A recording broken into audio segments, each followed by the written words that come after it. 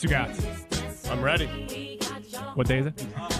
Draft day. I said, what day is it? Draft day. I said, what day is it? Draft day. I said, what day is it? Draft day. Who we talking about? Njoku. Njoku. Njoku. Njoku. Njoku. Trubisky. Trubisky. Trubisky. Trubisky. Mel Kiper. Mel Kiper. Mel Kiper. John Gruden. Mel Kiper. John Gruden. Mel Kiper. John Gruden. Mel Kiper. John Gruden. All right, here we are. Final day of the NFL draft. Final day of Christmas for many. But with that being said, I'm not even going to get into my first thoughts. I want to welcome on one of the many contributors we'll have on today. We got Matthew Coller in the building. He is a contributor for the Minnesota Vikings. That's why we're starting a little bit early. But without further ado, Matt, where can people find you? And also, how are you doing, man? I'm doing really well. Yeah. Purpleinsider.com is always a good place. Got everything housed there. But yeah, it's funny for me because day 2 was not Christmas. It was me just watching basketball because the Vikings had no picks. And I can't say that I have ever covered a draft before where just on Friday I just hung out and didn't do anything, but the Vikings moved up all of their picks throughout this process, and also going back to the TJ Hawkinson trade as well, and they end up with 2 first rounders, so that was exciting. But I almost felt guilty. The whole rest of the world was out there covering the night 2 of the draft while I was just hanging out. But today the Vikings got a handful of picks, so I'll be busy again. But it's been really interesting. It's always interesting when your team drafts a quarterback. So they introduced JJ McCarthy to us yesterday in a press conference, and just interesting to hear him talk about wanting to be with the Vikings, and like that was his desire all along, which I think is what every draft pick says, but it's probably actually true when it comes to playing with Justin Jefferson. So a lot of storylines surrounding the Vikings leading up to it. We weren't sure, like, are they going to have to trade up for McCarthy? Are they going to trade up for Drake May? I'm sure that you had all sorts of the same discussions as well. And, finally, the way that it played out was a little different than I think the mock draft universe thought, especially with Michael Penix going number 8. But if we already knew it was going to happen in the draft, it wouldn't be so interesting. So I thought that it played out really well, honestly, for the Minnesota Vikings. Yeah, definitely. And I know we're about 24 minutes away from the start of day number 3. Before we get into the draft picks and some of the background for the Minnesota Vikings, I have made my list. Are there targets by positions or by player that you think the Vikings could be in on, whether it's guys from a top 30 visit or something along those lines that maybe they're just looking for either depth or someone who could be a steal and a quality starter? Yeah, I mean, I think day 3 is so often the team has a short list of players that they think would be a good fit for them.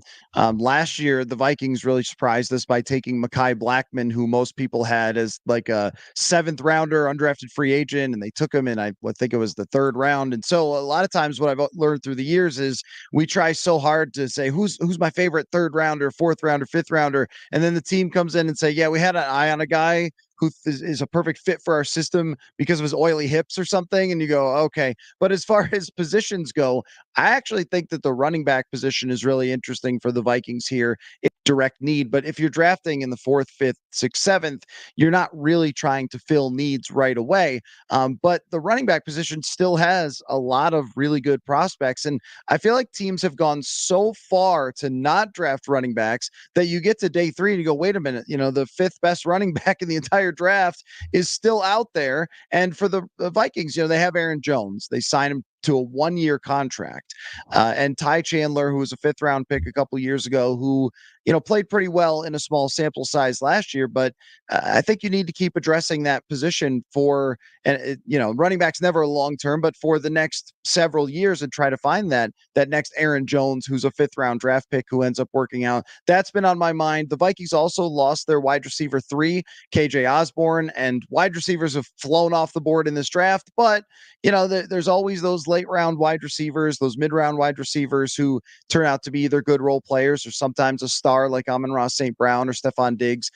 Taking a shot there is probably a good idea. And I know what Vikings fans want. They want him to take about 4 different guards because the guard position is really up for grabs. But the depth on the offensive line, the Vikings lost several of their depth offensive linemen. So finding guys that they could draft and develop at that position is probably important. And I also think of cornerback as well, where that's just one of those positions where you just throw draft picks at it. Just keep trying until you find cornerbacks who can play, because even in the first round, I feel like those guys are pretty difficult to scout.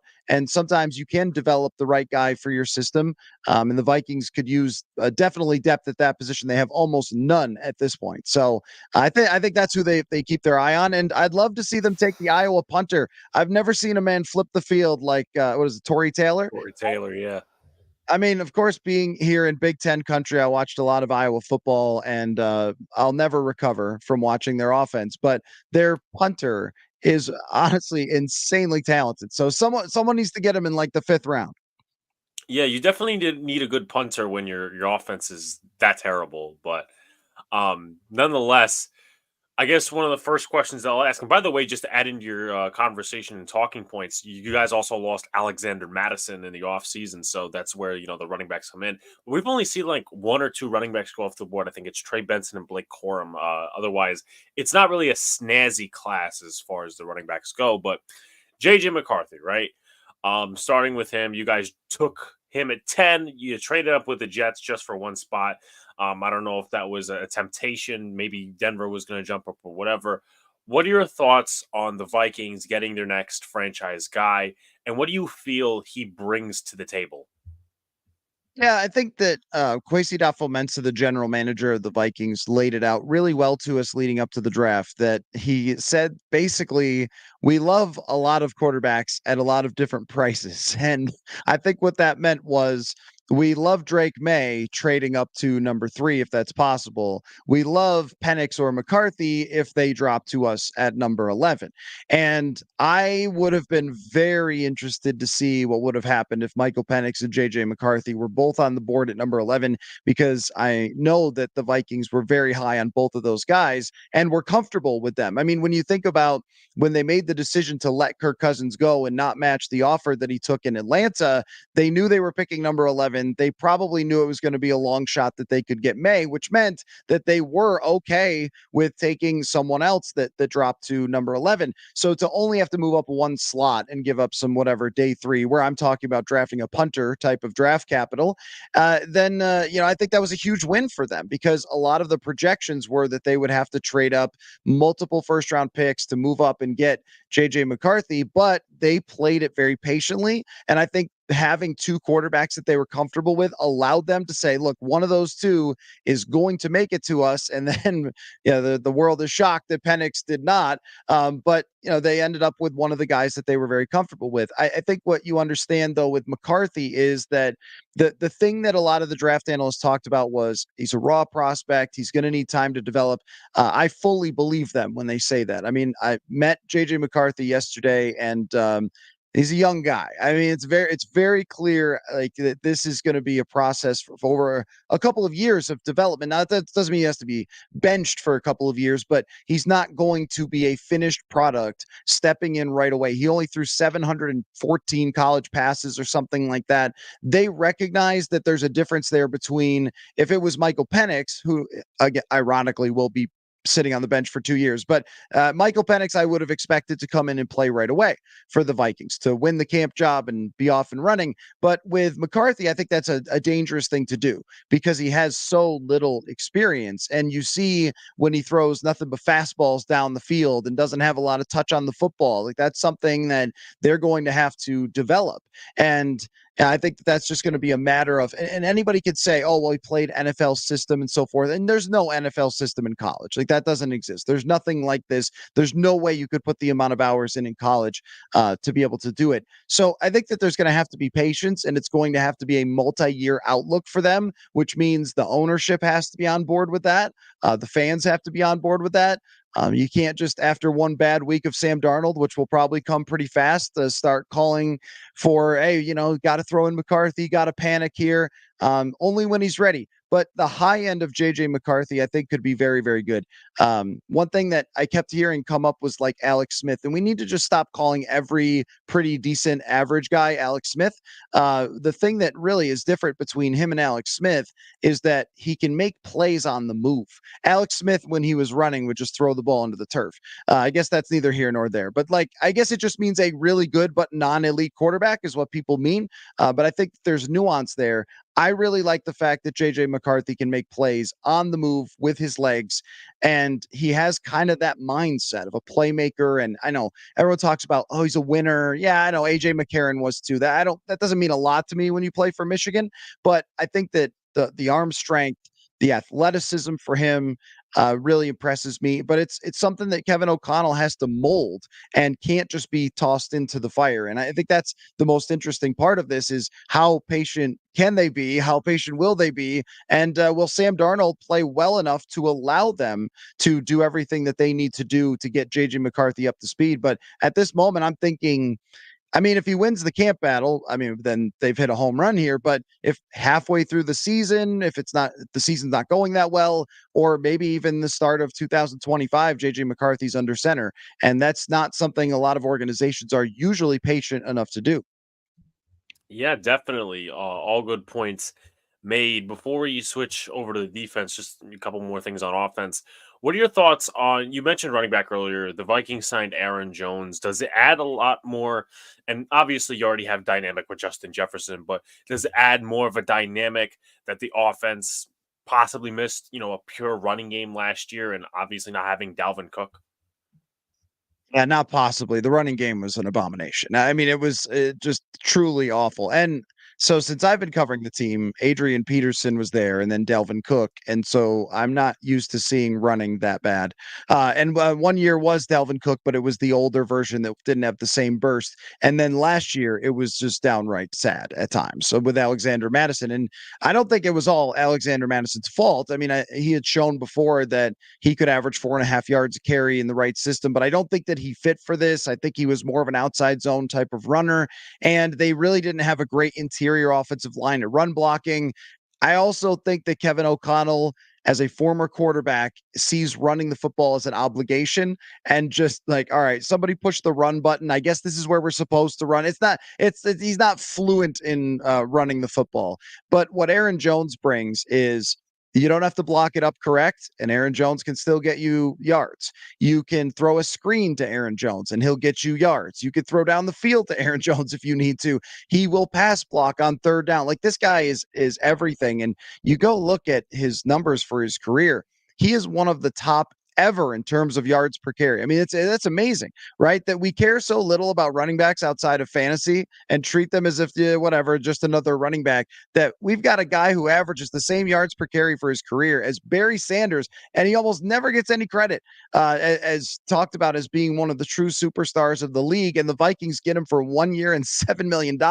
Now, they've got to get the version of him that was in the late season and playoffs for the Packers at a consistent rate, and not the one that was injured and struggling earlier in the season in order for him to make a legitimate impact. But I think that Aaron Jones, I'm not going to say he's different from the age curves. It's still a major concern, but he brings something that they haven't had since peak Dalvin Cook, which was now several years separated. And I really think the leadership element of Aaron Jones, another guy that I'm just getting to meet all the new players here, but you're in a room with Aaron Jones for about 5 minutes and you're like, okay, I get it. I get why everybody talks so highly of you. He's such a great communicator. He's got a swagger to him that I think is important when you've got young quarterbacks who are just finding their way, to have these guys around you who are really the leaders of the offense, and somebody who's important for your room and for your new quarterbacks and so forth. So I think Aaron Jones is going to have a big impact. It's just probably not more than 1 year for him to be here and have that impact, but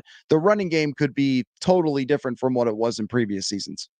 Yeah, definitely, and especially with the fact that you do have Justin Jefferson off on offense, but if you're starting Sam Darnold, there needs to be a running game, absolutely. And even if you're putting in JJ McCarthy for whatever circumstance that is, he's going to need a running game, absolutely. I'm going to switch a little bit to the defense as well. you guys actually traded up, I believe, to draft Dallas Turner on the edge. Jonathan Greenard was a signing. You guys lost to Neil Hunter. In my opinion, before, when I was doing a lot of the research on the Vikings and, before the draft process and whatever, I'm like, I don't know about their defensive line talent. Does adding Jonathan Greenard and now getting Dallas Turner on day one kind of change that trajectory for the talent of the defensive line? Yeah, it certainly does. I mean, Dallas Turner, they traded a lot for him, and that was noted by all the analytics people. But adding Dallas Turner is such a huge thing for them because, I mean, first of all, how many good defenses do we really see that don't have great edge talent?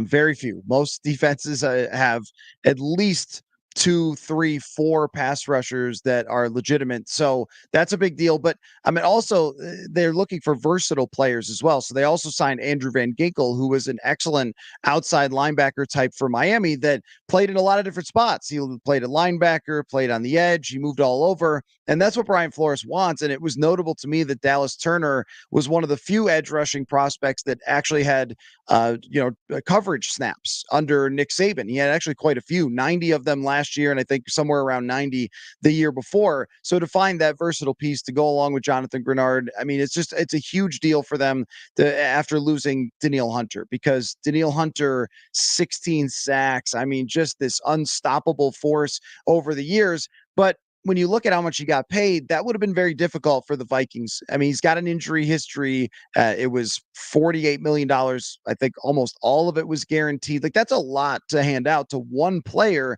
when they replaced him with multiple players. Greenard, Blake Cashman, Van Ginkel, and now being able to get Dallas Turner. So what you're seeing is a defense that was very, very much a product of how Brian Flores schemed it up last year and not so much the talent. Now the talent is starting to catch up as a complete defense rather than just one player. They've still got holes for sure. The interior of the D-line is the big concern for me because they've got Harrison Phillips, more of a run stuffer, and then just kind of a bunch of guys. I mean, a bunch of guys that your audience probably hasn't heard of, to be honest with you. So it's, Jerry Tillery was a first round pick years ago, and Jonah Williams, not the offensive lineman, but the defensive line. I mean, these are just kind of placeholders. You can't fill everything at once in an off season. This is where next season is going to be big for them. But your concern, I think, especially in the middle, would be totally justified. Yeah, definitely. I mean, I guess I'm gonna get to Armin's question in a second. By the way, shouts to everybody in the chat, Bobby, Brad, all you guys in the chat, Coach Ed. The one guy that I have heard of, at least because he played with the Giants the last 2 seasons, Jihad Ward. Which I'm kind of surprised in, because I mean, not that he would like do something at Michigan, because he was always following around Wink Martindale like a puppy dog. But 1-year deal with the Vikings, I guess that's not terrible. But I definitely agree that there's something there in the middle in terms of a concern for the Vikings. And not in terms of rankings last year, the Vikings statistically ranked the top 10 run defense, but still like not great in pass defense. Definitely better than the Ed Donatel run system. But what do you think were the causes of that, and how well do you think they addressed that? Obviously, they addressed it with pass rusher. Do you think they should do something in the secondary? Yeah, I think that what they got out of the defense last year, considering the talent, was about as impressive of a job coaching as you're going to find by Brian Flores. But we did see at the end of the season, especially when they played better offenses like the Detroit Lions, they got smoked because they just didn't have enough talent. And that's what they're trying to do here. But yeah, they still absolutely do have needs. And the biggest one is at corner, where they signed Shaq Griffin, who's kind of bounced around for the last couple of years. They have Byron Murphy Jr., who's still only 25 years old. It feels like he's been in the NFL for quite some time, but maybe 26 going on this year, but still a fairly young player for them. And they want him to be more of a versatile piece than he was last year. Just because of how the cookie crumbled, he ended up playing way too much outside corner. They wanted to move in. And their draft pick last year, Mekhi Blackman, who I mentioned is the one that sort of shocked us all and was kind of random, actually played quite well. Was one of the higher graded by PFF rookie corners last season in about 500 snaps. So they've got some stuff to work with there, but they don't have the guy. Like, they don't have someone who is your shutdown corner. And it doesn't even have to be Darrelle Revis or something. It just has to be someone you could be confident in going one-on-one with the best wide receivers in the NFL. And right now they really don't have that at all. And then the biggest thing after that is just depth. I mean, because they have good safeties. Harrison Smith is coming back. Josh Metellus last year became more of a household name because of how much he moved around and became a playmaker and a true hybrid player on defense, which you don't see very often. And bringing in Blake Cashman was big too, a younger, our mid-20s, the linebacker, as opposed to Jordan Hicks, who was in his 30s, to go along with Ivan Pace Jr., an incredible find from them last year in undrafted free agency. So you can name the starting lineup and go like, oh, I could see it. I could see a top 15 defense there. And then, like you mentioned, Jihad Ward, you go one level down, you go, oh man, this is not a good scene. What they really need is maybe Andrew Booth Jr., who they drafted in the second round a couple years ago, to develop. Tough thing for him. He got hurt right away. He was drafted for Ed Donatel's system, which asked corners to do one thing, and then they flipped to Brian Flores. It's a totally different job for the corners, and he really wasn't fit for it last year. So now he's had a year to get used to that and maybe adjust and adapt, and they could use him for depth. But aside from that, even at the edge rusher, having Dallas Turner, having Jonathan Grenard, these are good things, but there's not much after that. So you get one or two injuries, and now you're going from players that are pretty good and you could see coming together and having a decent defense to you got major gashes in that defense. So I think it's going to be a challenge. Also, the other thing too that I'm watching for is, how does Flores use all these new pieces, but how does the NFL adjust to what Flores did last year? Because, if you have success one year doing some interesting things that he did, and it gets talked about and written about, every offensive coordinator says, all right, well, I'm going to show them. I'm going to find the holes in that, and defenses always have holes. So there is a lot of adjustment to be made for the defensive side. At this stage in the game, there isn't a whole lot they could do about it. They could draft a fourth rounder and hope that he helps depth somewhere or something, but kind of is what it is for where they stand right now on defense. Yeah, definitely. And Armin's question in the chat, he says, which running back do you think the Vikings have eyes on for today? That's a good question. I would have had to have looked at the draft board to see which running backs were left. You got any ideas, Armin? You tell me. Who do we got? I mean, it's like everybody, right? I mean, there's a bunch of running backs that are still on the board. I saw Marshawn Lloyd was picked by the Packers, but I didn't see a whole heck of a lot of running backs coming off the board yesterday. So if you got ideas, pass them along. Yeah, there's definitely a couple in there. Dajan Edwards from Georgia, Ray Davis, Isaiah Davis. There's a couple names, but I just personally don't think that, Braylon Allen's another one. Armin says, well, I don't know that Matt is coached, but he does do beat stuff with the Vikings, coach. Yeah, I can't say that I have, but I do spend a heck of a lot of time around Kevin O'Connell. So and before him, Mike Zimmer. So that is kind of my career. Is Jalen Wright still on the board? Do I get that right, or did he get taken? Yeah. Okay, well, him then. I didn't think that he was going to be still available. And Bucky Irving as well. I mean, I don't know, man. Like, there's some good options here. Also, Javon Baker, the wide receiver from UCF, another player that I think would be a really good pick. But I am actually surprised because now, look, I would have been a little more locked into who's left on the board had the Vikings had any picks yesterday. So give me a slight break there. Garendo from Louisville is on my radar as well. Had that unbelievable NFL combine. You know what I'm curious about a little bit too for day 3? They're changing the kickoff. So will somebody try to look for a kickoff specialist when before you would have not even considered that for a second? But now, like, there's going to be kickoffs every single time. And the Vikings have Kenny Nwangwu, who's been a good kickoff returner. He's also had injury problems. But I do wonder about somebody like is a Garendo if he would be good at that because of his raw physical skills. But I would have assumed that Jalen Wright would have been taken. A lot of people had him as the best running back in this draft class. Yeah, I mean, I'm surprised with all the other guys that were picked yesterday, I'm surprised he's still on the board. I think maybe 2 guys, and again, like, I'm just going off of like Veer's Senior Bowl knowledge when we were down there. Like 2 guys I could see, because you did mention wide receiver Aeneas Smith. I know he caught some punts and caught some kicks as well. And I think the other guy was Ryan Flournoy, but he's probably not going to get taken till later. But then again, you also have teams that think, hey, listen, we have it at this grade, so who the hell knows? But before we get to final thoughts, obviously there's been a lot of buzz I don't really buy the smoke, but nonetheless, do you think that the Minnesota Vikings at some point will be able to get a contract done for Justin Jefferson? Yes, I do. I think that every time you have a player of his high profile, and we're talking about one of the 5 best non-quarterback players in the entire NFL, you're always going to have all sorts of NFL insiders trying to get any amount of information. You're also going to have some people who like to throw out conspiracies, like to throw out rumors that don't have a whole heck of a lot of basis, if not no basis. And then people see them, they get aggregated, they get picked up. We speculate all sorts of stuff. But from everything that I have heard, all of that is just completely off the table. Any idea of trading him or anything like that is just a non-discussion for the Minnesota Vikings within their building. Somebody would have to trade everything and players. I mean, they view Justin Jefferson as the heartbeat of this entire operation, as the reason why JJ McCarthy will succeed. They don't just look at him as a player or whatever who might have some value or could be too expensive. Like, this guy is the franchise player. And this is what Julio Jones meant to the Atlanta Falcons, put it that way.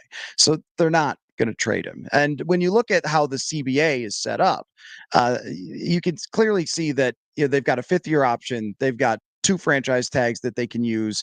I mean, the power is really on the Vikings side here, which is why first-round draft picks who succeed always sign with their own teams and aren't just demanding trades left and right. And if a team does trade the guy, that means they were never that sold on him to begin with, or their ownership has cash problems or something. There was some story about that with the Raiders and Khalil Mack years ago, and he was the exception to that. But when you have somebody this good, you get the deal done. And I think they'll make progress through this throughout the offseason, just like we saw, AJ Brown with a new deal, Amon-Ra St. Brown with a new deal. I don't think it's far off for the Vikings. I mean, they could announce it any day, really. I've got those Adam Schefter, alerts always on the phone, to make sure that I'm prepared for that. But no, I truly think that it's all just kind of noise, that people know it makes headlines if you mention Justin Jefferson's name. But this team loves him like teams love like the Chiefs love Patrick Mahomes or the Bills love Josh Allen. Like, these are players that you just don't let walk. But when you're talking about the most expensive contract in the league, I mean, I think that when you see the Amon-Ra St. Brown contract, you're like, oh, well, that's probably a little more for Jefferson. It's like, no, it's probably a lot more for Jefferson. I would look at Nick Bosa as the comp for him, as opposed to the other wide receivers, because I think he's just on a different level. I mean, we're talking about a guy who, if I'm not mistaken, averages the most yards catch per game ever. Right. So, like, we're not talking about, just some average guy here. So, he's just gonna have to be patient, though. Just gonna take time. I think it'll probably sometime throughout the summer. We might end up with a training camp holdout, and it is what it is. But we're probably looking at something like $32 to $34 million per year for him. Yeah, absolutely. And one quick final question. Brad says that based on your comments about watching Iowa's offense before, Matthew would have seen a lot of Kittle and Purdy. Curious to know if he would have picked them to have this much success. Well, I assume you mean that when they were in college, if I would have assumed that they would have had become NFL superstars. Oh yeah, absolutely. No, come on. I mean, nobody thought they were going to be like this. I mean, especially Brock Purdy. But I will say, first of all, I would always draft an Iowa tight end. Iowa tight ends, no matter what, they recruit them extremely well. They train them extremely well. The Vikings have one now in TJ Hawkinson. It's just a thing. Iowa knows how to find tight ends. Kittle, I think he was it that he was a bit undersized coming out, and it just sort of shows you how much guys could change, because now he looks like a pro wrestler with the way that he blocks and stuff like that. So, he really developed so fast, and tight ends are hard to draft and to scout. We see first round tight ends that are busts all the time, and a 5th round tight end who becomes the best in the league, other than Travis Kelce. So, him, I would say no. Brock Purdy a little bit more, because I had some intel on Brock Purdy. A friend of mine worked with Brock Purdy before the draft, quarterback training him. Former Vikings quarterback, worked with a little bit, went to Iowa State. And he was telling me, I think he's got something, that he has kind of a playmaker's mindset. And that was, he was sort of treated as if he was just some game manager. And it's like, I mean, if you watch the games, he was actually a pretty good playmaker with his legs, and he would extend plays and stuff like that he did a lot in Iowa State. And the other thing that's hard is, you just don't know how somebody is going to adjust to the NFL. A lot of it is how their mind works. A lot of it is how they process information at such a high speed. And Brock Purdy did that. The other thing is, too, that he didn't have a great team. Like, I always look for this, and this is why I liked Michael Penix throughout this. When you take a team, a program that doesn't really ever do anything, and you have a quarterback that elevates them, you're like, we should pay attention to that, right? And I did think that about Brock Purdy. When he was picked in the 7th, I was like, oh man, like I'm surprised because I thought that he would be a little bit, a little bit higher there. Although that isn't they aren't they're Big 12, right? They're not Big 10. But I did watch a lot of Brock Purdy. Yeah, definitely. But Matt, I know you got some stuff to do with the Vikings picking in a few picks and all that other good stuff, and they'll probably be having a presser at some point. Who knows? Appreciate you coming on. Great insight from the Vikings standpoint, and thank you very much for coming on, man. Absolutely. Thanks for having me. Have a good day. You too, Matt. All right. So again, there's going to be a litany of guests coming on. Next up, we're supposed to have a Raiders guest. I don't know. Again, sometimes you get first contact with these guys and, some of them show up, some of them don't show up. But the reason why we did Matt so early is because he has, I believe that he has a press conference to attend. He actually is a legit beat writer for the Minnesota Vikings. But we're about to get the Carolina Panthers on the clock. I might ding the alarm once, but probably not like, every single time. But I will say this is who we have in line for today in terms of contributors. We're supposed to have a Raiders guy in a little bit, then the Patriots, then the Carolina Panthers, then the Chicago Bears, then the Commanders, the Cowboys, the Seahawks, the Falcons, the Titans, the Cardinals, and the Chargers. So a couple of interesting teams to obviously look for. Coach, by the way, what do you think of the Andrew Phillips pick? Just let me know what you think of the Andrew Phillips pick and also the Newbin pick. You probably like the Newbin pick, but the Andrew Phillips one, it causes a little bit of controversy. But anyway, nonetheless, let's see what else we got when the pick is made. I'll be posting in chat. I'm looking. Okay, all right. When the pick is made, all right. And I also got the TV running as well. But make sure you guys hit the like button, comment, subscribe. Questions, throw them in the chat.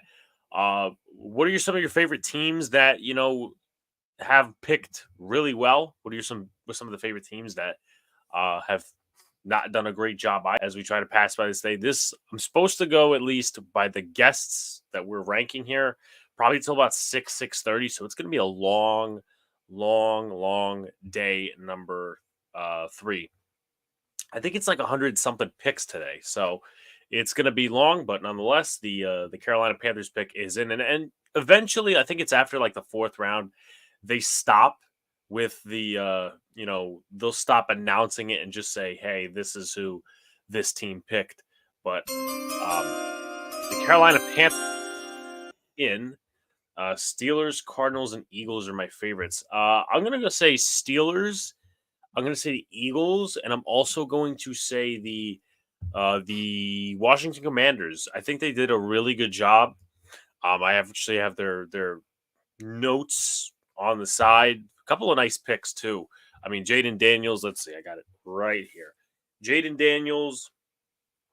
Let's see. Jaden Daniels, Ben Sinnott, Jerzon Newton, Mike Sainer still, Luke McCaffrey, and Brandon Coleman. So those are the picks from the Carolina Panthers, not the Panthers, the Washington Commanders. But the Panthers are up now, and obviously they're looking at key additions like, why do people think the Giants are losers in this draft?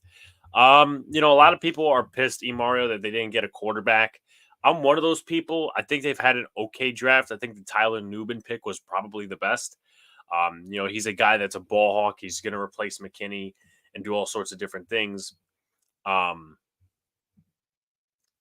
like both DBs. Phillips has some things to work around, grabbing, getting head around, but he has that stuck-to-ness. Yeah, no, listen, I agree. I got the banners to put up here, Armin. So I'll take care of that. But thanks for putting the pick in the chat. Denver is traded up to 102. Okay, So they traded up with Seattle. I like both. Yeah, listen, I mean, I watched Andrew. Actually, you know what? I think I still have some film on Andrew Phillips. Hopefully, I do, because if I don't, I'm gonna pinch myself. No, I do not. Maybe, hopefully, it's somewhere in my Google Drive. But I remember watching him vaguely, but a little bit more than vaguely, actually, because we did a Boys in Big Apple film breakdown on him, and the stuff I listed for Andrew Phillips: speed, he's got that.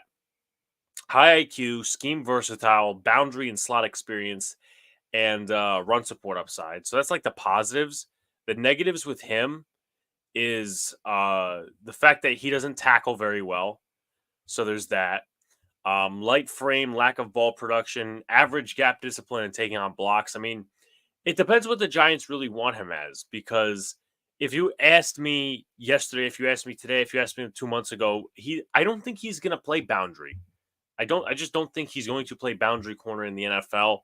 I don't think he's fit to play that. Now, I think he fits the Giants system, but I just feel, it's not necessarily a great pick at the spot. I would have liked it more, again, if it was a boundary corner, if it was a TJ Tampa, if it was a this guy or that guy. But obviously the Broncos have traded up, so they'll get to announce that. And this is usually the day where they do the offsite location announcing. 107 pick for us Giants. Do we go Jordan Travis or do we go Spencer Rattler? I'm going to go ahead and say that the Giants don't pick a quarterback. I wouldn't mind a Spencer Rattler at this point. You're kind of just getting depth. Like the direction of the Giants is a little skewed in my opinion. But listen, we'll see what the rest of the draft shakes out to be. There's a couple of steals you can get, and I'm going to read off my big board in just a second, because I'm just writing down these picks so I know what I'm talking about when these certain guys come on. TJ's, Tampa's still on the board, but I don't think the Giants are going to go ahead and go get. Okay, so it's an interesting trade here, a little bit more. So the Seahawks get a 5th, a 6th, and a 121. So they just actually got off of the screen. Anyway, let's see. So my big board today: TJ Tampa, Christian Mahogany, Audric Estime, Dejan Edwards, Jared Wiley, Justin Igboigbe, Braylon Allen, Spencer Rattler. Maybe I should have done it just like all positions. I don't know. We also have picked 163 and 183. So, all right, we're going to get the Broncos selection right here. Gotta see what they got in this draft. I mean, they Bo Nix obviously is one. I can't remember some of their other draft picks. Maybe they'll bring it up. But let's see. Bo Nix and Jonah Ellis, the edge rusher. He's all right. I mean, I guess he fits the system and what they want to do on defense. So you can't be mad at that. That's like a B pick. Yeah, him and Jonathan Cooper. All right, so Troy Franklin, wide receiver off the board. And that makes a lot of sense. That makes a ton of sense because Bo Nix has his old college teammate, Troy Franklin. So I'm going to put this up here. Then Denver selects wide receiver Troy Franklin. Out of order. I might as well do this while we pass some time. But explosive versus press man. Now, this guy was projected to be a second-round pick, but I'll give the Broncos credit. This might be one of their better picks of the draft, getting a guy like Troy Franklin. He fits in a receiver room that just lost Jerry Jeudy. They have Cortland Sutton, but there's obviously some questions of whether he'll resign. You got Tim Patrick. You got Josh Reynolds, Marvin Mims. So I think he's an immediate impact. I know, he's a 4th-round pick, but he's also 2nd-round value. Let's see, New England goes here. Let's see. New England has made a couple of nice picks. Drake May, obviously. Jalen Polk. I'm going to question whether he's actually the number 1 wide receiver for the Patriots. And also as well, Caden Wallace, who is going to be what looks to be one of their tackles. I don't know that they'll move him inside. I think our Patriots guest is going to be coming on at 12:30. So as far as that goes, we'll get some info from him. Jeffrey says, "Hey, Alex, hope you have a great day. And hopefully the Boston Celtics win against Miami today." Yeah, I mean, it's either if the Knicks do advance, which we'll see. I mean, it's already 2-1 in the series. Both are going to be very tough for the Knicks to play against. Boston is probably the best team in the East, and Miami is probably curtailing just under that, but we shall see. So I don't know if the pick is in or not for the New England Patriots. They got pick 103. Then it's Arizona. Then it's LA. Then it's Tennessee. Then it's the Giants. Obviously, they're looking at the key additions and all that sort of stuff. Hiring Gerard Mayo, trading Mac Jones. So, let's see. Bad call against us yesterday. You mean Thursday, probably. Yep. Franklin does join. All right, so the pick is in for the New England Patriots. Joins Cortland Sutton, and Marvin Mims. So, that's a very good. That's a solid wide receiver, right? That's not perfect. Hopefully, I guess for their sake, they're going to go out and sign Cortland Sutton to extension or trade him for assets, but. That's at least a good starting ground for Bo Nix and their offensive line.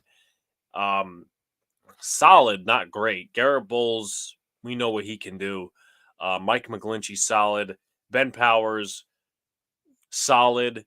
And then Luca Wattenberg, who they got in the 5th round 2 years ago. I believe he's from Washington. And then Quinn Miners from Whitewater College. That was about 2021. So, could be better, but hope you guys have a good stream tomorrow. Hoping we get the win. Yeah, of course, man. Of course.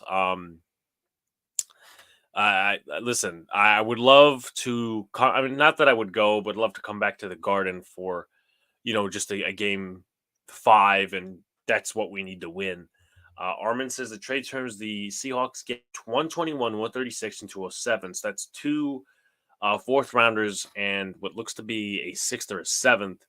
And then the Broncos get 102 and 235. That's not bad. That's not bad. So the New England Patriots are going to select a guy here. Who the hell knows who it's going to be?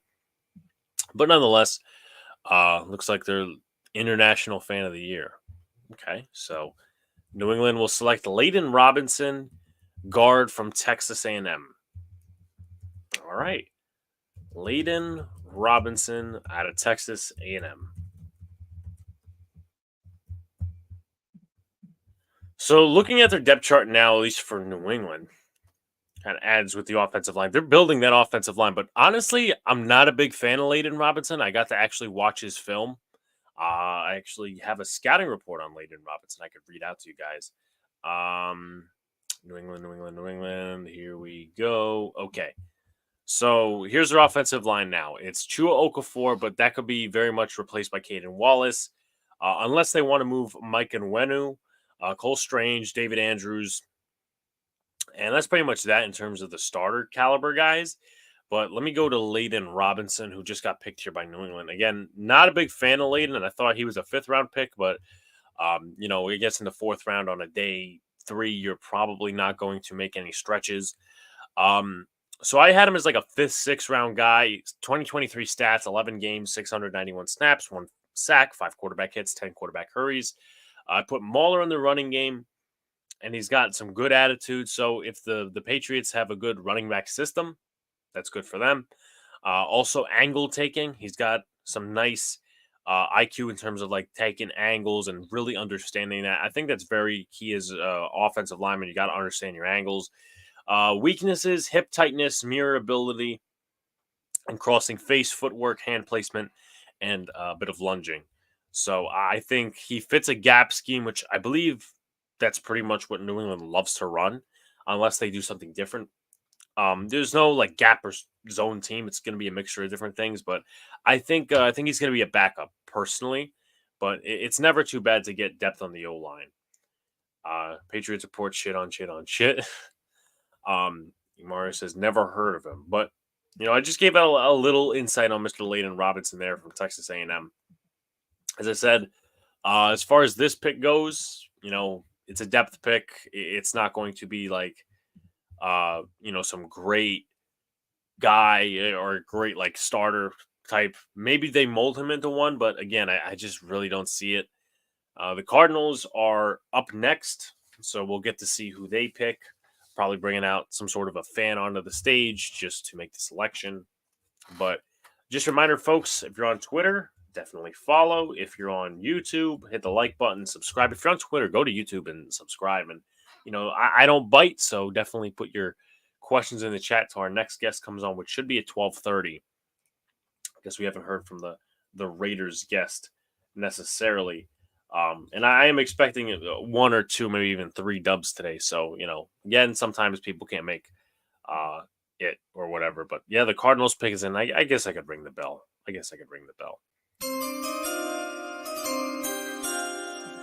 They've had a really nice draft for the Arizona Cardinals, I will say. Let me put the Patriots down for Layden Robinson. But they've had a really nice draft. I think getting Trey Benson is definitely a very nice duo with James Conner.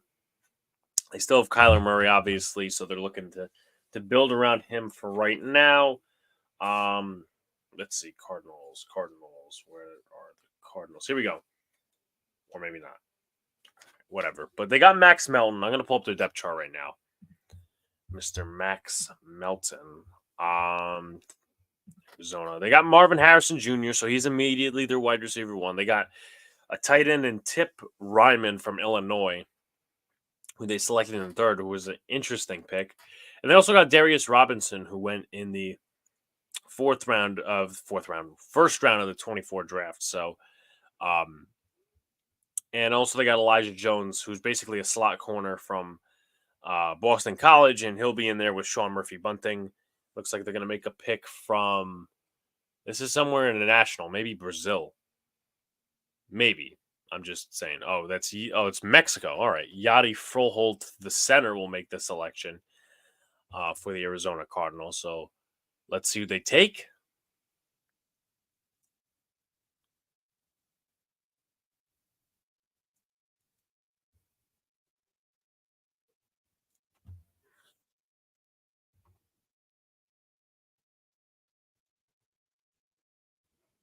All right, so I guess he's still going to be announcing it. But they also added Justin Jones, Bylon Nichols. All right, Dadrian Taylor Demerson from Texas Tech. That is the pick for the Arizona Cardinals. Dadrian Taylor Demerson from Texas Tech. Their safety room, he's a safety, so but they're looking at, his athleticism, scores, and all these other different things. Their safety room right now, it looks like this. Buda Baker and Jalen Thompson. I don't know if they extended Buda Baker. I don't remember, but Demerson, solid pickup, I should say. He definitely looks like a ball hawk, guy who's going to swap balls in the air and, all those different things. But I know a lot of people were looking at the Giants as a place for him to go. Now, let me pull up his stats because that would also be key. The Chargers are on deck, and then it's the Titans, and then it's the Giants. Demerson this year, 4 interceptions, 1 sack, 73 tackles, 1.5 tackles for loss. 3 interceptions the year prior with Texas Tech, sack, 74 total tackles, and 13 pass deflections in 2 years. So this guy, he's a solid guy, right? He's a guy that's going to go out there. He's got a nose for the football. Yep, the Chargers are on deck, so we'll be waiting to see, who they pick. And they've had a solid draft, getting Joe Alt and getting Junior Colson as well, and getting Ladd McConkey. So some very serious ball players. One of them being a national champion, one a guy coming from Notre Dame who's going to be an impact starter right away, and Ladd McConkey. Now, I do question whether Ladd McConkey can be a 1 in this league, because I don't know that. I don't really know that he could be a 1 in this league, but who the hell knows? So yeah, the pick is going to be in. As far as they could double dip at receiver, though. I don't know about that. Maybe something along the defensive line. Just some, extra guys. All right, so looks like the band is still playing. All right, so we got this guy coming out. And let's see who the Chargers select with their 105th pick. Turn it blue.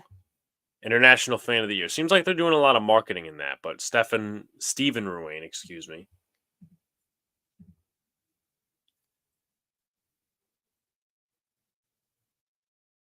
Justin Eboigbe, defensive tackle from Alabama. And this is a good pick, right? We're supposed to have a guy from the Chargers on later, but as far as Justin Eboigbe goes, he's a very good run stopper, and I could actually give a profile on him. He's going to join Puda Ford and Otito Ogbania in that interior, and he adds a little bit of, what possibly could be a pass rush upside, but I think he's going to be mostly a run defender at this level. But let me give you guys the scouting report that I have on Justin Eboigbe. As far as he goes, alignment, versatile, power, and strength. And I did have him as a third, fourth round pick, so this does make a lot of sense. He gets a lot of hurries, right? He gets a lot of hurries, 7 sacks, which is a career high for him in the 2023 season, 11.5 tackles for loss, 17 quarterback hurries as mentioned, 1 batted pass, 4 quarterback hits. Strengths, alignment, versatile, power and strength, double team attraction, rip technique versus tackles. Tennessee Titans pick is in already, so the Giants are up next. And weaknesses, pass rush toolbox, footwork, will run himself out of plays and misdiagnosing plays, and 1 year of excellent production in 5 years. So that's where pretty much that comes in. Again, Mario says that will the Giants go tight end if, with Darren Waller possibly retiring? I think that's definitely a possibility. I think it's a possibility. I think that the Giants need to prepare, I think they did well in the offseason with tight end, getting 2 blocking tight ends and Chris Mannertz, Jack Stoll, and some of the other guys they brought in. But as far as that goes, I still would get someone who's also a playmaker because Bellinger can block, Bellinger can catch. But Jared Wiley, I think, he needs some assistance with blocking, but he's a guy I would take. And I know everybody's looking at this Dallin Stokes guy. At least that's his name, probably butchering it, out of Colorado State. But personally, again, I would sit there and take a Jared Wiley because he's still on the board. And there's more tight ends, and there's a lot of tight ends that, end up being late picks and they end up hitting. So I'm not gonna, I'm not gonna sit here and cry about it. So who else is on the board? Well, I mean, there's plenty of guys. It depends what position, Mario, that you would want. And also, guys, again, for anyone else in the comment section, feel free to comment, like, subscribe, do all the good stuff. Should be about a few minutes before we get our Patriots guest in. Good, we got to 10 likes. Now we're going to get to 15.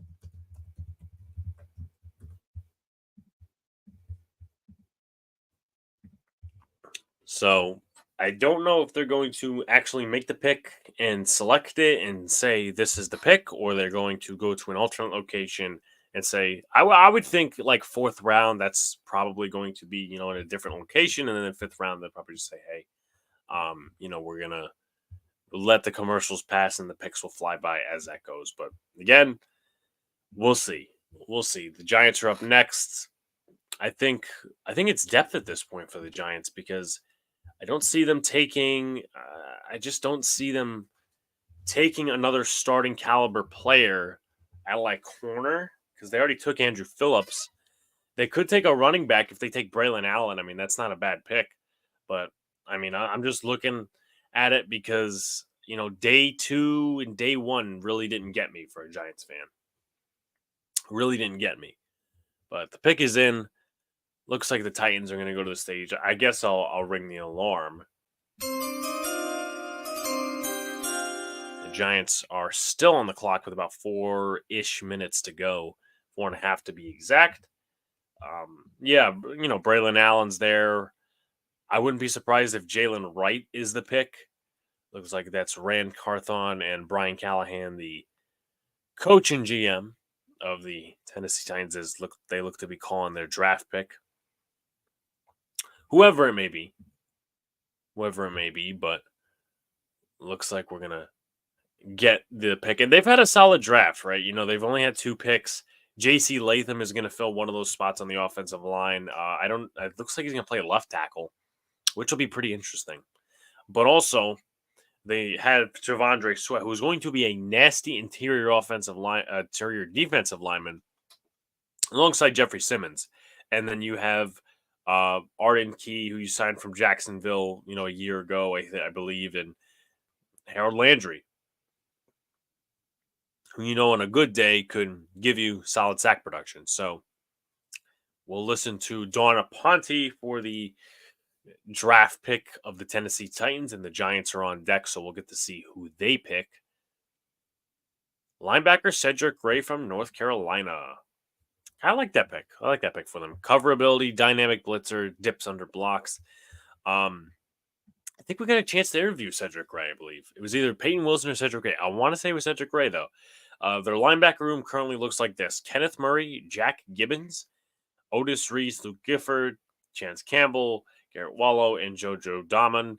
So it's going to be Murray and Cedric Gray, presumably. But Gray's a third-round value, and I think the Titans really got I just think they got good value here. So we'll see.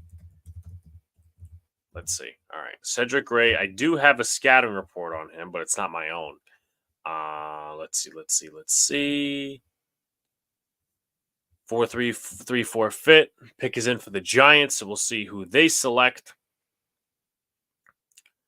And I think we're about to get our answer right now.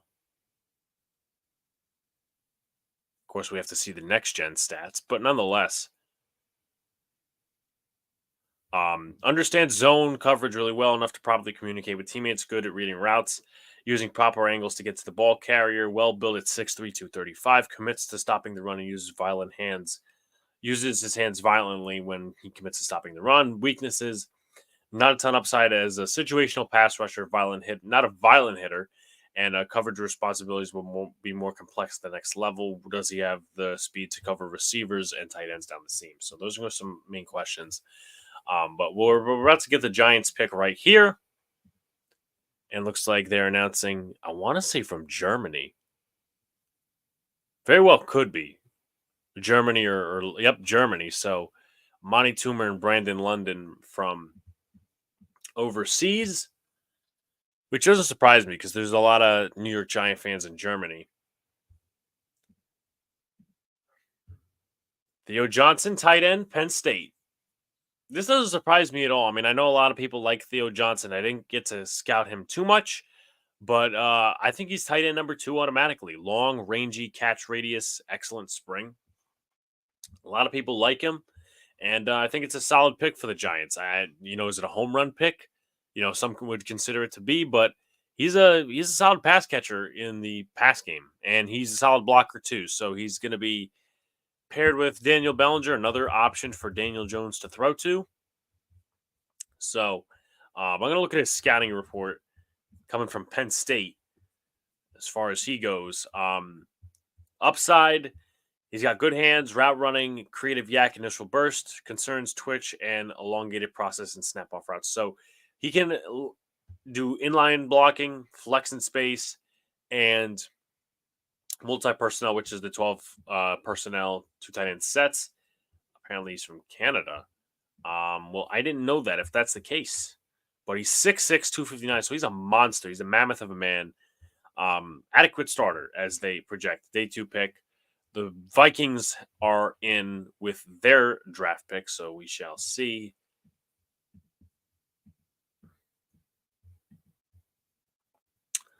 All right, so Vikings again, decent draft. They have a number of picks today, so Dave Kellogg, celebrity. All right, I feel like I've seen this guy before. I will say. Well, I feel like I've seen this guy.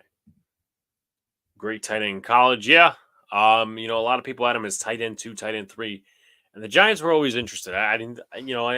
Jared Wiley was not one of those guys in the top 30 visits. Theo Johnson was with the local pro day that the Giants had, so it doesn't really surprise me in the slightest.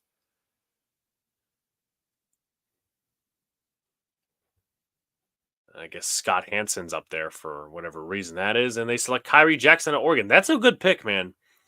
He's another guy that I wanted the Giants to get. Kyrie Jackson. He's originally from Bama, believe it or not. He didn't get any starting time when he was in Bama. Didn't really like that and went out to transfer to Oregon, and he played solid. I'll say that. And I have a scouting report on him too, because we watched him over at the Senior Bowl. 3 interceptions this past year, 2 sacks, 5 tackles for loss, 34 tackles. In the previous 2 seasons he spent with Alabama, 14 tackles, 1 tackle for loss, and a total of 13 games. So he did not get that much playing time when he was at Bama. But before that, he also went to Fort Scott College, which is in Kansas. And, they obviously have a small school, 3 interceptions, 25 tackles for him. So I feel like it's a contingency pick if Waller retires. What's Jonathan in the chat? Yeah, I mean, I think they kind of know what direction it's headed in because, I just don't. I don't see him coming back after all this talk of him retiring and the divorce. It just doesn't. It just doesn't match well. It just doesn't match well. But the Cardinals, the Falcons pick is in. Falcons pick is in. So there's that. Let's see. I know this is a football stream, but baseball, A-Bomb, Mark Vientos is the field. Okay, so the Mets are calling up someone who they anticipate to be. Well, I mean, they've been waiting for him to go off for a couple of years now. Another international guy for the Atlanta Falcons. Again, they seem to be marketing that really well. They already selected Michael Penix, Ruco Horhoro, and Braylon Trice. So maybe something, I don't know. They might be able to go a best available depending on what they value. They already got a good running back. They got a good receiving core. Maybe another receiver. Maybe a depth O-lineman. But their O-line's already good. They've haven't allowed that many sacks. Maybe something a linebacker. Maybe a depth corner or a safety. So their safety room is DeMarco Helms and Jesse Bates. So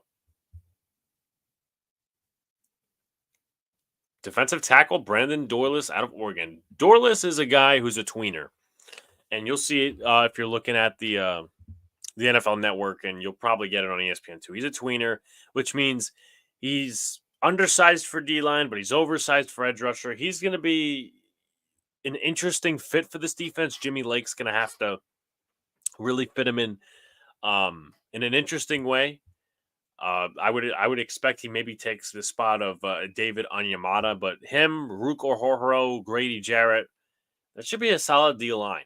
But the Pats pick is in, and then it's going to be the New York Jets after that. So we'll see when it counts down and everything. But appreciate you guys being here, and apologies that we've had 1 of 3 guests show up so far. Hopefully the 1 o'clock hour changes with the Carolina Panthers. Hopefully the 1 o'clock hour changes with the Carolina Panthers. And then let's see. There's 1, and I think at 1:30 we have the Bears, and 2 we have the Commanders. And I know Corey won't dub me, but the Pats selecting from overseas, Frankfurt, Germany. Let's see who they take. They've already made another selection in Layden Robinson. Another depth guy, question mark. Okay, so the Jets have traded out of their pick and allowed Green Bay to jump up. So the Jets have traded out of pick 111, allowed Green Bay to jump up. We still have yet to see. All right, Javon Baker, wide receiver, UCF. That's a great pick. They've got 2 receivers this draft that have serious talent. Jalen Polk, I don't know if he could be a 1, but him and Javon Baker should make a solid duo over New England with offensive coordinator Alex Van Pelt. And, I'll say this. I don't know if Drake May is going to be ready. He probably isn't to start the season. He'll probably be Brissett. But that's an average to a slightly above average receiving core right now. Jalen Polk. You could throw in a Demario Douglas if you want, Kendrick Bourne, and Javon Baker. So, and also you have Juju Smith-Schuster. So, and also you have KJ Osborne. So it's kind of like the Giants last year. They have a couple of guys that can fill up the back end, just not any frontline star receivers. The Jets have traded out with the Packers. The Jets go to 126. Still looking into more trade details. Thank you, Mr. Armand, for looking into those trade details.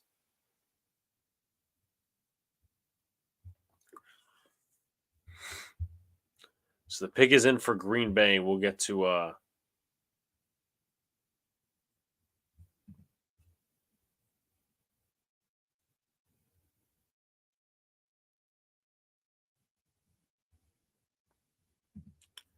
their pick whenever that shows up.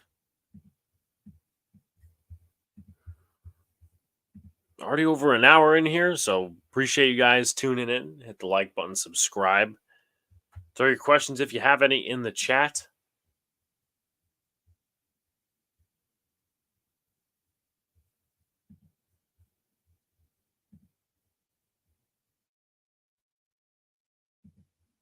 As we're waiting on Green Bay. As far as Green Bay's class goes, they selected Jordan Morgan in the first round. Right now, they slot him to play at guard, but I think he could also play tackle. John Runyon did leave this offseason, so maybe they slot Newman at right guard and Morgan at tackle. Or Morgan plays guard. They also selected Marshawn Lloyd as a backup to Josh Jacobs and A.J. Dillon there too. So Dillon's really not for long on the team. And Tyron Hopper, they selected in the third round. That's a solid pick alongside Quay Walker and Edrin Cooper. So, you get to really space out that linebacking core. And as far as the safety position to pair alongside new guy Xavier McKinney, they drafted Javon Bullard, another SEC guy. Apologies for that. Second round out of Georgia. Looks like the Jets got 126 and 190 for 111. All right, so we'll get to see. I mean, I don't know. It looks like they went to commercial, like legitimate commercial, not just, NFL Network and commercial. But we'll see who Green Bay picks. The Jets obviously bounced back a couple of picks. But Green Bay had a solid year last year. There's no denying in that. They went to the NFC Championship game. Was it the NFC Championship game? Maybe not. I think they did have a huge lead, and then they proceeded to blow it against the 49ers. It was a divisional game, but I mean, no one expected them to be there. Everyone expected the Packers not going to be good. Jordan Love, I mean, he threw over 30 touchdowns. I don't think that's talking about enough, but with the place they were last year in the division, which was second, they're going to get a little bit of a harder schedule. Now, I don't know who they're going to we could look up their opponents and see. But also, by the way, about under 2 weeks from today, the NFL schedule comes out. Jets just confirmed the trade 126 and 190. So I guess they get the picks back from some of the trades they made, like the Malachi Corley trade. I guess that's their vibe. But just some moving around on day number 3. So it looks like the Packers have made their pick, and the GM is now making the phone call to whoever the draft pick may be.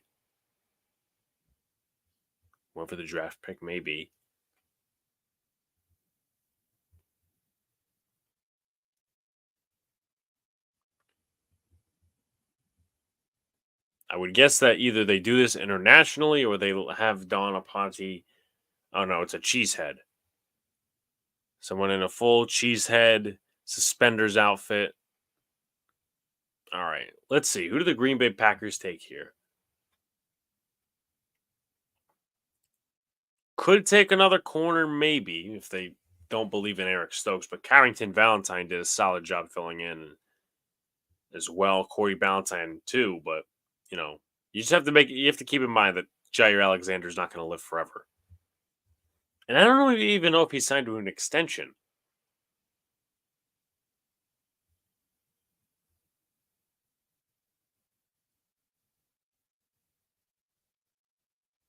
And the Packers select Evan Williams, safety from Oregon. Okay, so it's a depth piece behind Xavier McKinney and Javon Bullard. And this is also, we forget, Jeff Hafley is now the defensive coordinator for the Green Bay Packers. Former Boston College head coach, I believe. But he's got a long career, Evan Williams, one of the longer career players. 82 tackles last year, 5 tackles for loss, 4.5 sacks. That was actually his first season with Oregon. Mountain West Conference the 4 years prior with Fresno State, 69 tackles, 1 sack, 6 tackles for loss. Do have a scouting report on Evan Williams. We do have the Raiders pick that is in. Evan Williams. Okay. Evan Williams. As far as he goes, properly reads the eyes of the quarterbacks, quick to diagnose runs, versatile plays in the nickel and both safety positions, doesn't shy away from contact, but takes bad angles and run pursuit, lacks the top line speed to be a single high safety, and lacks the strength and capability to be a capable starter at the next level. So he, is probably going to be a depth guy, special teamer, something along those lines. So I guess the Raiders are up here. They're going to pick at 112. Let's see who they go. Again, solid draft for them. DeCamerion Richardson from Mississippi State. DeCamerion Richardson. So the Jets now have 126, 129, 134, 185, 190, and 257. So they're hanging on to that irrelevant pick by a hair. But don't know too much about this DeCamerion guy, going to be honest. But we could also look at their cornerback room, which may lack a little bit. They got Jack Jones from New England. They have Jacorian Bennett. They have Nate Hobbs. And behind that, they have Sam Webb.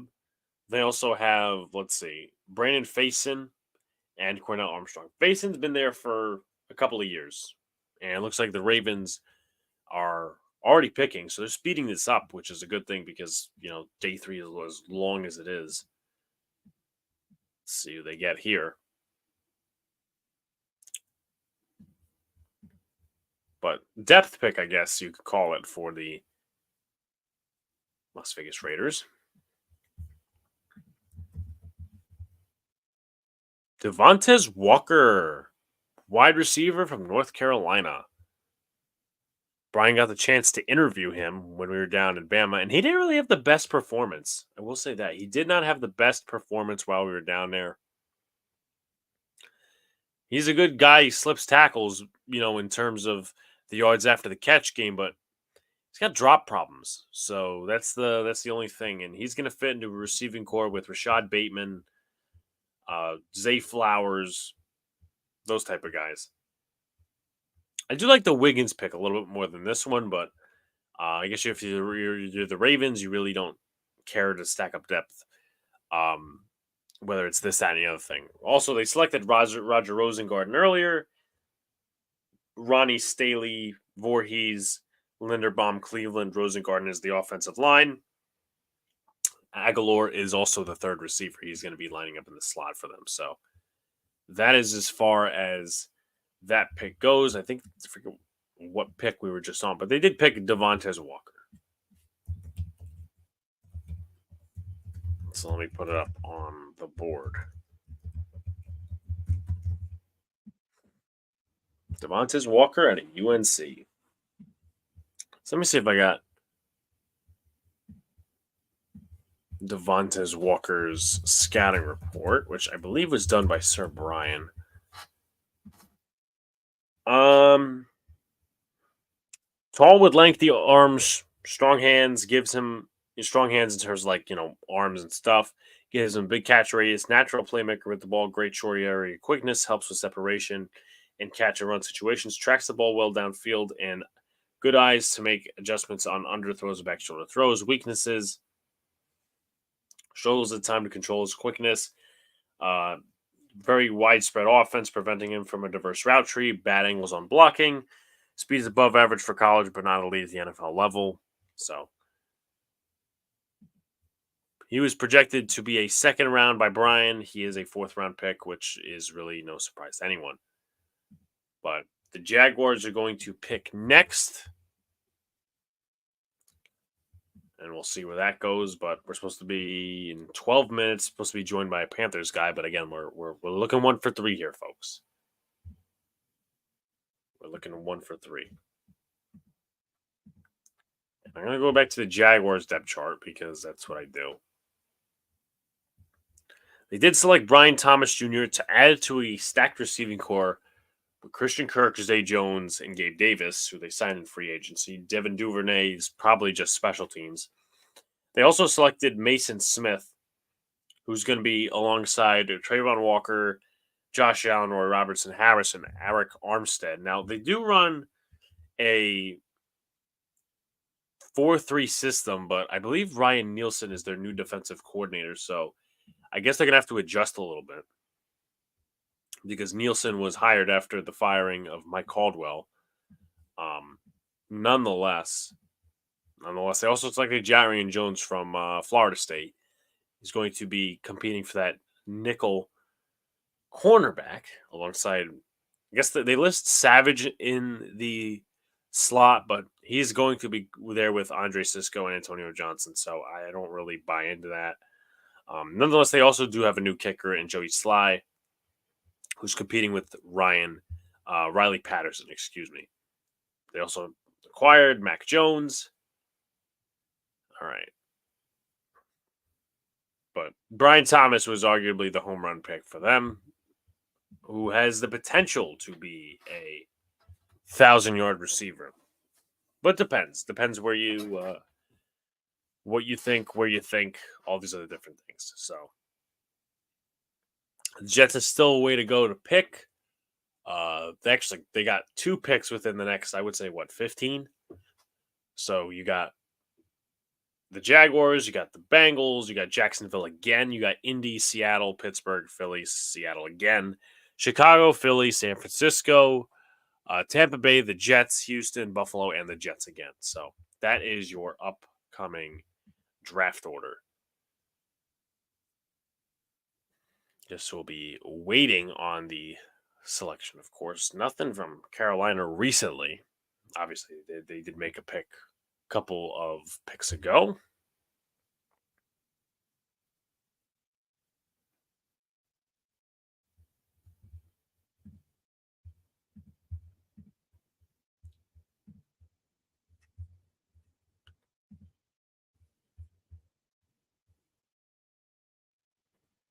So I guess we're just going to wait and wait and wait. So looking at the last 10 picks, you got Dadrian Taylor Demerson from Texas Tech, Justin Boigbe, Cedric Gray, Theo Johnson, which is actually a similar pick, numbers-wise, to when they selected Daniel Bellinger. They're looking at Trent Baalke, Doug Peterson, the Kahn family, so I guess they're making the phone call to the draft pick right now, whoever that may be. Whoever that may be.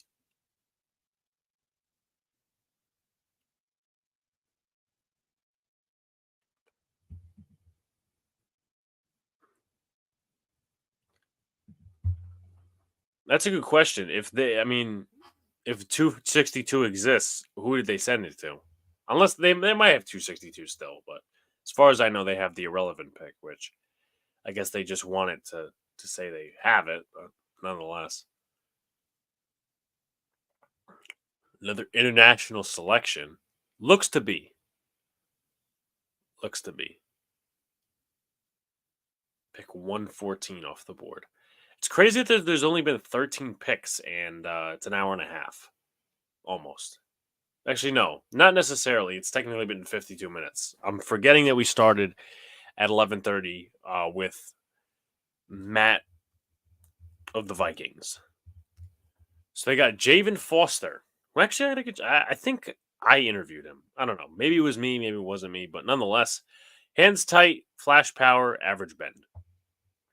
So he goes into a tackle room with Cam Robinson, Anton Harrison, Walker Little, Blake Hance, Cole Van Lanen. And it looks like the Bengals pick is already in. So I'll go over Javen Foster's scouting report once we find out what this pick is. I forget what the Giants' next pick is, but nonetheless. forget what. Actually, the social media team has it. Eric All, tight end from Iowa. We were talking about that before. All these Iowa guys and the Iowa offense, but he's a transfer from Michigan, so he's known for his days there. But let's see, the Giants draft picks for today. They have 107, 166, and 183. I feel like I don't know, but Eric All is the pick, nonetheless. Took me a second, and I forgot that Joe Milton went to Tennessee. Not to Tennessee, Michigan. Took me a second to rethink about that, but the Jaguars are again on the clock. The first time again in a few picks. And they're going to select Jordan Jefferson at LSU. I actually have a personal scouting report on him, so we'll be able to actually talk about him for a little bit. Jordan Jefferson. Okay. So Jordan Jefferson, I'll go to him before we go to Javen Foster. 2.5 sacks this past season, 13 games, 4 quarterback hurries, forced fumble, pass deflection, 7 tackles for a loss. 6'2", 298, went to West Virginia and LSU. LSU, the most recent. Strengths, quickness off the snap, run, defense, upside, average, gap discipline, balance acquired from his wrestling days. And as far as weaknesses go, non-violent hands, angled out of counter and inside zone runs, lean and minimal effort on plays away from him. So that's the knock on Jefferson. As I didn't really have him rated high. I had him rated as a 6th-round pick. That's just my personal view on him. And then also, as far as Javen Foster goes, I'll go that in a second before we get into something else. As far as Javen Foster goes, go right up here, who was recently just selected. 5th-round pick. I project, or at least Luca projected him as Mauler as he gets to the 2nd level, sustains control of his block with strong hands, solid athletic ability, which allows him to be an efficient puller, above average strength. Weaknesses, choppy footwork that needs fluidity, can sometimes get too lazy with his feet, displays rigid hand usage, tends to lunge into contact and get overextended as a desperate to utilize the 2-hand strike. But with that being said, we will welcome on Jerry of the MeowMix podcast. Jerry, where can people find you? And also, how are you doing, man?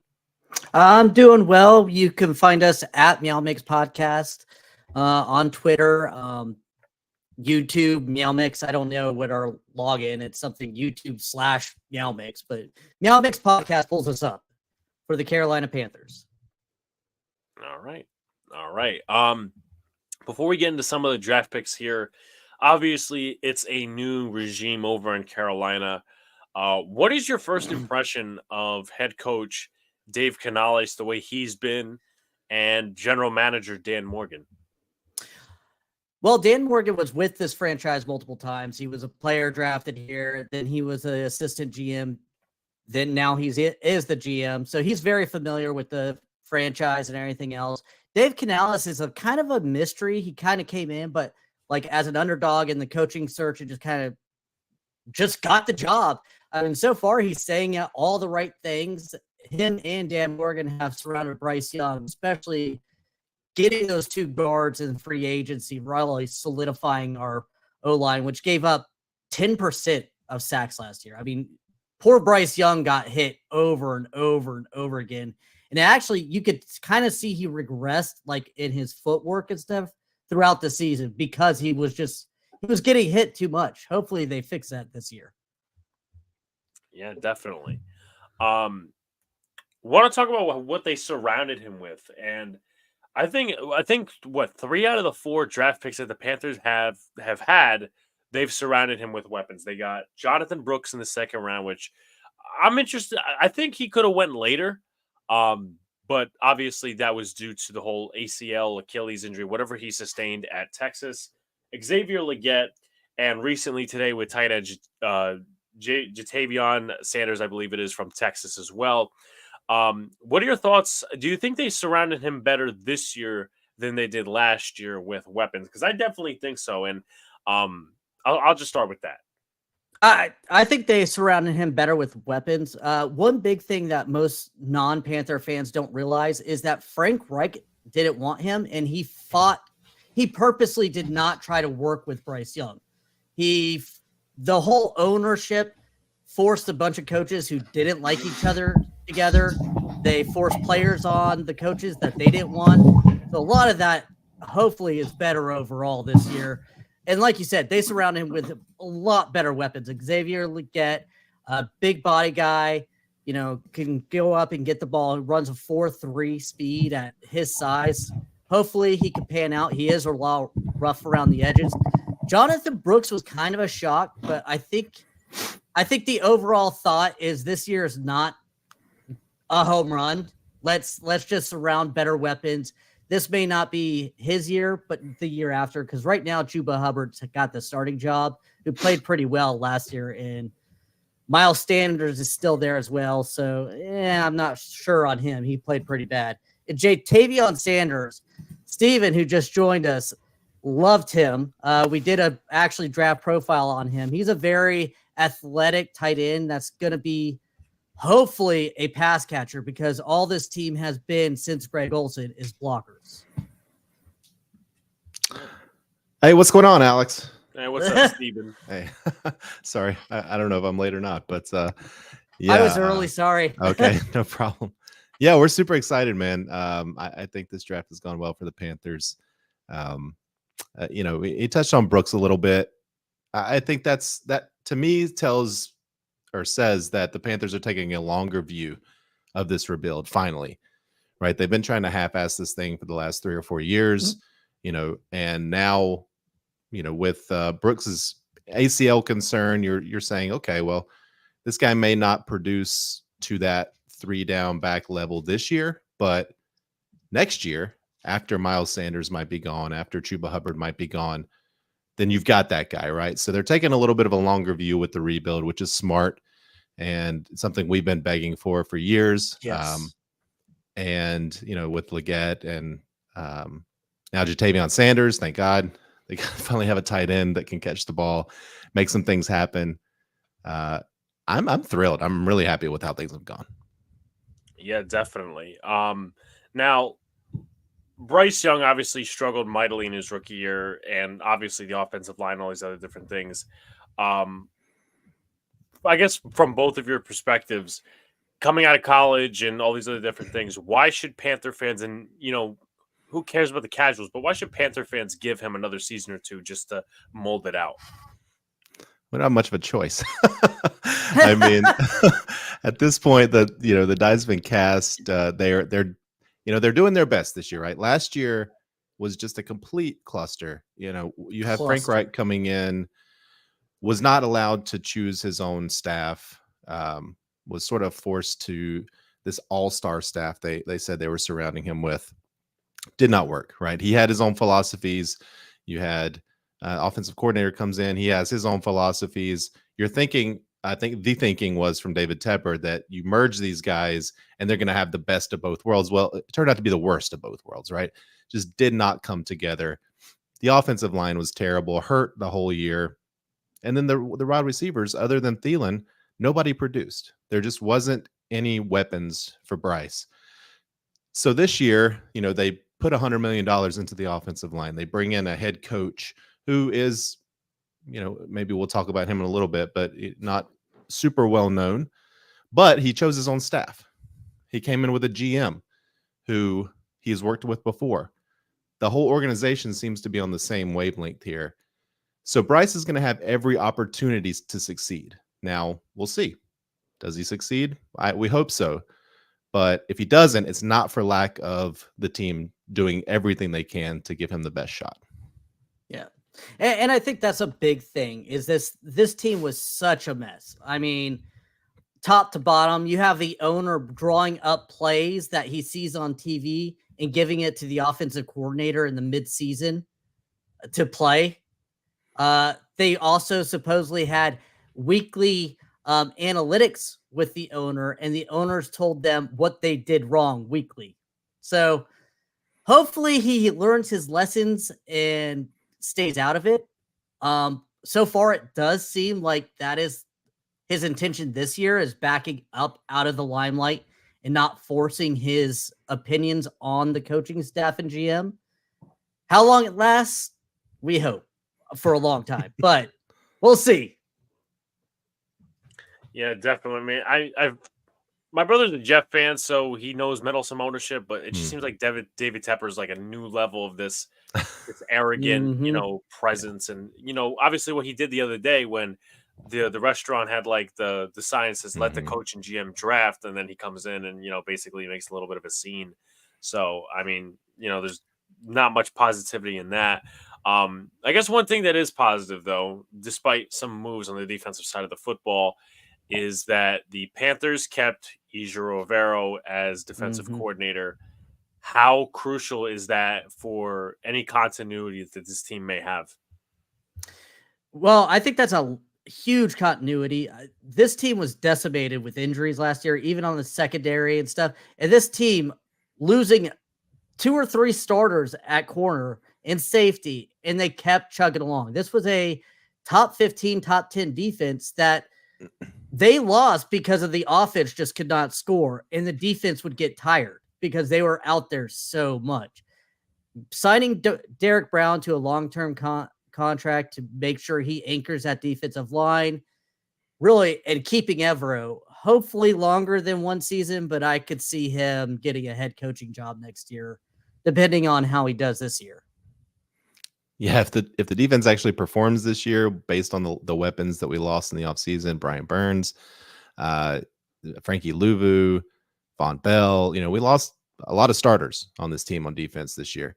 And Evero, the joke was, well, Evero is probably going to be sticking around a few more years because there's no way anybody can take this defense as currently constructed and do well enough to get a head coaching job. So we'll see. I mean, if he can, great. At least great for 1 year, but it was important. And we were wondering with the new head coach, the new GM coming in, if they were going to keep Evero around, who did a pretty good job last year, all things considered, right? I mean, the defense was not the problem last year. So we're hoping that, we got some additions here. We got, Javion Clowney came in, and JC Horn's coming back from injury, want another edge. So it's not stacked with talent, but scheme can help a lot. And if Horn is healthy, that's one side of the field that he can kind of take care of himself. So we'll see. But we're really happy with Evero, and we hope we have him for a couple more years as well. Yeah, absolutely. And you just mentioned that Brian Burns is now on my team, the New York Giants. You guys signed DJ Wadham. Jadeveon Clowney is now in the building. How much do you think, and I know Brian Burns is a heavy presence, and I know that obviously there was, all sorts of negotiations, are the Panthers going to pay him or whatnot? In terms of all that, how do you think he's still going to be missed on that defense? What do you think the differences are going to be between Wadham and Jadeveon Clowney and Brian Burns? Well, Burns was sort of a one-man show here for the last few years. I mean, since Reddick was not retained, which is a massive mistake in our opinion. But Burns just not having any help on the other side, you wonder if we ever got the full Brian Burns that maybe you guys are going to get. But from a production, if you're just strictly looking at sack numbers, Clowney and Wadham probably can make up the difference, right? I think he had 8 sacks last year, 8.5 sacks last year, something like that, 9. A bit of a down year for him, but kind of an average year for him too, because he had the 12 sack season a few years ago. But other than that, he's never had double-digit sacks before. So, but man, he is really disruptive. He gets to the quarterback. He just doesn't get the quarterback down as much as you would hope. But I think he's going to be a big presence miss. He's huge. He's just a big guy, fast guy. He's got all the moves you would want. Over pursues a bit, in my opinion, but I think it's going to be a big loss that you can't just replace a guy like that with one guy. So, hopefully these 2 guys can do their best to make up the difference. Yeah, basically what he just said. A lot of times he didn't get those numbers that make it look great, but he also forced a lot of incompletions and stuff like that. That, hey, I chuck it out of bounds instead of taking the sack. So, man, he is fast off that line, though. You'll be excited to see that. Yeah, I hope so. I really do. Before we get into some other questions as well, whoever wants to go first, and I get it, obviously it's day 3 and, it's a long day. And obviously I don't know how many picks the Panthers have as far as depth pieces or maybe even some like stars that are kind of leaking into the 4th round. And, the other rounds as well. Are there positions? Are there, certain players that you guys are hoping that fall to the Panthers that they may be interested in? Go ahead, Jerry. I was going to say the first one I think just got picked by the Panthers was Sanders, the tight end, because that athletic ability and good hands. Other than that, this team really needs to look at getting another center in here. They're moving Austin Corbett from guard to center, a place he hasn't really played since college, and he's coming off an injury. So right now there's no one behind him, which I was kind of thinking maybe we would go get Jackson Powers Johnson when he kind of fell. But now I still think they either need to do that or go sign somebody in free agency as well as cornerback.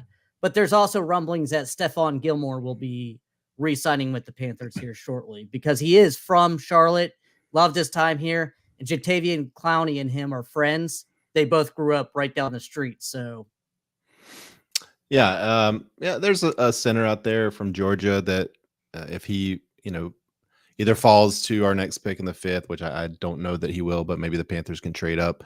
But yeah, center would be a big one. Corner, as Jerry mentioned, it's this guy, TJ Tampa, that was, he's still available. He's still available. It's thought of fairly highly. I was coaching soccer just a couple minutes ago. Yeah, it's okay. But yeah, I mean, he's still out there. There's actually several corners that were rated as 2nd or 3rd round picks that are still out there. But really, I mean, at this point, they've addressed a lot of the major areas that we were looking for so far in free agency and in the draft. So as Jerry mentioned, if they can get Gilmore in here, a corner will look a lot better. But really, from like the 5th round on, my philosophy is just go for lottery tickets. Like go for guys that have the elite traits that may flash or may pop, and just hope that that you get somebody. So it doesn't really, as long as it's not a long snapper, that draft anybody.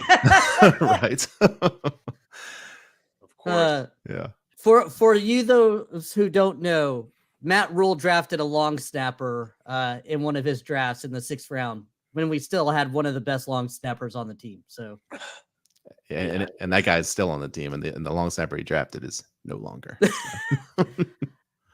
I will say, I mean, I thought Frank Reich was a solid hiring when you guys hired him, but yeah. And then there was some people in that coaching cycle that were on the Matt Rule train, and then I was literally arguing. Funny enough, I was arguing with a Bucks fan. I'm like, this was maybe 2 years into Rule's regime, and I'm like, dude, this guy does not know what he's doing. Like bringing in all these different guys, acting like it's just the whole process was so flawed.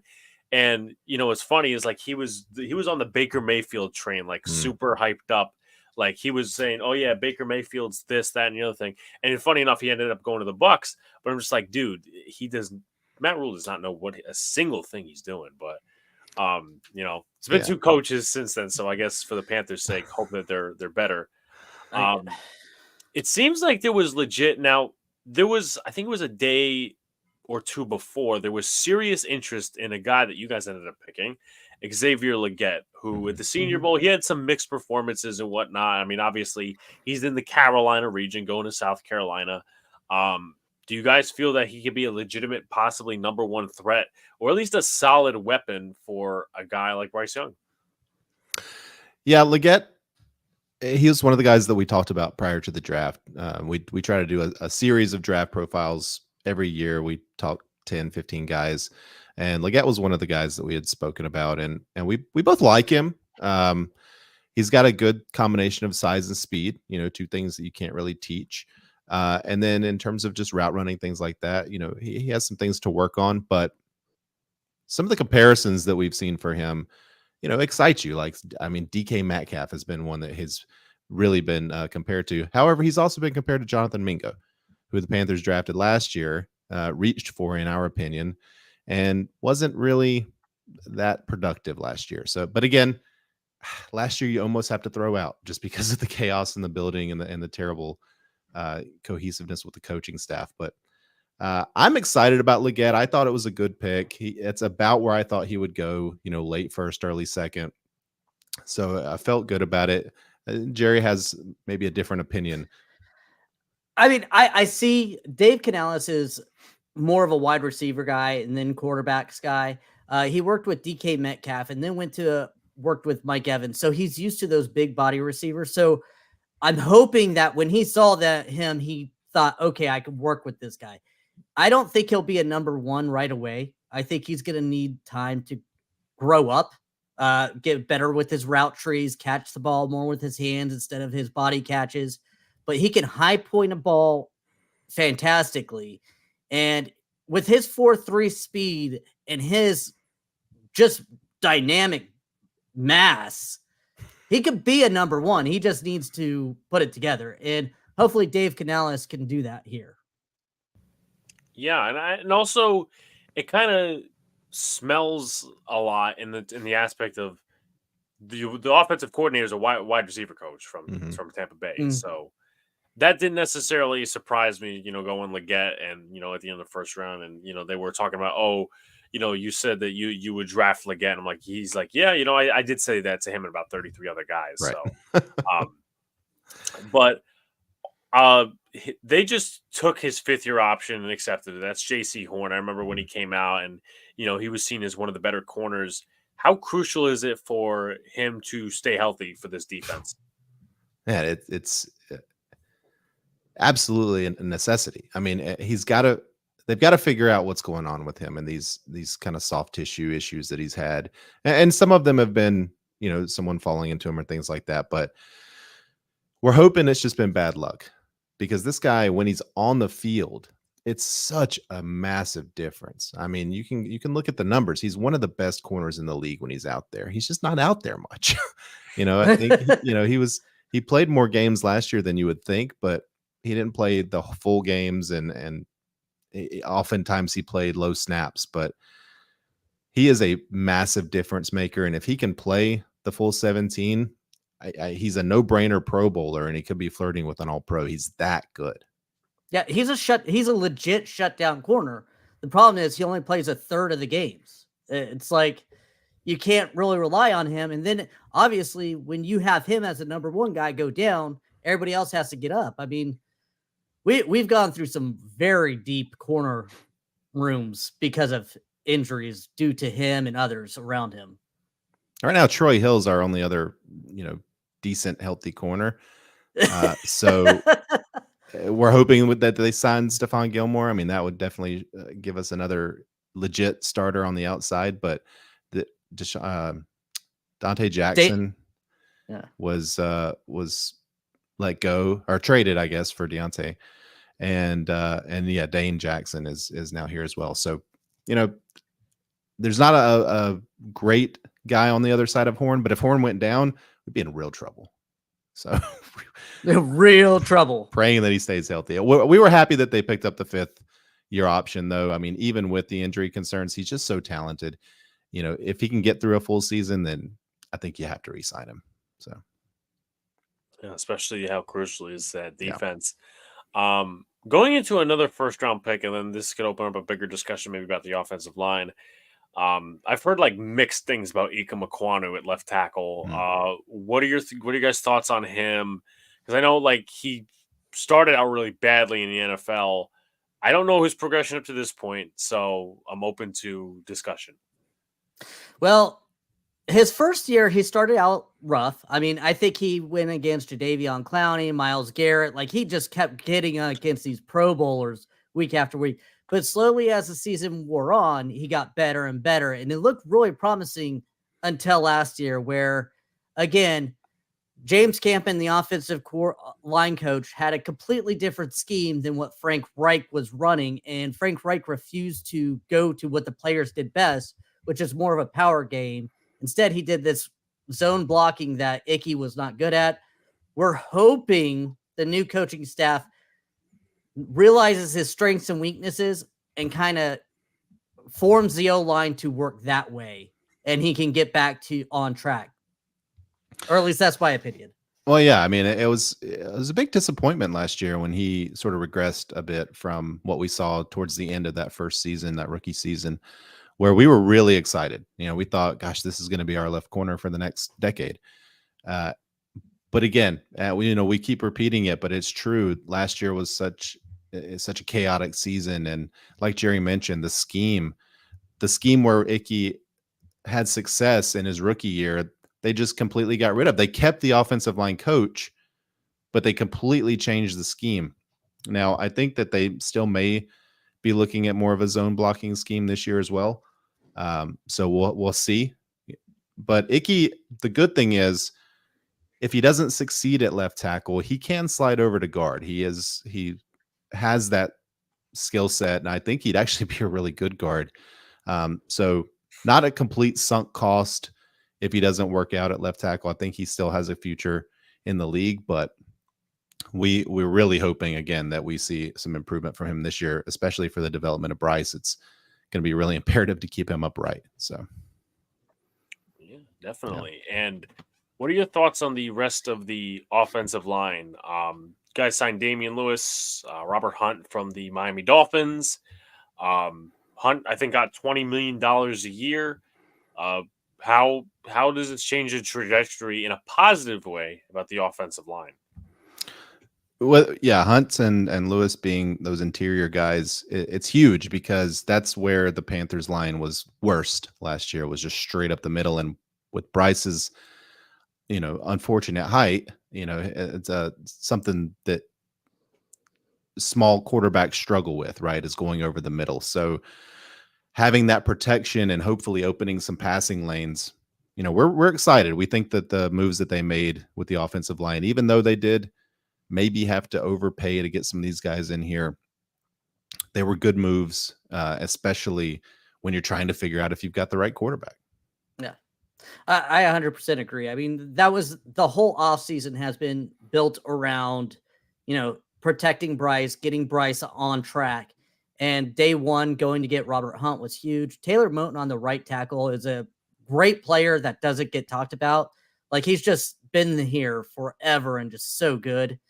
And then hopefully those two guys can form what Dave Canales wants and this offense to look like. Yeah, the big question mark is Austin Corbett at center right now because we don't really know what he's going to be. I think he's played a little bit of center before, but that's sort of the only weakness, assuming the rest of the guys can gel together, right? On paper, the weakness right now is Corbett at center, and with his health concerns and everything, it's a real crapshoot as to whether he even lasts the full season, and if he does, is he going to be good? So we're really excited about the line and the improvements that they've made, but again, until they get on the field, you just never know. And we thought last year we were going to be better. So yeah. And he was mainly a guard with the Rams in the previous years, right? Yep. Yeah, that's what I thought, at least in that respect. Another question also as well is what do you guys think? I know obviously again we have multiple picks to play out, but it's pretty much depth at this point. Strengths and weaknesses for the Panthers. How much time do you have? Yeah. Go ahead, Jerry.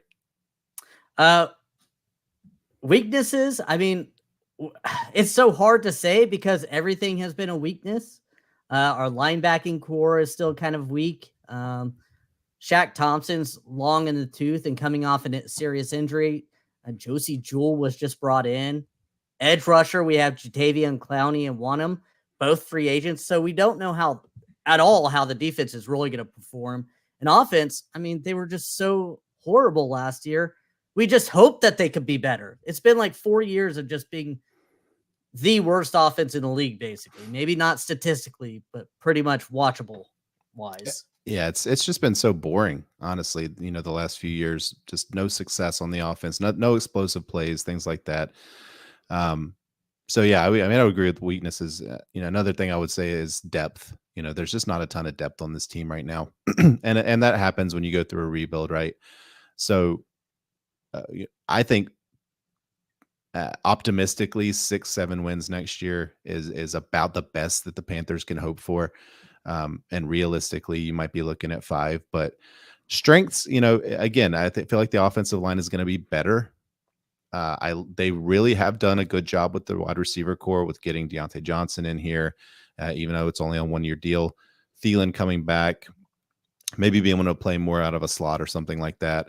And then look at, you've got year 2 of Jonathan Mingo. And again, hopefully this coaching staff is going to be able to, bring these guys up a little more and do some better teaching. Corner is a question mark, but if JC Horn is healthy, that's a strength. If they get Gilmore in here, I would feel good about the secondary. So again, it's just, this team is so new, Yes. if you look at 2 years ago to now, there aren't many players left. So it's a work in progress, but we are optimistic that they will win more than 2 games this year. So it should be an upgrade. Yeah. And, I'll say this, at least to my knowledge, you guys have, if you are bad enough, you have a first-round pick this year. We do have a first-round pick. Yes. That'll save you enough. What do you guys, I know we haven't talked, we've talked about the defense in a way, but we haven't really talked about this draft pick, Trayvon Wallace. Now, you guys do have Josie Jewell and Shaq Thompson on the inside, and Wallace had an okay Senior Bowl performance. What are your thoughts on what he could do with his defense? He's a faster, bursty linebacker. I think they're going to try to have him kind of fill that role of Frankie Louvu did. Obviously not right away. A 3rd-round pick, you're not going to get the production that Frankie Louvu did. But I feel like he has that spark plug type of mentality that Louvu really kind of brought out on this team, where all of a sudden, out of nowhere, Frankie Louvu just busts through the line, hits the running back, and then it brought the whole defense up every once in a while just by those plays. And I feel like that's the role that Evero plans to use him in, as that spark plug every now and then. Yeah, he's a guy that we did not talk about. So when the pick was made last night, Jerry and I were actually recording, and we didn't really have a lot to say because we just didn't know a lot about him. But he does have some things he needs to work on. He's a little small for a linebacker as well in terms of height, right? He's big, he's strong, he's a dog, like he's mean. He wants to hurt people. And that's what you like to see from a linebacker as well. So he's got the right mentality. And he's, Dan Morgan, our GM, former linebacker himself, and a really good one.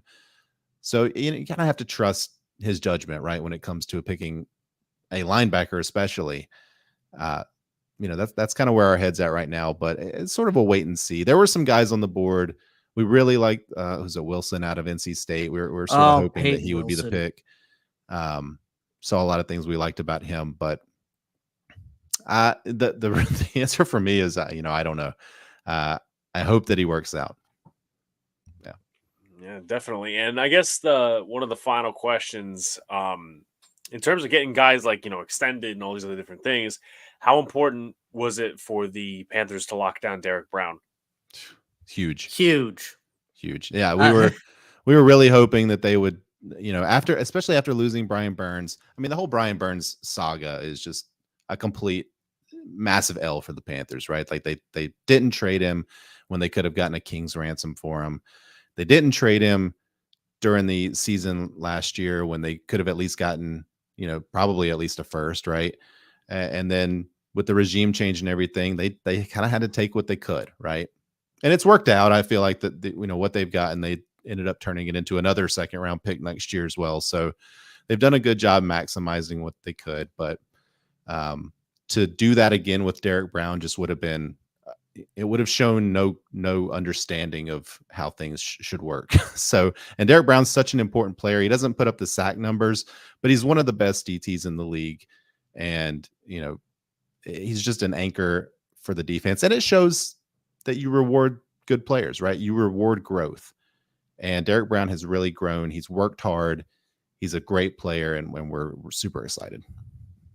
Yeah, definitely. And I guess final thoughts before we part our ways for, I guess, the draft and the offseason on a Panthers perspective. Go ahead, Steven. Well, again, it's one of those seasons. It's a rebuilding season, in my opinion. They have blown the thing up, and they are rebuilding it. Canales, is he the right guy? Dan Morgan, can he make those in-season moves that you always need to make to improve the team? Health, are we going to be healthy this year? There's a ton of questions, but we are excited. Well, I'll speak for myself. I am very excited at the direction that the Panthers are going, because they have a direction, and that has not been the case the last few years. So cautiously optimistic. Again, I said it earlier. I think 6-7 wins is probably the ceiling for this team this year, but I like where they're going. Yeah, I think cohesiveness is a big part here. It does seem like they have a plan, that they're working together and everything. So, like Steven said, we're not going to the Super Bowl. We could get lucky and maybe win our division just because it's, horrible. But realistically, we know where we just want to see growth. We want to see Bryce Young's the guy. We want to see protection. We want to see growth. Other than that, I'm just really happy that the Falcons flubbed their first-round pick with Michael Penix Jr. Thank you so much, because you got an old injury quarterback in the draft and just paid Kirk Cousins $140 million. I appreciate that, Falcons. Made us not having the first-round pick a little easier. That was something, man. That was crazy. What a weird pick. And then they had to go and explain it to Arthur Blank. That was the best video. Like, I can't. I don't have words for that. For that. But gentlemen, it was fun talking with you guys, getting the Panthers perspective. Guys, if you haven't already, please check out the MeowMix Carolina Panthers podcast. Steven, Jerry, once again, it was a pleasure, and good luck to the Panthers this season. I will say this also as well. If they don't do it in London, I will be coming down possibly for the Giants Panthers game. So hey, man, let us know. But get you a beer. Yeah. All right. All right. Peace Thanks out, a lot, guys. Alex. All right. Thanks. All right. So our next guest is someone we had on before. He will be representing the Chicago Bears, and that is, of course, Mason West. Mason, how are you doing, my man? Not too shabby. It's a beautiful Saturday here in Chicago, which is actually kind of rare for us in April. Of course.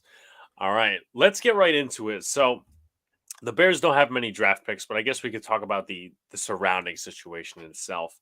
One of the changes this offseason that the Chicago Bears made was, they fired Luke Getsy, and they brung in Shane Waldron, who's going to be the the offensive coordinator, to newly drafted quarterback Caleb Williams.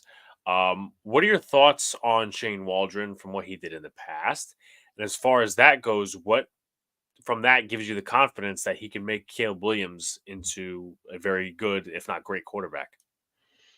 Yeah, so I mean, Shane Waldron has a really interesting pathway, right? And he's made stops along the way that people have looked for, right? And there's a whole joke with, if you had a cup of coffee with Sean McVay, you were going to be a head coach for a while there.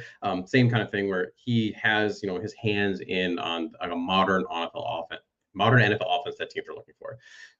And he helped Geno Smith look like not just a functional quarterback, but a good quarterback. That's huge, right? Everyone thought that Geno Smith was done for, and he was able to have a pretty solid last couple of years. He is in Shane Waldron, uses a lot of 2 tight end sets, not more so than, too many other coaches, but more than, say the Bears did previously, which definitely helped with Cole Kmet. They got, Gerald Everett, and that's going to really help some of the talent that they do have. And he was pretty sought after too, which is interesting. A lot of teams wanted him. The Bears were hard on his heels, and it sounded like, once he kind of got in the building, they weren't necessarily going to let him leave. And the Bears did have that dangling of the first overall pick that a lot of these offensive coordinators candidates were interested in. And so, they were getting the best of the best, really trying to be a part. because if you can be a part of, and as we found out, the Caleb Williams hype train, that is a fast forward to potentially a head coaching position. Yeah, definitely. And helping develop him and, being a part of his success definitely gets you a job elsewhere, especially in this league. And before we move on to any other questions, I know at least I think they have one more pick. I think the Bears have one more pick. They just made it. Oh, that was Torrey Taylor then. Yep, they're done. Yeah. Okay. All right. Because I'm like, they had 4 picks. Don't know if they made them all, but nonetheless. Moving on to the next question. The Bears made a lot of interesting moves this offseason on the offensive side of the ball. They brought in Keenan Allen. They have DJ Moore. Cole Kmet is locked down for the long term. DeAndre Swift was signed. Not to mention, they selected Rome Odunze in the draft out of Washington. Do you believe that the Bears have one of the best situations in the league with a rookie quarterback right now, if not maybe the best? I think I'm not trying to drink the Bears Kool-Aid. Like, I want to come at this right in a relatively controlled manner, but I think it's very hard to not make that argument, because when you look at other places, there's some other good stops, right? I mean, the Commanders, I think they have Terry McLaurin, which you're very excited by. They have a decent offensive line, solid defense. You look at maybe the Atlanta Falcons. I mean, you can talk about the draft pick that they made all you want to, and he's not going to start right away, of course, Michael Penix, but they have a really solid core there, obviously. But in terms of a place where that a rookie is going to start day one, I don't think you can make an argument really any other way. I mean, the Patriots are not good. They're just not. I'm sorry for any Patriots fans who might be listening to this. They got better today with some solid receiver draft picks, but those are big question marks. You're going to look at, like I said, the Commanders. Okay, but I mean, you have DJ Moore, who's I think he's not a top 5 receiver, but he's a number 1 receiver. People are going to argue that. Keenan Allen still has gas in the tank just because of how he plays, more of a tactical route runner, and could be a wide receiver 1 on a lot of other teams. And just depending on how the draft fell, Rome Odunze could, even being a rookie, be asked to handle a wide receiver 1-esque load, depending on the team he ended up. It's just the perfect situation for him now, where he doesn't have to be a 1, he's a 3. And like you were mentioning, Cole Kmet, Gerald Everett, 2 very functional hot tight ends that can help in the pass game. Cole Kmet is also a great inline blocker, so that helps a lot. DeAndre Swift out of the backfield is a pass catching threat, but also a solid running back. I'm not going to all of a sudden say he's going to be a top 10 running back. He just isn't. And then you still have Khalil Herbert, who is a good running back. People forget that because of the injury he had. And Roshan Johnson, who is a kind of do it all for you kind of back. So you're dropping Caleb Williams into, I would argue, one of the best situations you possibly can for a rookie, because the pick wasn't theirs. It was the Panthers. They didn't have to be a terrible team. They were the 9th worst team, if you want to use the draft pick, and that's pretty rare to have. Yeah, definitely. Want to talk about the offensive line a little bit before we get into the rest of the offensive line. What do you think of the selection of, and I'm not going to pronounce his last name because I'm going to butcher it, and I want to respect that at least. The tackle they selected last night from Yale, what does he bring to the team? Do you think he's going to compete a little bit with Braxton Jones at left tackle? What are your thoughts on that?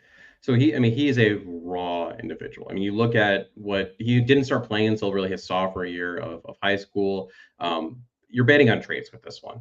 He's sloppy with his hands. His feet are a little bit sloppy as well. There's not a great connection between them.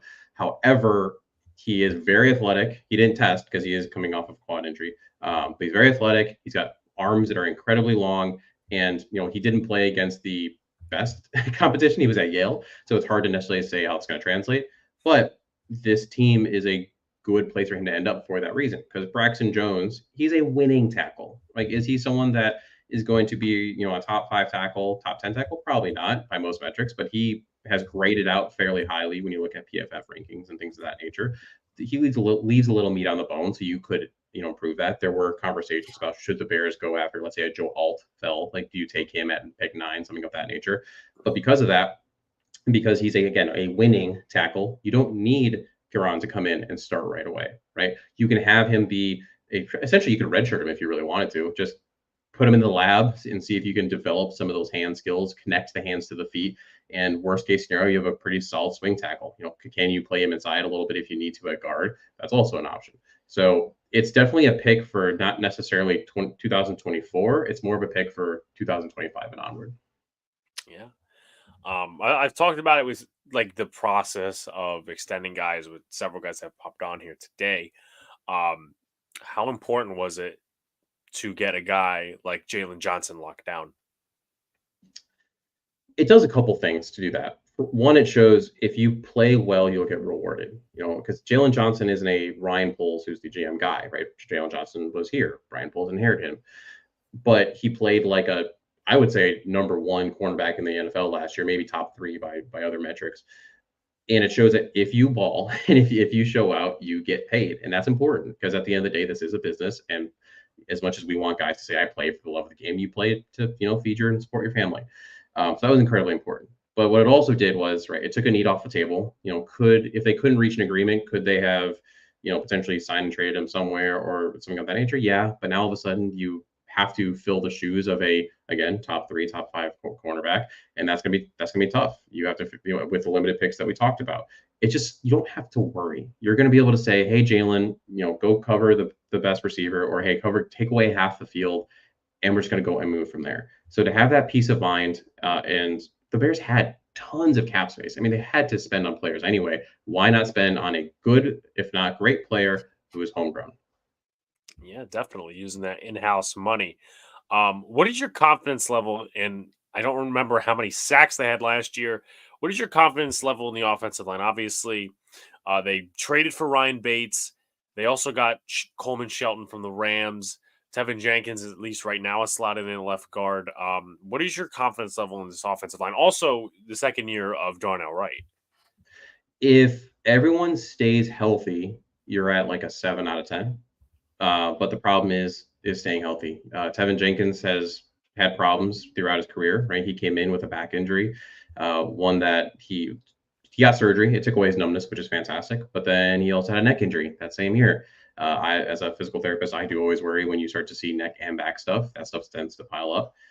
Then he had 2 concurrent calf strains that held him out at the beginning of the year. And then he missed some time later in the year. So the best ability is availability, and he hasn't been available. But when he is, he's a top 10 guard. It's fantastic. They brought in Nate Davis last year. He missed time. Some of it was some personal stuff and off the field things. But again, I don't care necessarily why you're not available, but you're not available. And when he was, he had some good moments, he had some bad moments. So that can be that leaves you wanting. One of my biggest things that I'm happy about is that they went and they have answers at center. Now, Ryan Bates was pretty much a backup in Buffalo. He had more snaps at guard than he had at center. So that is a question mark. You are not set in stone with that. However, he is better than the revolving door of centers that, unfortunately, like Lucas Patrick and Sam Mustipher, that the Bears have dealt with in the last 2 years. I could not get them off this team fast enough. And you mentioned Coleman Shelton.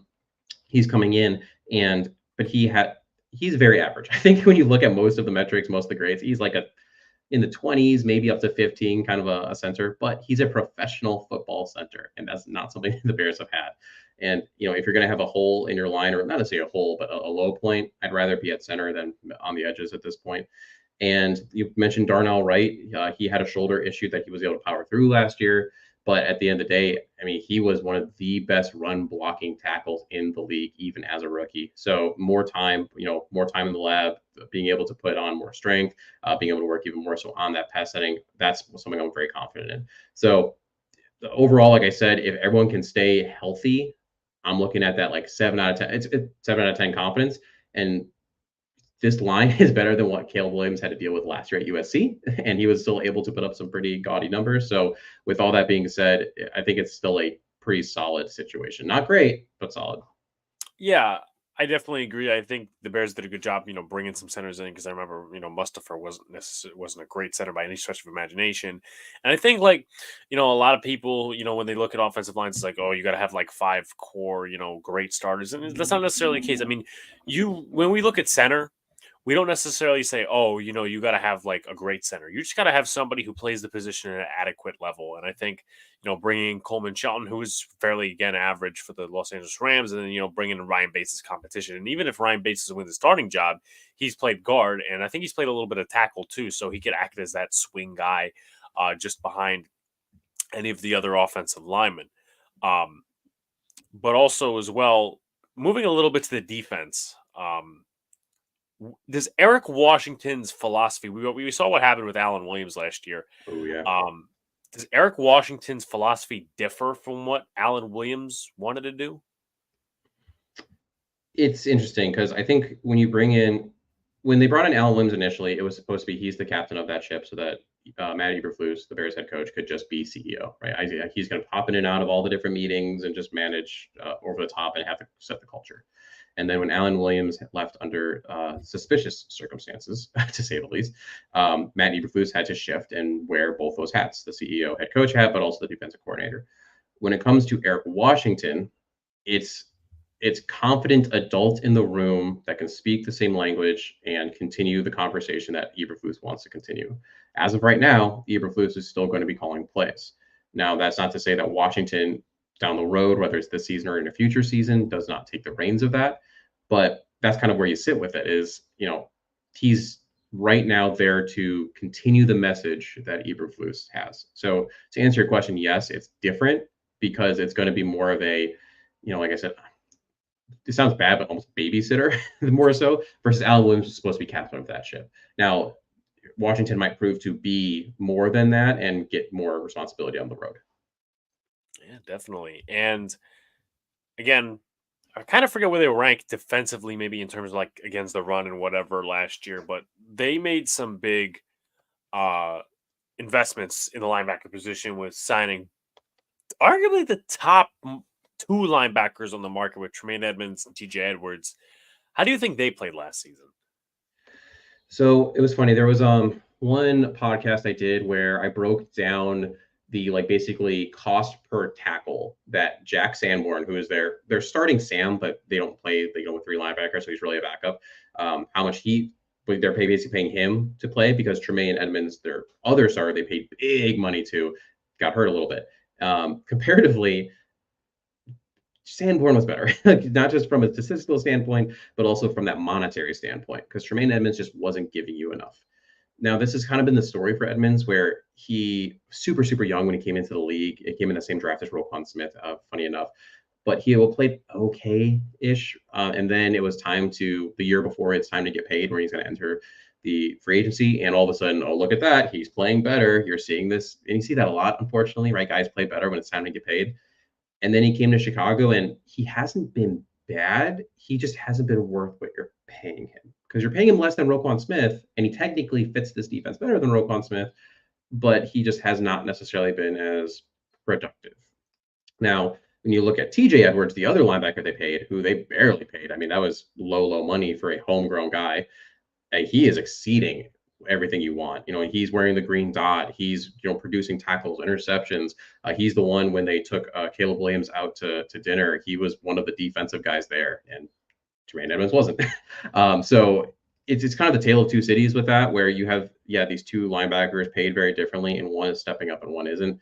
That's not to say that. I mean, I'll still take those two linebackers over a lot of tandems in the league. It's just how's your money being spent? Yeah. And where your assets are going and all that other stuff. Exactly. Longtime Bear, Eddie Jackson is still free agent. You guys opted to not bring him back. Kevin Byard was signed to be a part of this defense.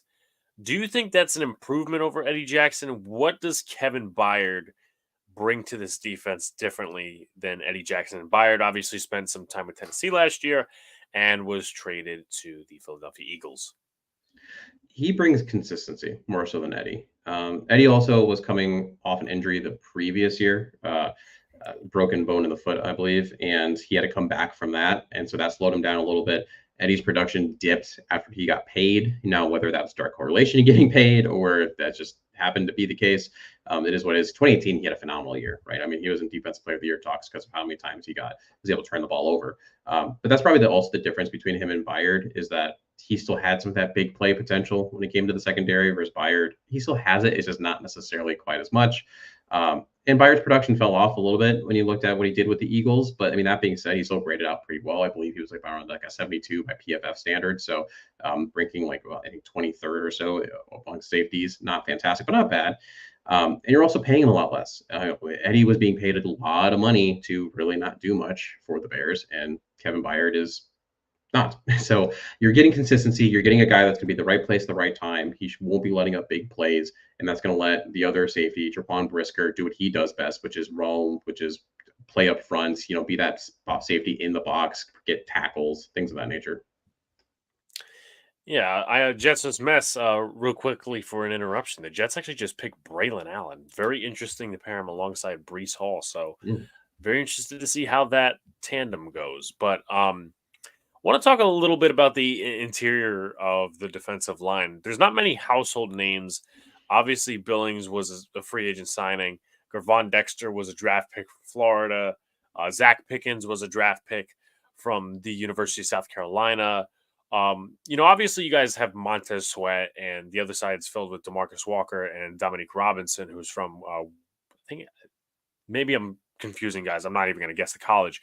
I want to say Western Kentucky, maybe not. But as far as the interior of the defensive line goes, what are your hopes for them? Is that maybe a weak spot, or is that a spot that nobody's talking about, but it's a solid position? That whole line in general is definitely one that's got a bit of a question mark next to it. So Gervon Dexter, when he got drafted as a second-round pick last year, it was pretty split amongst Bears fans, Bears media in terms of excitement for him. He is just a very dominant, athletic, imposing figure on that defensive line, but he's got a slow get off. When you looked at it, sometimes you'd see on film when he was playing at Florida, everyone else has moved and he hasn't. So the question was that him, or as actually when you talk to some of the Florida coaches and we talked to him specifically, that was what he was supposed to do. He was talked to you, hey, take your time, freeze, don't overly penetrate because we need you to just stay here. And we saw that it took him a while to really get a lot of snaps. Justin Jones, who is now, I believe, with the Arizona Cardinals, was getting the bulk of those snaps at that 3-tech position. And as the year went on, Gervon got more and more, and you saw some flashes here and there. But this is probably one of the biggest gambles that Brian Poles is taking, is not addressing that defensive tackle and ultimately also edge position, because right now you're saying, hey, Gervon, this is you. You are the guy. So that's a question mark. Billings is awesome. I love Andrew Billings. He does exactly what you're supposed to do. Big man eat. He just sits in the middle. He takes on double teams. He is able to get some penetration when you absolutely need him to, and that's why he got extended by the Bears as well, just because he was playing so well. He's not going to flash. He's not going to fill the stat box, but he's going to do exactly what you ask him to, and he's going to do it at a high level. And you talked about Pickens. He had his ups and downs. He really doesn't play the run super well. He's more of a little more of that pass rush threat. But there's really nothing after that. Once you go past those 3 names, it is a hole. And that's where today a lot of people have pegged at that pick 122, or even yesterday at pick 75. Hey, are you going to go get a defensive tackle? Or are you going to go get an edge? Because there is not a lot of depth there. Yeah, definitely. And a guy I wanted last year, up to a point because we took Deonte Banks, was Tyreek Stevenson. What are your hopes for him in his second year alongside a guy in Jalen Johnson? I love Tyreek Stevenson. I think the Bears traded up for him in that last draft, and he got thrust into the starting role as a rookie. He did have a little bit of a training camp battle, but he ended up ultimately winning the role. And he had a hard job, right? Like we already talked about Jalen Johnson, how good he is. And that's just the effect is now all of a sudden, teams are going to be attacking the other half of the field more so. And he actually did pretty well with it. He definitely sometimes gets a little handsy. He's gotten a couple, personal fouls that have come that way, but that's just who he is. He's an aggressive guy. He's going to get after the receivers. And I think you need a little bit of that nastiness in the secondary because you don't really have that with some of the other guys. But he also did a pretty good job of turning the ball over, which has been an issue recently for the Bears. So being able to get his hands on more balls has been fantastic. And overall, he's been a very welcomed addition, and I expect some big jumps from him, especially now that you have Byard behind him, who should be able to also cover the top. So that's going to let Tyreek Stevenson play a little more aggressively. And you also saw once Montez Sweat was added to this team, everyone got better. The Sweat effect was real. But it's amazing when you pressure the quarterback a little bit, it makes the secondary's life easier. Who'd have thunk it? Yeah, who would have thought that? It's a mutual relationship, as I always like to say in that regard. But final question, then we'll go to final thoughts. What are your thoughts on the way that Jaquan Brisker, 2 guys from the same draft class, both DBs, Kyler Gordon and Jaquan Brisker, what are your thoughts on the way they've played over the last 2 years? and all that. Yeah. I'll start with Brisker. I really like Brisker. I mean, he's got a little bit that attitude as well. Sometimes he's the guy where, like, if there's like a fight in the schoolyard, I mean, he's sometimes the skinny kid in the back who's like saying like, yeah, like go get him. And he's not talking, but he doesn't back it up enough because he doesn't talk. He talks the talk, but he's not walking the walk. Just because, but what people don't realize though, part of that is he brings a lot of heart to this defense, but he was playing hurt last year. He was playing through a lot of injuries that would have normally sidelined guys. So sometimes he was a step slower than he really needed to be. Sometimes he was a little more out of position. And so I think with a off season of hopefully healing up, you'll see a big difference there because he can be a very dominant safety at times. He actually broke the Bears record last year for tackles in a game, which is saying something just considering that the Bears defensive history. And so he just needed to get healthy. In terms of Kyler Gordon, he is an athletic freak. It's awesome. Like he literally just jumps, off the field, jumps around. He had his first year was tough because he was splitting time between outside and slot. Now that he's been able to play just the slot, you saw his play just take off. He's been able to focus on that position. He can use that athleticism.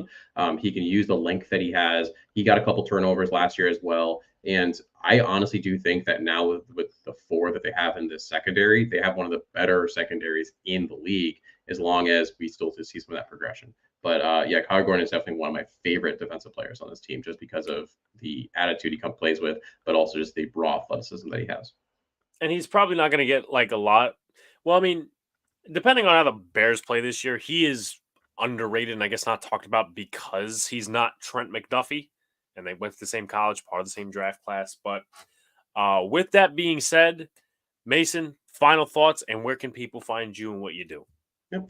So, I'm very excited. Again, I'm trying to hold it back. I'm trying not to drink the Bears Kool-Aid, but last year the Bears were almost a playoff team with Justin Fields, who loved Justin to death, but let's be real. When you look at the statistics and advanced statistics, he was a bottom third of the league kind of guy, and turned the ball over too much. If you can sub in Caleb Williams, if he's even half the prospect that people talk about him with, you should be a playoff team this year. We talked about the just dearth of weapons that you have available, and now when you have Waldron, who is a high level, in my opinion, high side of the middle tier of offensive coordinators, kind of a guy, you should be able to put up a lot of points. If this defense can continue to be what it was at the end of last year with that sweat effect, you should be able to hold people. And, if you score more points to your opponent, you win games. Just kind of is what it is. And on top of that, you're playing a 4th place schedule because you weren't very good last year. But yeah, I have high expectations for this team. I think it's going to be really fun. I think my guess is they're going to end up on Hard Knocks. And I think that you're going to see them in a lot of primetime games just because of, again, the Caleb Williams effect on this. Should be fun. But yeah, you can find me. I do a show, Bare Bones. We do a combination of, again, as a physical therapist, I got to talk about the injuries. I got to talk about the physical stuff. So we talk that. We preview the Bears games, and then we'll also have some reaction things. And we also have some segments on fantasy football, injuries, things of that nature. So you can figure out if you should start your players. But yeah, you can find that on pretty much anywhere you find podcasts. Okay. Mason, good luck to the Bears this season. And thank you for taking the time out of your day 3 to come on. Thank you so much. All right, later, man. All right. I will say this. I will be right back because I got to use the bathroom, and then we'll get Corey from the Commanders to come on. So hold it 1 second. I'll be right back, guys.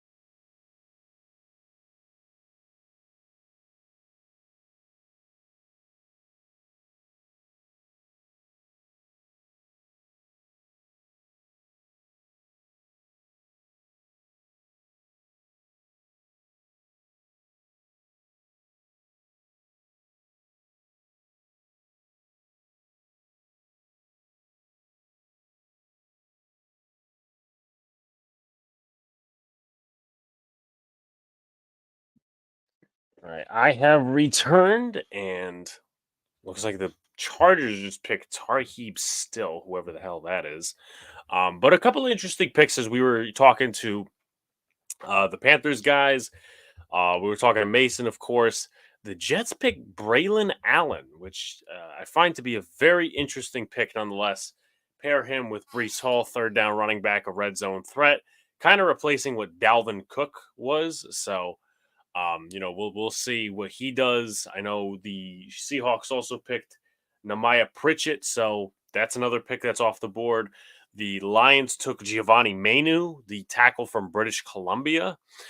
The Ravens took TJ Tampa, which is a really good pick. I don't think the Ravens are getting enough credit as they should, in my opinion, because they got Nate Wiggins, they got TJ Tampa, which both of them are scheme fits, to my knowledge. And, they also got another wide receiver. At least I think they got a wide receiver. But solid draft for the Ravens thus far. Yeah, they got Devontae Walker, Roger Rosengarten, Adisa Isaac, TJ Tampa. They're kind of just piling on this whole, foundation-like system that they're running here. So Nate Wiggins, TJ Tampa, Adisa Isaac, Roger Rosengarten, Devontae Walker. So just instillments on the defensive side of the football. With Wiggins right now slotted in to play alongside Marlon Humphrey, and then behind him, it's Brandon Stevens and TJ Tampa with a couple of backups, Trayvon Mullen, Armour Davis, Kadar Hallman. As far as the pass rushing position goes, it's Adafe Away and Ojabo with Van Noy and Adisa Isaac. And then right tackle, it's Roger Rosengarten over Daniel Falele. And also as well, Devontae Walker looks to be like the third or fourth receiver in that room. Really fourth, maybe even fifth. Nelson Aguilar, Rashad Bateman, Zay Flowers, Tylen Wallace, and Devontae Walker. So, again, hopefully in a little bit, we'll get to talk to Mr. Corey of the Washington Commanders, who he represents. We also got Tom Ryle coming up at 2:30, talking about the Dallas Cowboys, but the pick is in for the Arizona Cardinals. At least I think they're starting to go. Okay, we're in the 5th round now, which is good. That we're making progress because it's been almost technically it's been 2 hours to the spot. So the Cardinals go and select Xavier Thomas, defensive end from Clemson. Doesn't surprise me in the slightest. Doesn't really surprise me, but that kind of adds to their tandem of pass rushers: BJ Ojolari, Darius Robinson. It depends how they run the system, but BJ Ojolari, Jesse Luketa, Cameron Thomas, and a couple other guys as well. So, but you got Washington up next. You got Los Angeles. You got Buffalo. You got Indy. You got Atlanta. You got Buffalo again, Denver, Tennessee, Denver again, the Las Vegas Raiders, Cincinnati. The Giants are up for like another, I would say, 30-ish picks. So, we'll see what happens there. Give me 1 second, guys.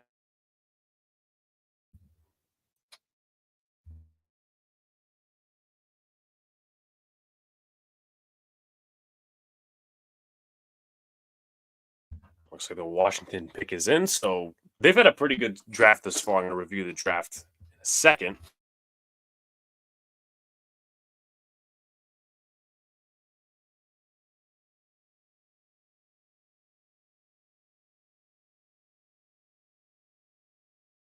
All right, so I have returned, and with that being said, Washington is up. Pick 139.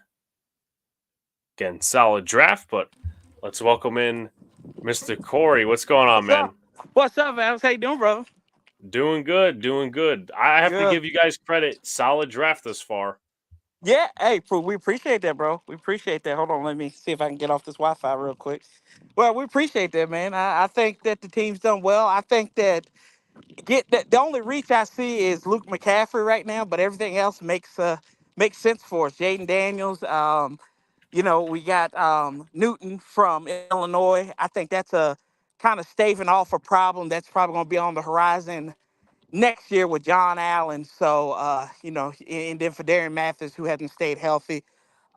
We need a tight end, Ben Sinnott. good pickup right there. And then we finally got our offensive lineman and Brandon Coleman. Yeah, definitely. So, I before we go into draft picks, by the way, they just selected Jordan Meiji, a linebacker from Temple. To be honest, don't know who that is. I don't know who that is either because I've been at work actually, so I don't know who that is. He's a linebacker out of Temple. We need a Linebacker out of linebacker. Temple. We got a linebacker. I love it. So 5th round pick 139. That's who Washington will take. But Mhm. obviously, I remember how mad you were last season of what the way the Commanders season went. What are your thoughts on Dan Quinn coming in as the new head coach of the Commanders, and what makes him attractive as a leader this time around, though he failed as a head coach in the past? I think what makes Dan attractive is he's always been high energy. When he was in Atlanta, he's high energy. The defense that he was an architect of in Seattle, helping Gus Bradley, then taking over for Gus Bradley when they won the Super Bowl. You look at what he's done in Dallas. I mean, they've beaten both of our teams within an inch of their life multiple times. I think I think each time our teams gave up like 40 points to them in losing efforts. So I think that is attractive. He just seems like he's a down to earth type dude, though, and I think that's what Washington needs. They need somebody who's high energy, but it's kind of okay with being his own man and being his own person. I think that's what that came down to. And he's a leader. You can tell he wears his heart on his sleeve.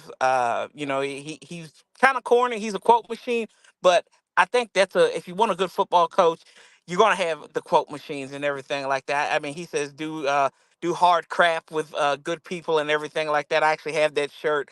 And so I think the reason why he's attractive, he's been a coach, and we see this second time around. Typically, these coaches are better. I just think we got Ron Rivera, and it just sputtered out of control. But he was successful in Atlanta. I think he's going to be successful in Washington, and I think you paired him with a good GM as well, who's learned the ropes in Adam Peters. Yeah, definitely. So, moving on to the offensive coordinator position, you guys brought in Cliff Kingsbury, and now he's going to be he's going to be paired with Jaden Daniels. At a brief stint in Arizona as the head coach, what do you think his philosophy will be with Jaden Daniels at the helm? I think that it's going to be very similar to what we saw with Kyler Murray. I think he's going to use the design plays that's going to exploit the defense, not only with Jaden's arm, but also with his legs. I think you're going to see the linemen spread out a little bit more. We see that in that air raid style offense, although he's saying, don't call it air raid and everything.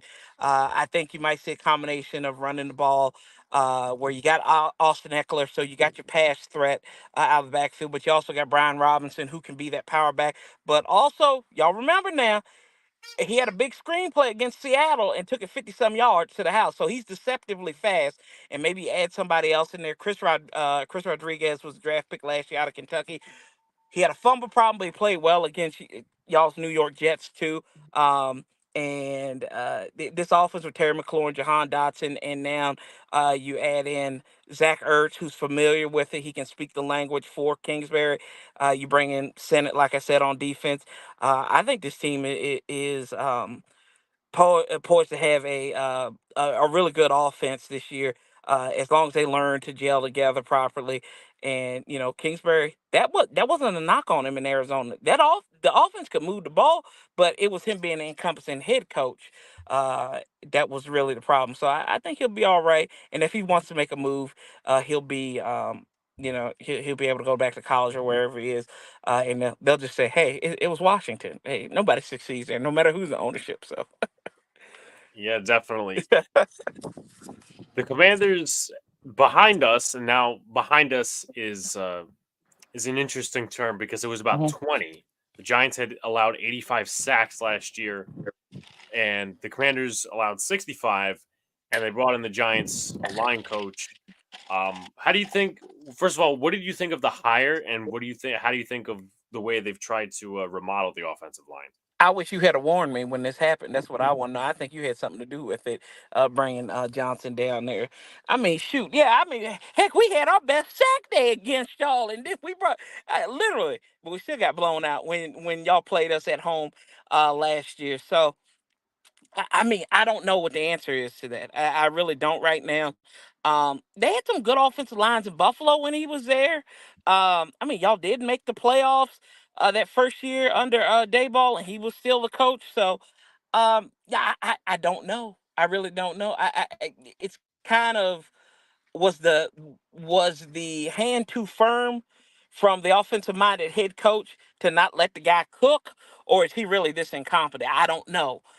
So we're gonna find out in a hard way, and then it is a little bit of a black eye for Washington too, because you've only drafted one offensive lineman in this draft, and that is a perceived issue last year. Unless you completely blame this on Sam Howell, and Sam Howell was the problem, then maybe Johnson can come in there and succeed. I don't know. Yeah, exactly. And what did you think of the pick of Brandon Coleman? Because you just mentioned they didn't draft a lot of offensive linemen. I'm looking at the depth chart right now. It looks to be maybe he could start at left tackle, but also Cornelius Lucas, who's gotten some starting time in the NFL. What do you think of the Brandon Coleman pick? I mean, I think it'll be a good pick. I hope he can play left tackle. I hope he can play right tackle if that's the case. Because I think the problem is with Washington right now is the ends. You bring Nick Agaletti or whatever his name is from Kansas City, but we also had Andrew Wiley from last year on there as well. So I think maybe he could be your starting left tackle. You get him out right and good. He looks athletic. Let's remember now, we played y'all back in 2016. And what did Trent Williams do? He played like three spots that game, and he was the best guard we had in the game towards the end of it. Um, so I mean, it could work out. I haven't done that much digging on Brandon Coleman yet. All I know is that he can. I hate to use this phrase because Ron Rivera used it so much. He can position flex. He can play tackle. He can play guard, wherever you need to put him at. But he was picked in the third round, so this guy's going to have to make an impact. Probably closer to immediately than you think with this teams. Absolutely. As far as the situation around Jaden Daniels, you got a quality backup in Marcus Mariota. I mean, he only travels a few hours because he was in Philly. You signed Austin Eckler to pair with Brian Robinson. Wide receiver core of Jahan Dotson, Terry McLaurin, Zacchaeus. If you want to throw in a Diami Brown, and also Luke McCaffrey, who you guys drafted at the end of last night. Do you think that this is one of the best situations for a rookie quarterback to come into? I think so. I think that you've got a non-diva wide receiver and Terry McLaurin leading that room. So I think that's going to be good for Jaden. I think Jahan Dotson is built in that mold as well. Like that's one thing I like about our receivers. They're nobody's really a diva, maybe a perceived alpha either. But I think this is a good room for them to cultivate Jaden Daniels, and maybe if he needs to be brought down to earth a little bit more, maybe they can do that in a positive way, in a nurturing way for him, and saying like, hey, you don't have to play hero ball. Hey, this is your first year here. Whatever problem may arise with Jaden Daniels, I don't think there's going to be a problem. I think a lot of that was made up in the media. So, but I think this is a good situation for him, no doubt. Yeah, definitely. Moving to the defensive side of the football, Mhm. last year traded Sweat, traded Chase Young, and one of the replacements is a Dallas connection. Someone we've both seen is Dorrance Armstrong, who never has played above 50% of the snaps in Dallas because he was, making time for Micah Parsons, making time for DeMarcus Lawrence. Do you think the interior defensive line will have to carry most of the pressure up front, or do you have a lot of confidence in Armstrong that as the amount of time he gets to play goes up, so does his production? Wait, how much they paying him to 3 years, $27 million? Yeah, I think he needs to be stepping it up. I think because that was the problem we fell into last year, that these ends, after you traded Sweat and Young away, none of them could come up here and generate a pass rush. You saw it live when we played you all in November, right before Thanksgiving. Y'all saw how putrid the pressure was. I mean, we started the legend of Tommy DeVito pretty much because of what y'all did to us that day. And I would hope that Dorrance Armstrong, he should have a leg up in this defense with Dan Quinn. He's the guy that should be speaking the language and should be able to cook in there. Him, I think, oh God, we got the guy from Florida, played Fowler, Dante Fowler's here as well. These guys should be speaking the language of the defense for them. And then you've got two former players, Sharif Floyd, the assistant defensive coach, defensive line coach, and then Daryl Tapp, who played in the NFL for years, is another guy. So you've got guys who can help you dig deep and actually find out your role in this league. I think that Dorrance Armstrong and whoever's going to start on the opposite side of him will take pressure off of Deron Payne, because I think that became big for him down the stretch. 'Cause I think he's going to have another career year if the bottom didn't fall out, and the bottom did fall out on that defense. So he's going to take. I think Dorrance is going to take some pressure off of there because he was kind of buried there in Dallas. So it's now his time to eat. Yeah, definitely good points all made. And speaking of moving up, or I should say moving back on the defensive side of the ball, the Commanders, I think, had a much needed overhaul of that linebacker room. Bobby Wagner, who was with Dan Quinn, and Frankie Louvu. What do you think of those two signings, and how much of an impact do they make? I got four things for you. DAWG, dogs. S554. Like, we literally, like, you I don't know if I said this to you before, Alex, but I said in 2021, I said if Washington can't get the linebacker room right with Jack Del Rio and Ron Rivera, we have more problems than we can amass for. That was probably the second most ignored position on the team next to offensive line. And the way that they went out in a free agency pool and got Louvu, and then you got and then you got Bobby Wagner, who pretty much was just the same age as London Fletcher when he came to Washington. The dude's still dominating as not offensive, as a linebacker. I love this pick. I love that he wants to come here. Another guy who can speak the language for Dan Quinn because he's familiar with it. Like, it's in that caliber of player, because it's a breath of fresh air. And then you pair him with Ken Norton Jr., one of the best position coaches, one of the best linebacker position coaches right now in the NFL. Come on now. And then you got these dominant dudes. Like Frankie Louvu looked like he's ready for war already. He came in his traditional Polynesian garb as like, this guy wants to fight. He wants to eat. Let's bring him on. And we've added some more linebackers. I like this linebacker room. I think if they mesh together, kind of like the offensive line needs to, they're going to take pressure off their offensive line and hopefully off of that secondary as well too. Yeah, definitely. And obviously, actually, before we even get to the secondary, Joe Witt, defensive coordinator, former pass game coordinator in Dallas. How do you think his philosophy is different from Jack Del Rio? I don't think Joe Witt's going to be too much in his system. I think that Jack Del Rio conformed his players to what he wanted them to do. He didn't take advantage of what they could, their talents. They couldn't maximize their talents. We've said this about Jamin Davis for years, that he could play like he could be like a junior Micah Parsons if you play him right. No, we got him playing middle linebacker when he never played middle linebacker in Kentucky. I think that's what Joe Witt's going to bring to this defense. And then you've got kind of Dan Quinn looking over his shoulder. I think Dan's going to let him coach him and call the plays and stuff. But you've got that guy who helped with the Legion of Boom and everything like that, and they could possibly resurrect it. And we saw what Dallas's defense has done the last 3 years outside of playing Green Bay in the playoffs. We all love that, but we don't need to see that anymore, especially us in Washington. We don't need to see a Dan Quinn defense getting carved up like a Thanksgiving turkey. Yeah, definitely.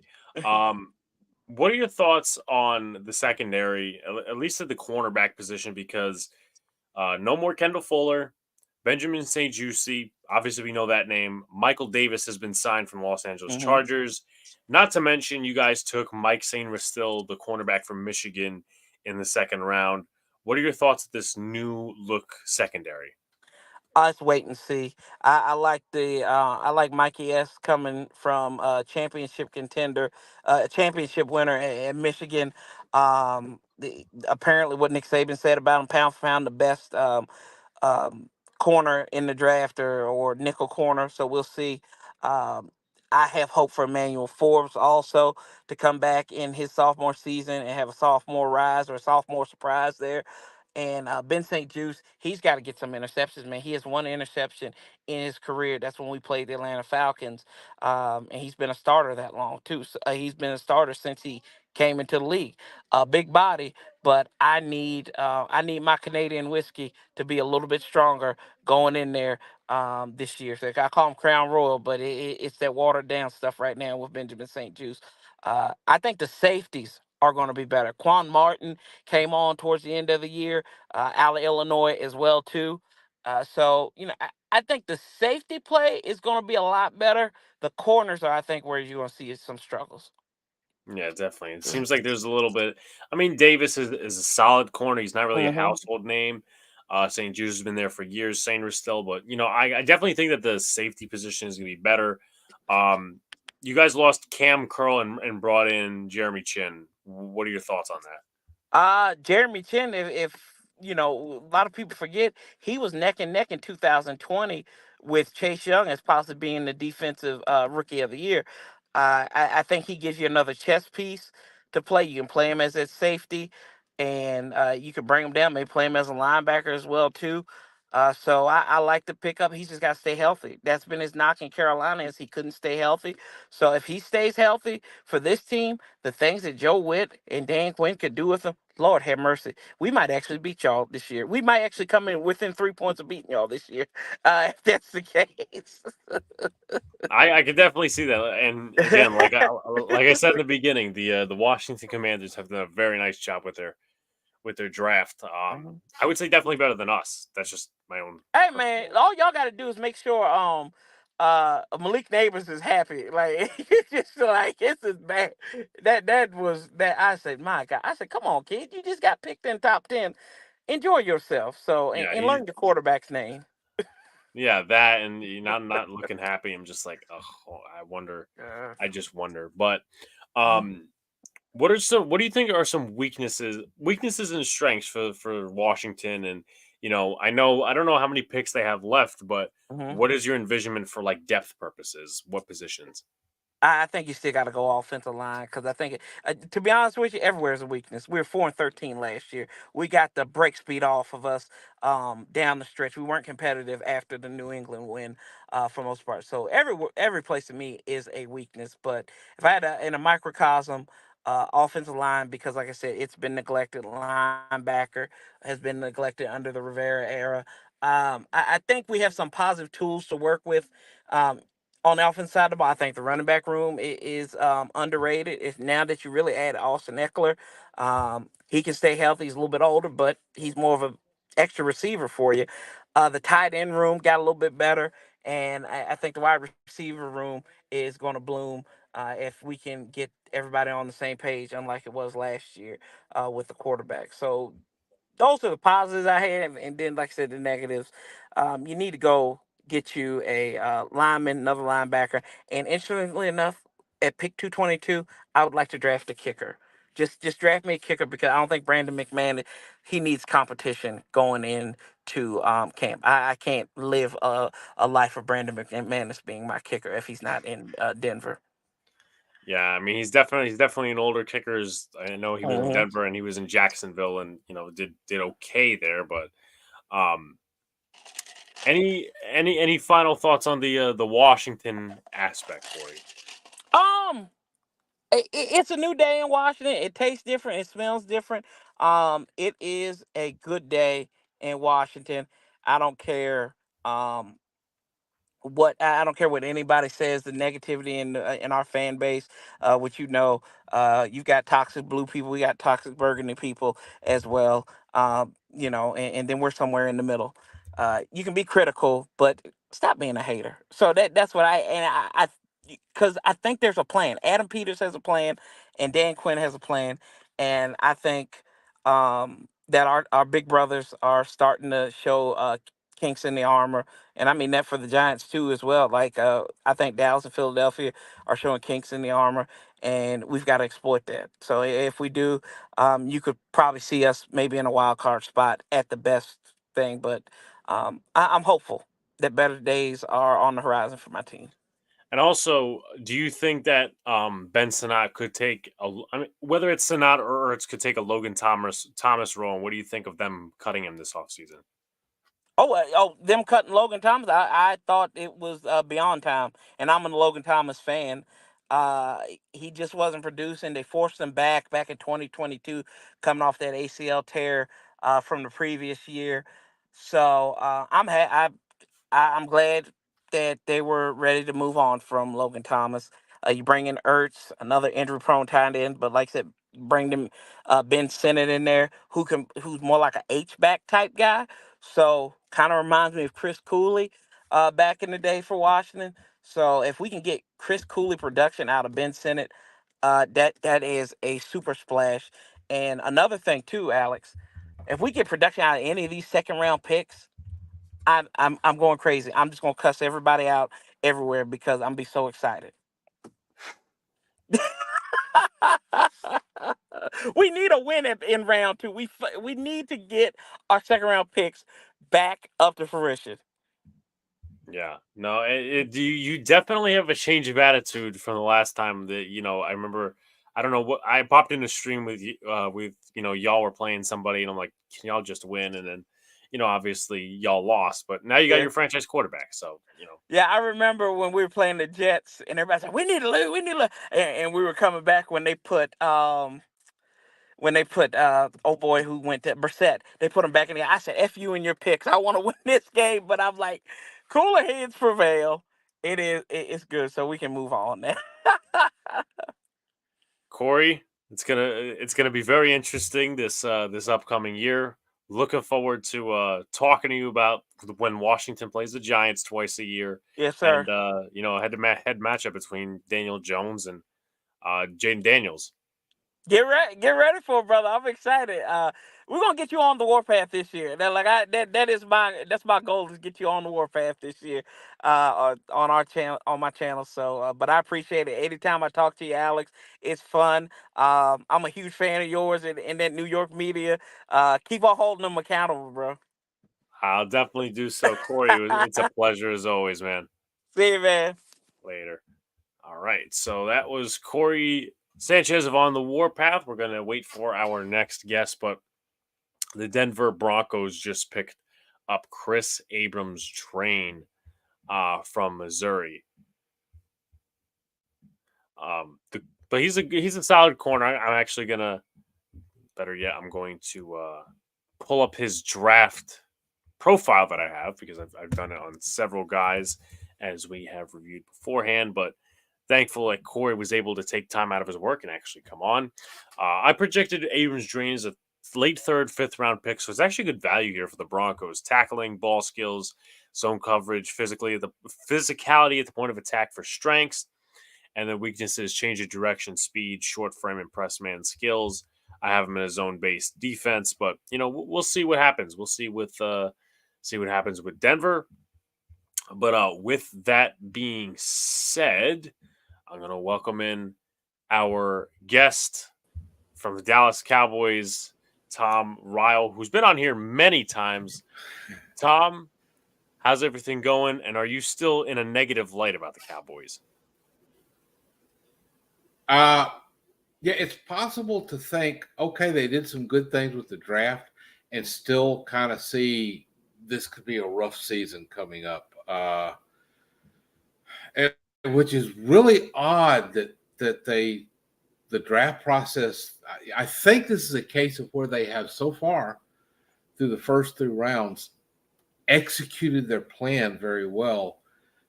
I'm just a little worried about that plan, especially what they intend to do after this season. And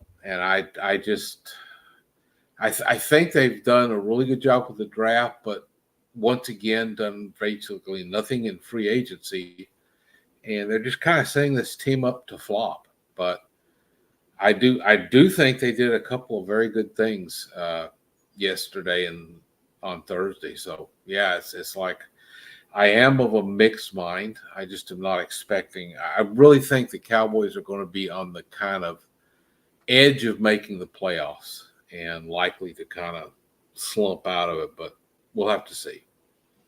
Yeah, definitely. So my first question is, how big of a loss is it for the Cowboys to lose Dan Quinn as defensive coordinator?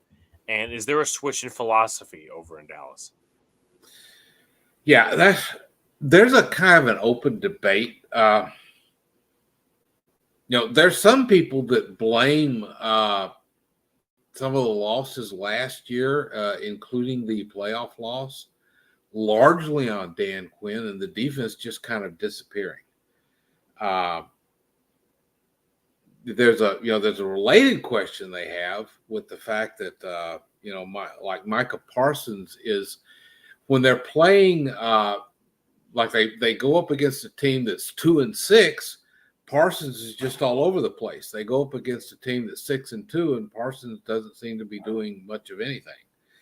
And we're kind of in a chicken and the egg situation with that. We're not sure exactly what's going on, but yeah, it's like you look at the big losses, and the team was getting run over when they were on defense. So that's one of the things that it's going to be interesting to see. Zimmer's a good coordinator. He may be more willing to work with the talents of the people he has and try to keep people in a natural position. There was kind of a feeling that Quinn was a little too eager to try to make everybody a hybrid safety linebacker on his defense. And I don't think Zimmer is going to do that way. It's not. I think I wish Quinn success. I think he's got a lot of things to bring to a team. He certainly seems to get his players to buy into what he's doing. This is just one of those things that they may survive it. And that's partly because I think Zimmer was a pretty good hire. And he has the added advantage of he already kind of knows how you have to kind of dance with the Jones family when you're one of the top coaches. Yeah. And it did help with Zimmer that he was in Dallas before. So it's like, hey, there's familiarity there, and that the Jones families would be okay with it. In a different subject, what are your thoughts on Dak Prescott and the Cowboys just letting his contract kind of roll out? That, to me, is one of the reasons why I am pessimistic about this season. If they're going to play games with Dak Prescott and with CeeDee Lamb, their top receiver, who's established himself as, if you look at his yardage totals, it's just like been a stair. He's just been climbing every year, becoming more and more important to the team. And it's just this past week that they've talked about a little bit of discussion back and forth, and the team doesn't seem real eager to get this done. They're willing to stretch it out. They don't seem to care about the fact that Lamb is probably going to, not participate in the, mandatory OTA and things like that. That just drives me a little crazy. Sit down, work out a deal. You have to understand, they let some other wide receivers sign contracts. CD's price went up. That's what happens when you delay. So why do you keep delaying? I don't get this. And you know what? It's going to get worse if Justin Jefferson signs a contract. Oh, yeah. And then of course, they may be looking at Dak in the light that there probably aren't any big quarterback contracts about to hit. And so they're going to stall on him. But for me, there's a different thing. That is a psychological commitment to your quarterback. to go ahead and at least have some ongoing negotiations. Doesn't mean you have to get the deal done, but start the talks. Be able to say, hey, we had a 30-minute discussion with his agent yesterday, trying to see what we can do here.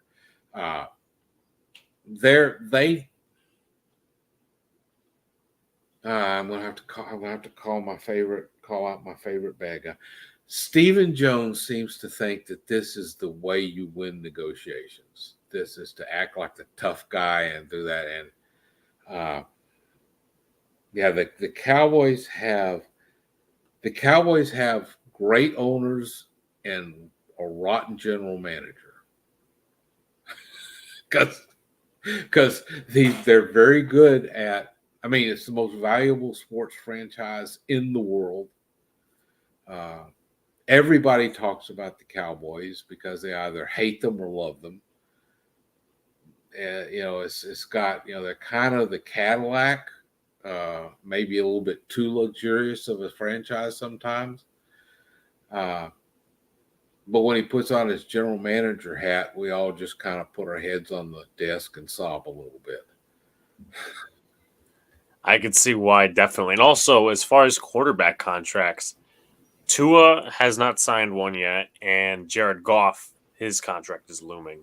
So those are two variables. Now, I don't know that Tua will get done. I know Jared Goff, in my opinion, will get done. So those are going to be two variables with the whole Dak thing, which worry Cowboy fans possibly. Yeah, and Goff is kind of an interesting one.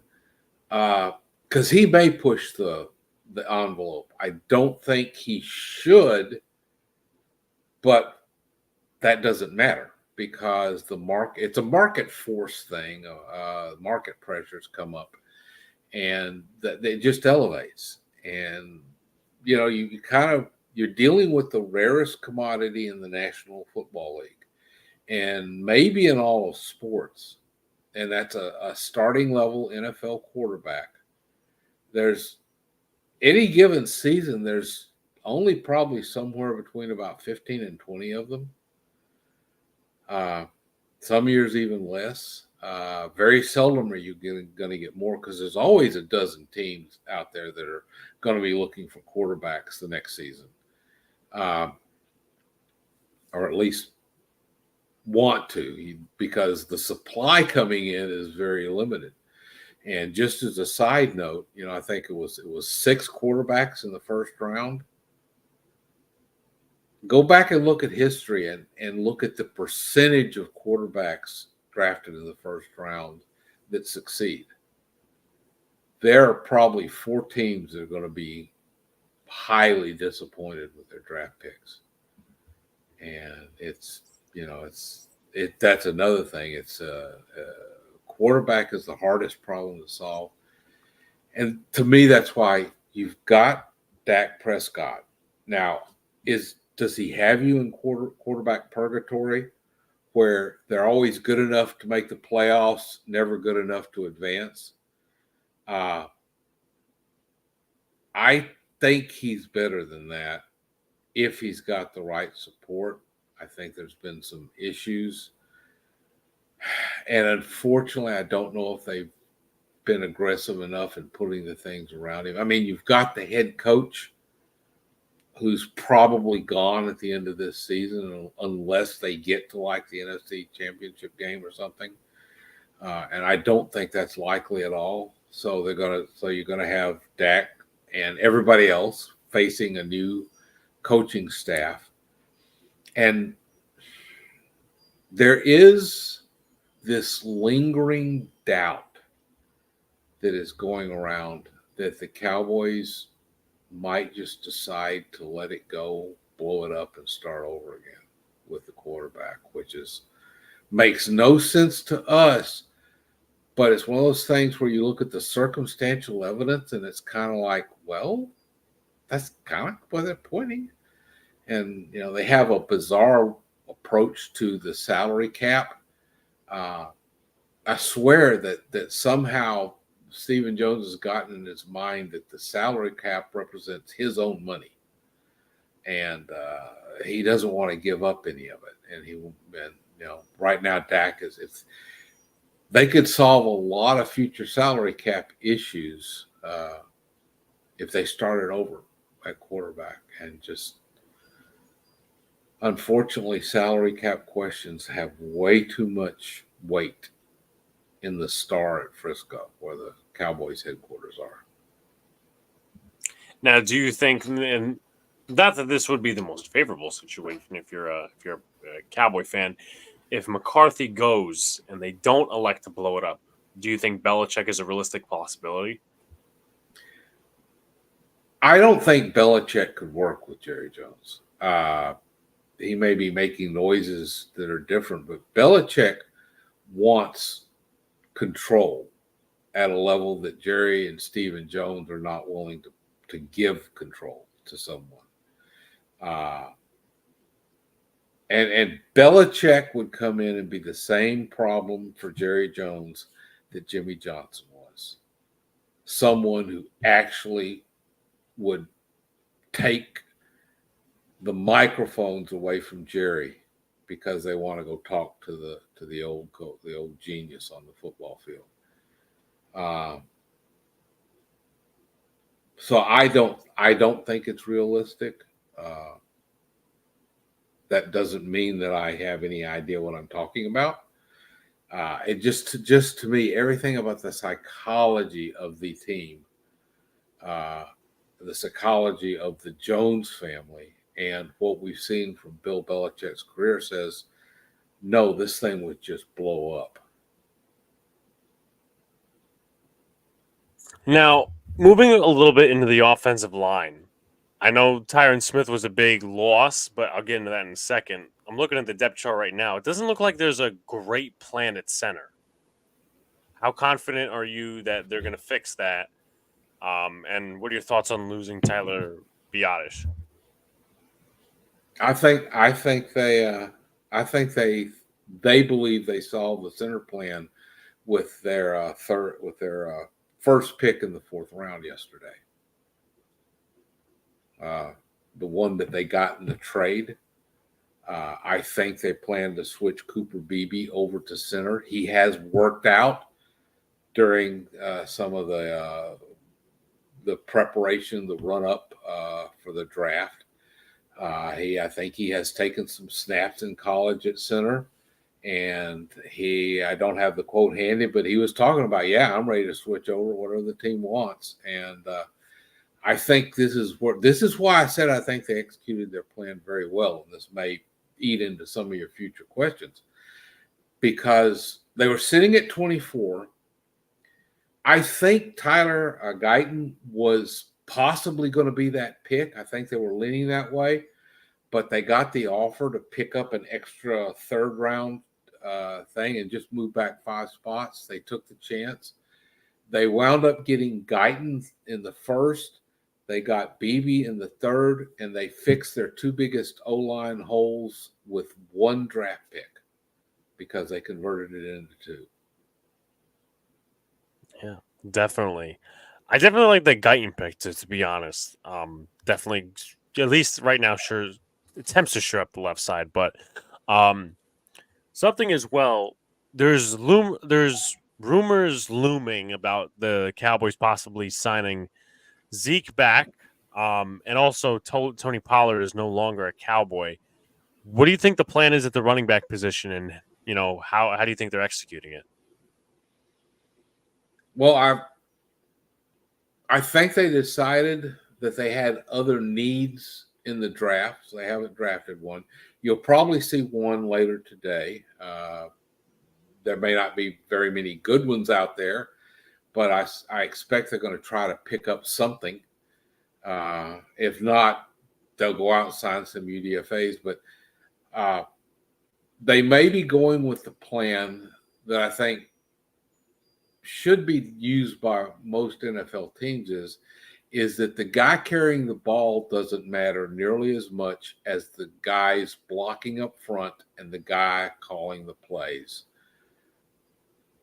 I think running back is simply one of the most interchangeable pieces. If you have a certain level of competence at running back and you are primarily using the pass to move the ball and score, which is the way most NFL teams do it. Running backs are largely interchangeable. You need guys that can get you 80, 90 yards a game, keep the defense honest, convert some short yardage situations, and you can be fine. I could see them going in.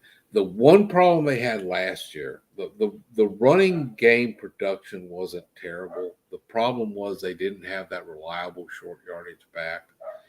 And I could see Ezekiel Elliott never hitting the field unless there were 2 or less yards to go on a down, and being very useful in that role. Finishing a game with 12 yards rushing and getting 4 first downs and a touchdown in those 12 yards rushing. Yeah, definitely. Going to the defense a little bit, how confident are you in Deron Bland either being the corner 2 or a slot corner with the departure of Stephon Gilmore? Bland had such a phenomenal year last year, and you have to be a little concerned that it was a one-time thing, that it's never going to be duplicated. I mean, he set the all-time record for pick sixes, and that may stand for a long, long time, even as the season just seems to get longer and longer all the time.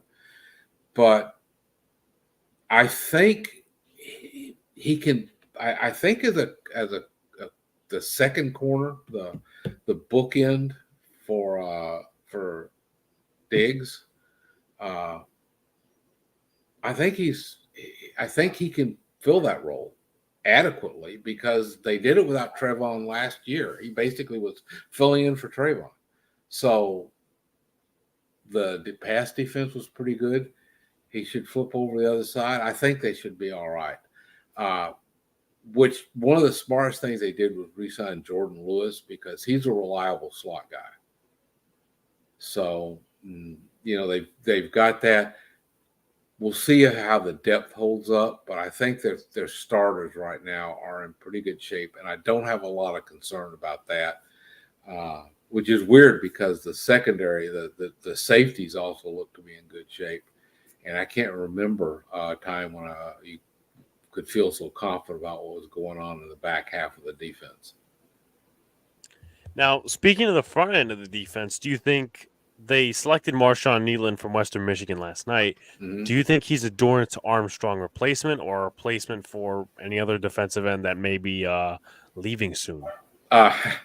This may be a attempt to kind of do both. One of the guys that is a lot better at analyzing talent, at blogging the boys, said that Nealon is like a better version of Dorrance Armstrong. He does all the same things a little better, which means I think he's the definitely replacement there. And looking downstream to what's going to happen with DeMarcus Lawrence, let's face it, Lawrence is just getting to that point of his career. You have to start making plans for what the next step is. And I think the reason they spent a second rounder on Nealon is because they're hoping that can fall into place. And this was, I think, a case of where they got there, and not only did they have something that could be seen as a good need for them, he was just about the best player left on a lot of boards. It was certainly one of the very best players left, and so that was kind of encouraging. Yeah, definitely. And also, I mean, personally, I thought it was a little bit of a reach. What do you think of the Maris Leofow pick? I mean, you already got Eric Kendricks in the middle with Damone Clark at least slotted in, and Marquise Bell. But what do you think Maris Leofow brings to the table? Well, I think it was the only one of the picks for the first 2 days that they actually had in for a 30 visit. If I read what somebody said correctly. It felt like a reach to me. And I admit I'm a little surprised they didn't prioritize linebacker a little bit more because I thought Zimmer would want more. But they still used a day 2 pick on it. I guess maybe they see something there. And the Cowboys have occasionally, I mean, look at Bland. He was a guy that was taken later, and a lot of people going like, who is this guy? And, well, now everybody knows who he is. So you kind of – the Cowboys scouts have earned a lot of credibility, at least up until last year's draft, and I don't know what happened with that. But, I think they're kind of hoping for a lot of the second-year players to develop and show them something. I hope that was a hiccup and that this year is more like it was in the past where they get 1 or 2 days. They're looking, I think, at 2 guys they want to start day 1, and Guyton and Beebe. And I think that's all there is to that. And we'll have to see how that works out. That could be the linchpin for the whole season. And one of the final questions I'll get to is, what do you, and obviously there's always the narrative, but I thought I asked a Cowboy fan myself, what do you think is the reason that the Cowboys always fall short of moving to the next round?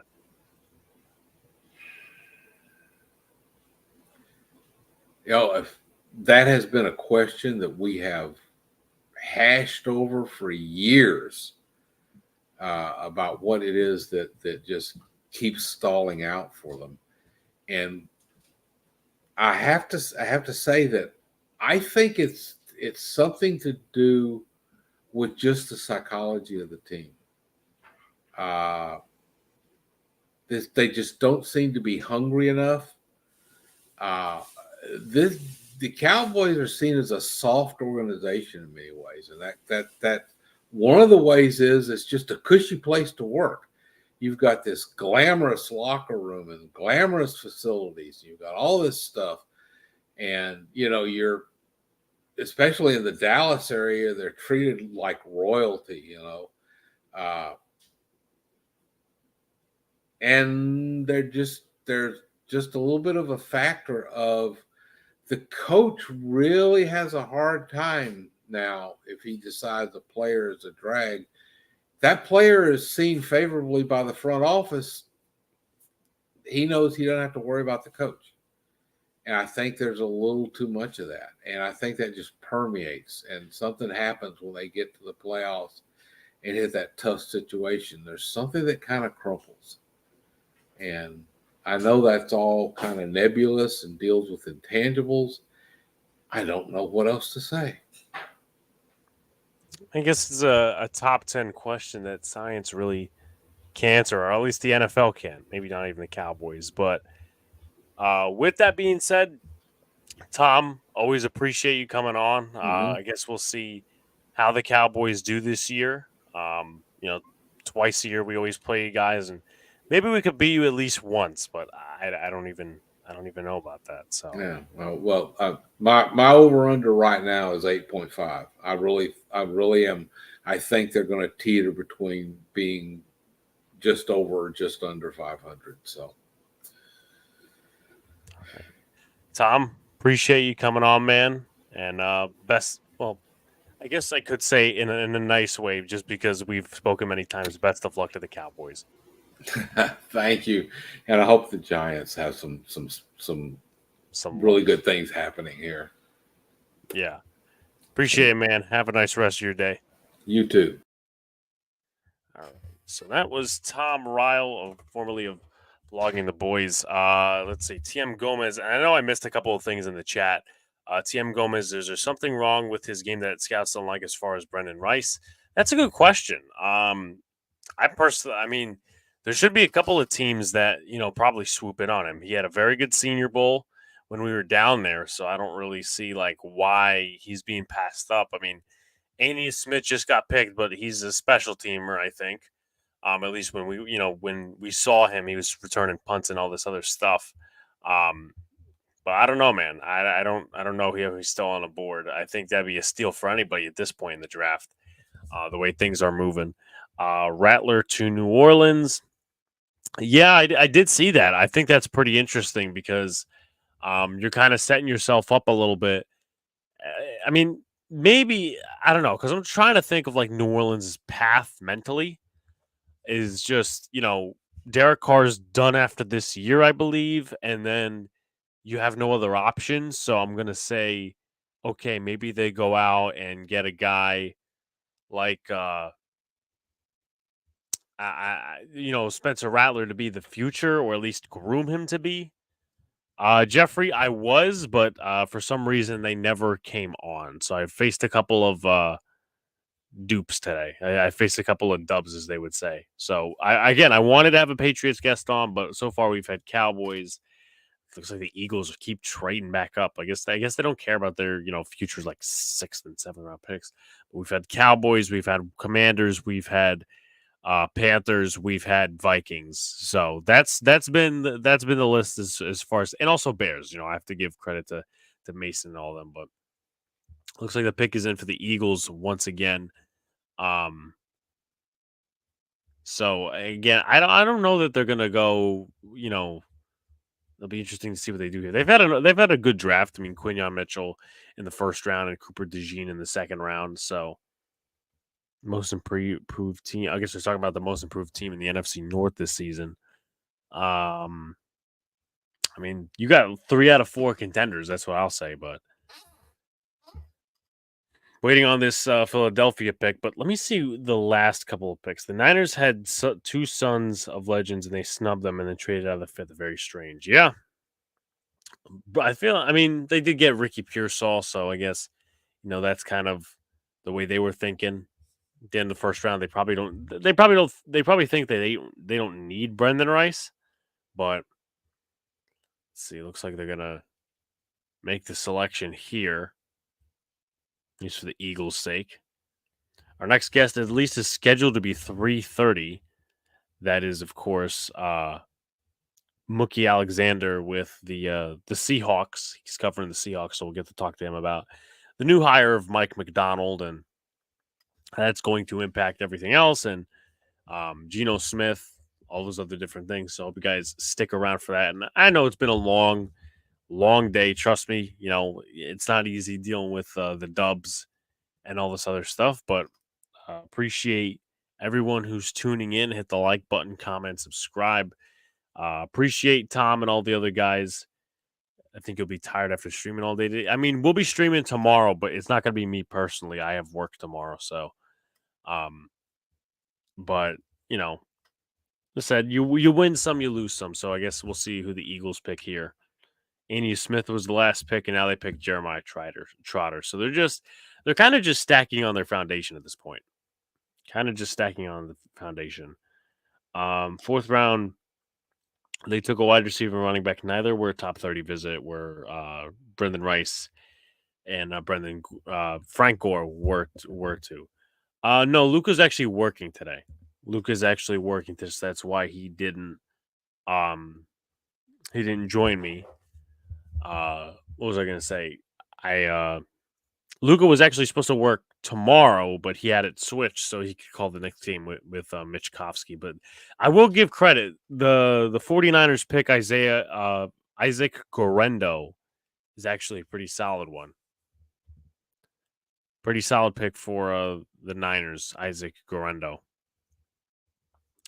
Kid out of not Jawar Jordan, but a solid kid out of what do you call it? Louisville. So also for you Giant fans in the chat, we're going to be doing a draft recap on Wednesday.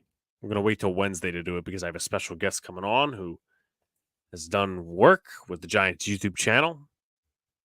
So it's going to be fun to recap. But Jeremiah Trotter, 5th round to Philly. No surprise there. But as far as Gorendo goes, 810 yards, 11 touchdowns, 22 catches out of the backfield, 234 yards, 385 rushing yards, 5 touchdowns. That was the prior season, but he was also Wisconsin. So last year was his first year at Louisville. But who is the other wide receiver that they selected? Because I know they selected Gorendo. Who's the other wide receiver? Maybe I can look into them. So Cleveland's pick is in. The Giants are up in, let's see, 10 picks. So we'll get to see who they select with their late round. They got this in 183, and the Giants are done after that. So, but again, Mookie Alexander is going to come on at 3:30, which will be about a half hour from now. Got a Falcons contributor coming on at 4, and that might do it for possibly for the show. I mean, I was planning to go till about 6, but we'll see because I've had a couple of dubs, but hey, listen, it's about sticking it in for you guys. So wait till we get this Cleveland Browns pick.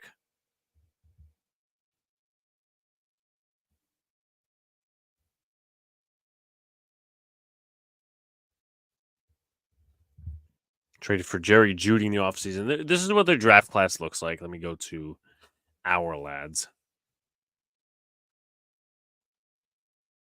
So they already got Zach Zinner, who is slotted in to play could play one of the guard spots. Right now, he's just depth. The guard from Michigan. They made a couple free agent signings. They also drafted Michael Hall in the second round out of Ohio State, who right now is slotted behind Dalvin Tomlinson and Shelby Harris. They also signed Jordan Hicks and Devin Bush for free agency to try to line up that linebacking core, and they also signed they traded for Jerry Jeudy. They signed Tyler Huntley and Jameis Winston. So it's going to be a heavy quarterback competition over in Cleveland. And then next is Carolina once again.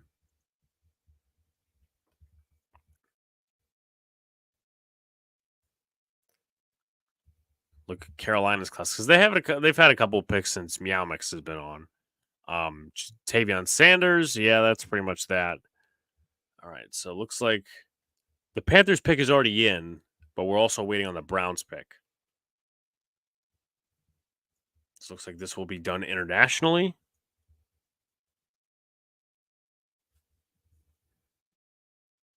Let's see. The Jets just traded John Franklin Myers to the Broncos for a 6th-rounder in 26. That's a ways away, but that's a salary dump. That's a salary dump, I'm telling you that. But interesting trade. I know a lot of people thought, there was Jet fans that loved JFM, and there was Jet fans who disliked JFM. But Jamari Thrash, wide receiver from Louisville, goes to the Cleveland Browns. And it fills up that back room a little bit. But JFM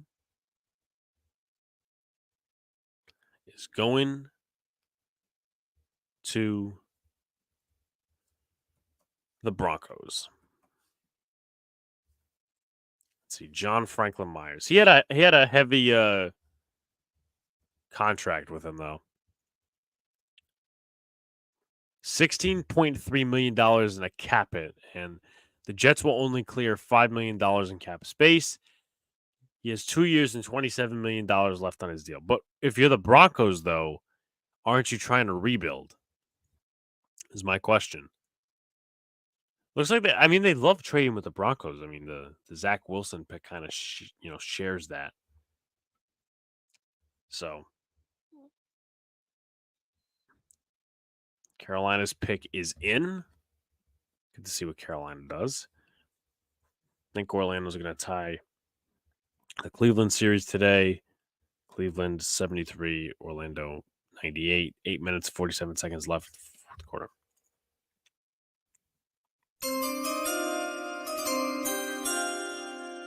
I can't imagine they play that sound every single time on day 3 if you're there, if you're like at the draft, because that would be just pretty annoying to say the least. Sitting there and, 162 times, 163 times just putting that up. But we'll see. We'll see where the Carolina Panthers go here.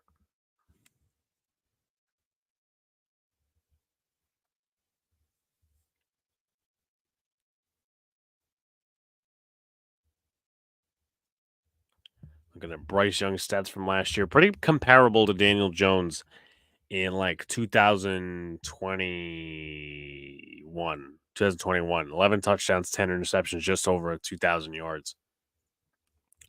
But hopefully they get him the help they need. So it looks like, I want to say this is Germany again? Or maybe Ireland.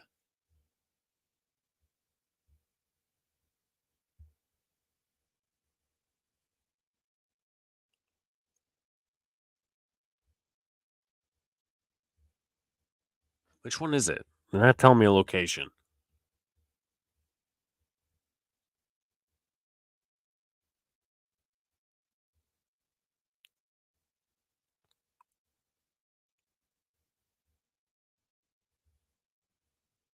Okay, now they're going to announce the pick.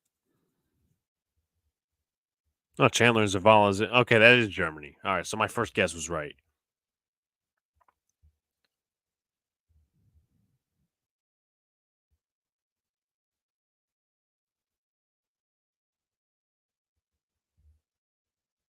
Looks like he's reading it off a pretzel. Yeah, he is reading it off a pretzel. But nonetheless, we'll see who they pick. It's part of the marketing hour for the NFL, just in separate countries and whatnot. Chow Smith Wade, cornerback out of Washington State. That's a good pick. Good depth pick for the Panthers, who already add to that corner core. Right now, it's full of Dane Jackson from Buffalo, J.C. Horn, and Troy Hill. So, 2 interceptions at the Senior Bowl. Got to make note of that, but smart player. I think he's probably more of a slot in the NFL. So, if Troy Hill wants to slide over to boundary corner, that's going to be a fit for them. It's going to be a fit for them.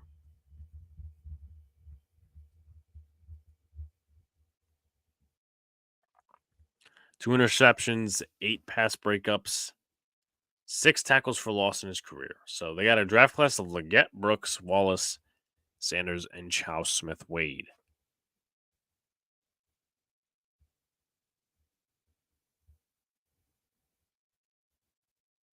Let me see if Christian Mahogany is still available. I could have swore he didn't go. Yep. Christian Mahogany is still available. Now the Dolphins are on the clock. Well, now they're picking. So Giants are just about 8-ish away. 8-ish picks.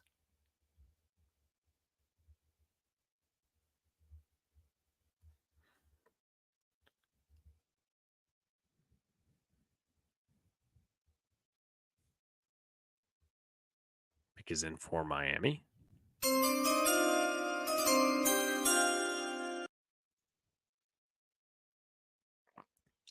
Guess they're looking at the Rattler Leggett kind of. Well, I mean, you could factor in Leggett, but they're looking at Spencer Rattler most notably, and looks like the Miami Dolphins will pick Mohamed Kamara out of Colorado State. And he's one of the guys that showed out in the offseason programs. And they add to a very wealthy edge room, to say the least, because they already have Chop Robinson. They have Jalen Phillips and Bradley Chubb. So, and they also have Shaquille Barrett. So they got a pretty stacked defensive line, but their corner room is a little questionable. Well, not so much, because you got Kendall Fuller and Jalen Ramsey. Safety room of Jordan Poyer and Javon Holland. So defense could look better than people actually give credit for. It's just that the interior defensive line might be a little bit of a question mark, especially with the departure, Christian Wilkins.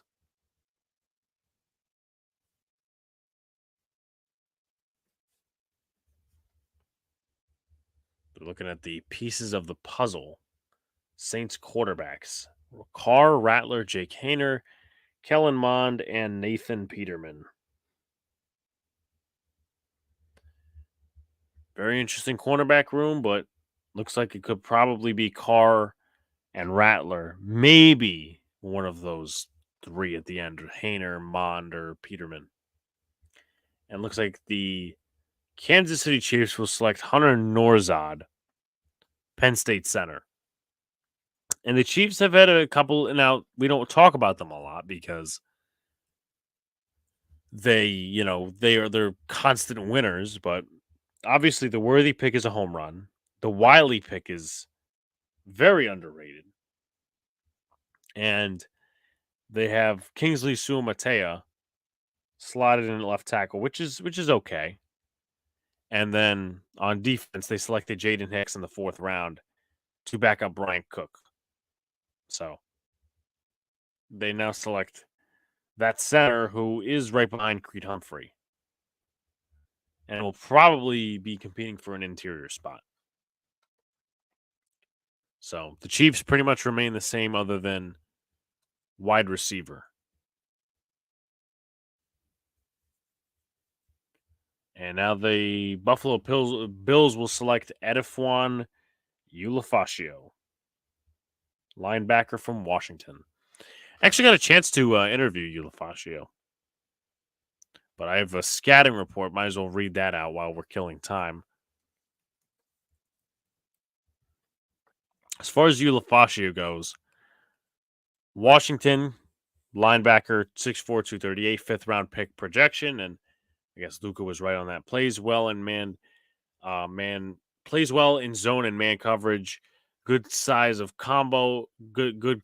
That's how you know it's been going too long. I'm already mixed up my words, but good combo of size and athleticism.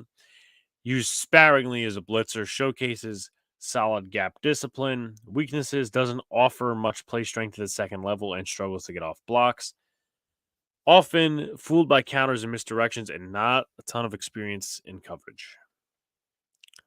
Rotational will linebacker and a core special teamer is what the projection is for Ulofacio. And the pick for the Commanders is in probably another depth piece. I would guess offensive line here. I would guess offensive line for the Washington Commanders.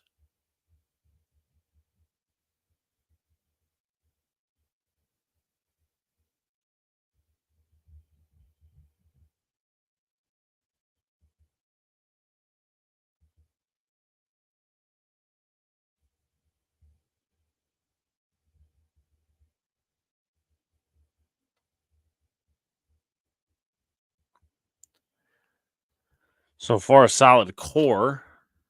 They last drafted Jordan Meiji from Temple, the linebacker. Don't know much on him, though. Let's see if we can make things a little bit more interesting here.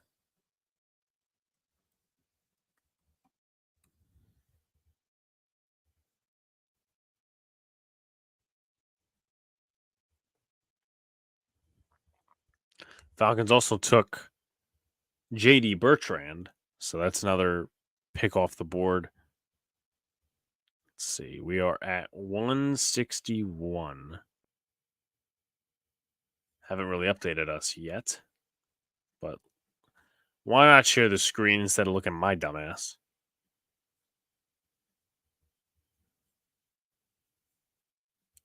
So those are the picks as far, again. And we could go up in the round.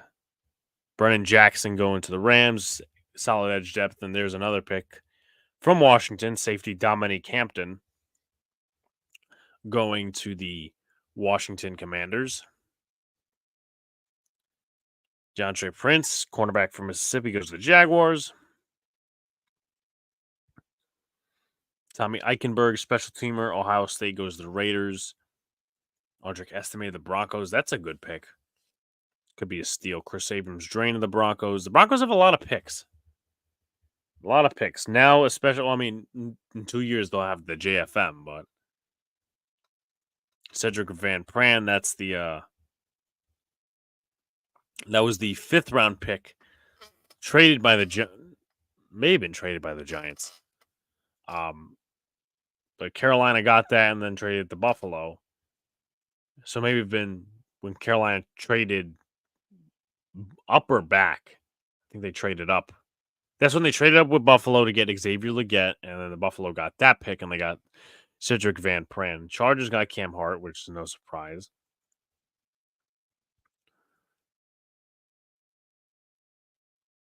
So the Cardinals are on the clock.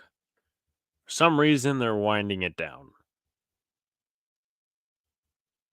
The Jets have the last pick of the 5th round, as far as this goes. So, can appreciate y'all tuning in. For whoever is tuning in, like, subscribe, share, do all the good stuff, and the pick is in for the Arizona Cardinals. We've already had a solid draft. I would say probably top 3. Steelers, Commanders, Arizona. Xavier Thomas was their last pick. Clemson guy. Thomas, 6 years in college, all at Clemson. 3 sacks last season.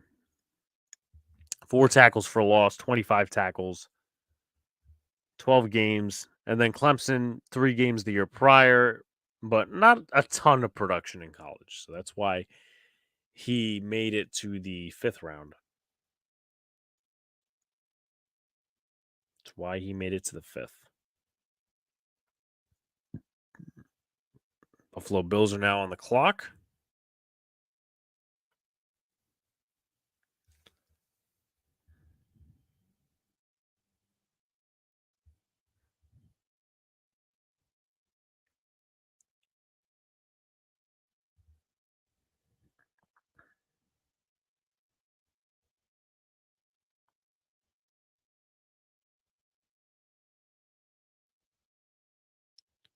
The pick is in.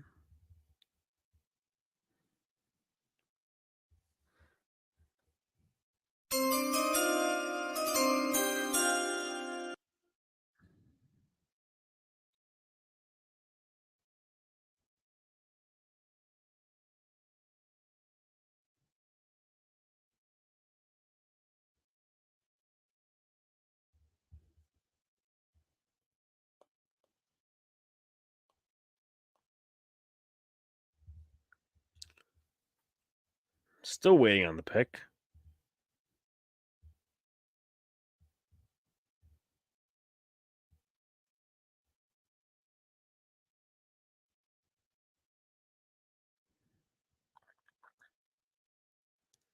See what everyone did in the 4th round. Savion, actually, let's go from the bottom. So, Jacob Cowing. That's who you're talking about, Brad. Jacob Cowing. Then Jaden Hicks to Kansas City. Running back, safety, Sion Vaki to the Lions. Christian Jones. I like that pick for Arizona. Christian Jones was projected to be a 2nd, 3rd round pick, but now he's going to come in and compete. So it looks like, I think he can move him inside too. So right now he's probably competing for a depth spot with Kelvin Beachum, Dennis Daly, Jackson Barton, and all those other guys. So that's likely who you're getting. And the Broncos and John Franklin Myers have agreed to a 2-year deal. $15 million as a part of the trade in the aftermath. So, little rearranging. But the Giants are up in exactly 4 picks. TJ Tampa, as we talked about, went to the Ravens. Ray Davis to the Buffalo, so maybe a new life running game. Bucky Irving to pair with Rashad White. They lack the presence in that running game, that's for sure. Malik Mustafa, depth piece for the Niners. Cade Stover, another tight end for CJ Stroud to play with. Jalen Wright to the Dolphins. So that's Raheem Mostert, Jalen Wright, and Devon Achane. I don't know. It's a pretty scary backfield if you ask me, compared to, obviously last year, but they still need to get past a couple of the rounds. Mason McCormick to the Steelers. Did they pick a center yet? They might have. All right, Green Bay is traded up.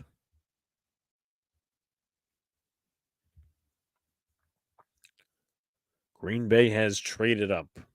But as far as the Steelers question, they did get Zach Frazier. So right now, it's slotted in as Troy Fatanu, Isaac Sumalo, Zach Frazier, James Daniels, and Broderick Jones.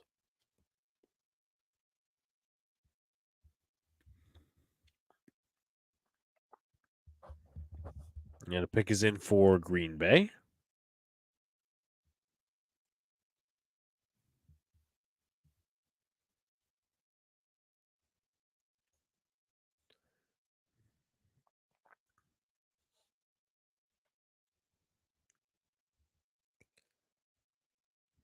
Just a reminder, guys, tomorrow, I won't be on it, but Mitch Kofsky and Luca will be live for the 76ers Knicks game, game 4 specifically.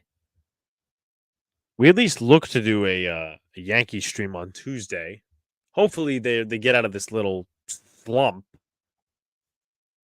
because not really fitting, to say the least. Not really fitting.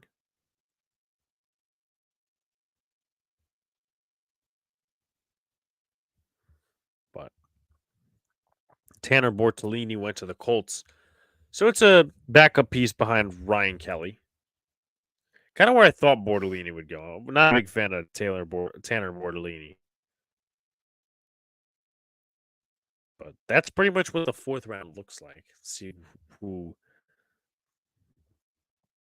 the Green Bay Packers take in the 5th round. Already taken Jordan Morgan. So, again, it's all stocking up on depth.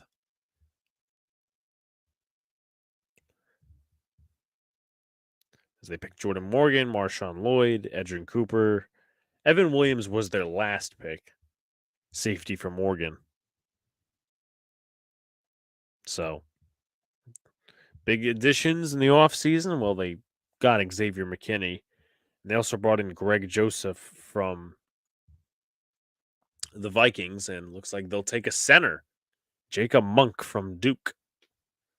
Don't know who the hell that is, but sure.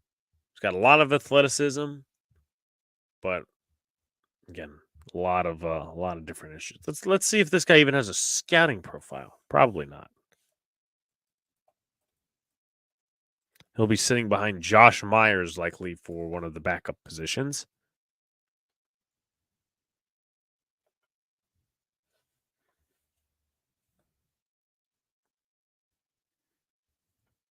So as far as Draft Buzz ranks him, not overly great. 10 quarterback hurries, 3 quarterback hits, 1 sack. Right guard and center is where he plays. So he's a versatile lineman. 13 games, 704 total snaps. They're looking at the Falcons, Kirk Cousins, Michael Penix, Bijan Robinson, Drake London, and Kyle Pitts.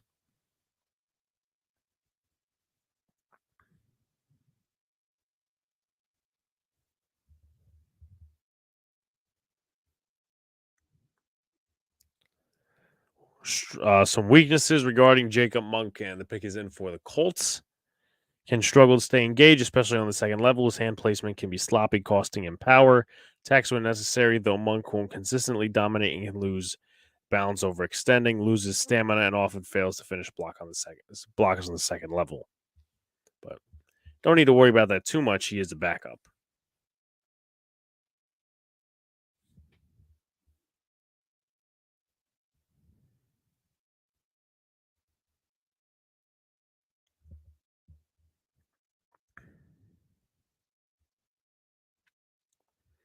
Just a note, CJ Hansen and Christian Mahogany are still on the board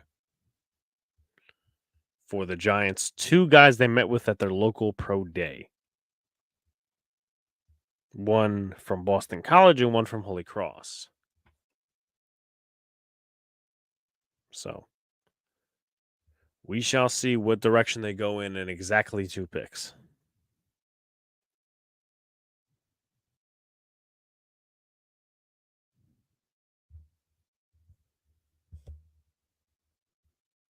The Colts have been a team that I really haven't paid much attention to with this entire draft. Did get another receiver in Adonai Mitchell, which their GM kind of blew up about. They selected Anthony Gould. I also selected Matt Goncalves as another option behind Bernard Raymond. And they got Tanner Bordolini as a backup center and a backup guard. We'll be competing with Danny Pinter, Wesley French, Jack Anderson, Josh Sills, and Arlington Hambright. And also they selected Latu, and they'll select Jalen Simpson out of Auburn with this pick.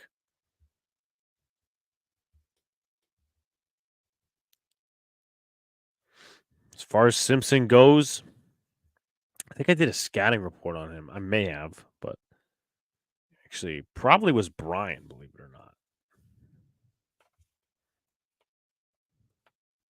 Jalen Simpson. Positives, quick enough with reactions to underneath routes. Hard hitter. Definitely so.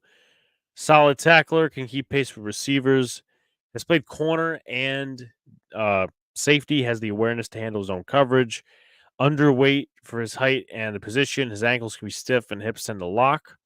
Ball hawk makes him a prime target for catch and run plays if outmatched. Strong hands and aggressive plays will make him a referee's favorite target early on, and hesitates to engage in run defense, whether it'll be inside or outside runs. So, again, solid pick for the Indianapolis Colts. Julian Blackmon they retain, so they won't need to really do anything at safety. Nick Cross is also one of the safeties.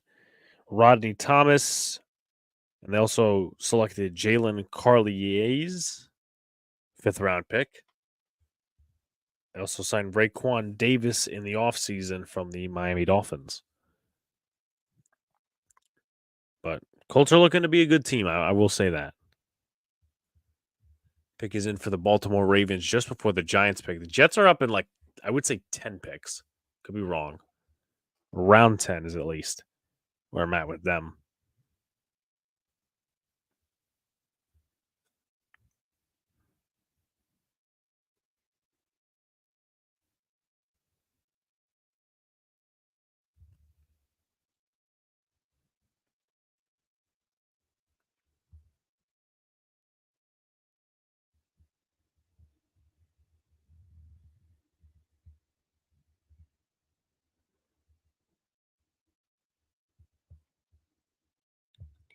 Just a reminder, if all goes according to plan, 3:30 we'll have Mookie Alexander from the Seahawks.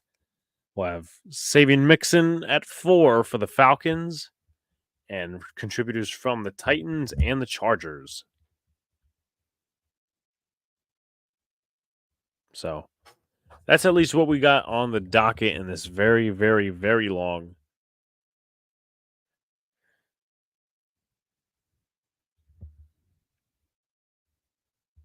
day number 3.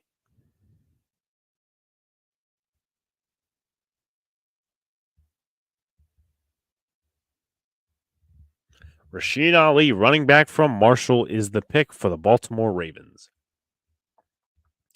Guy who recently got surgery, so he's going to be waiting a little bit to get on the football field, but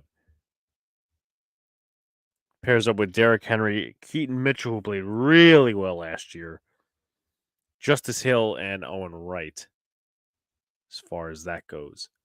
So now the Giants are up. Technically on the clock. I believe this is one of the picks from the McCaffrey trade, but it was traded over to the Giants in the Brian Burns deal. Giants did a pick swap. So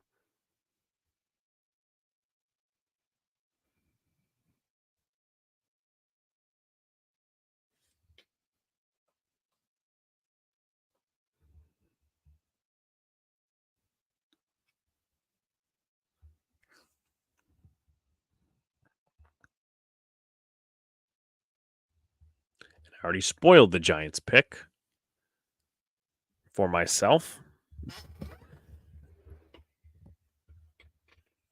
The Giants have taken Purdue running back Tyrone Tracy.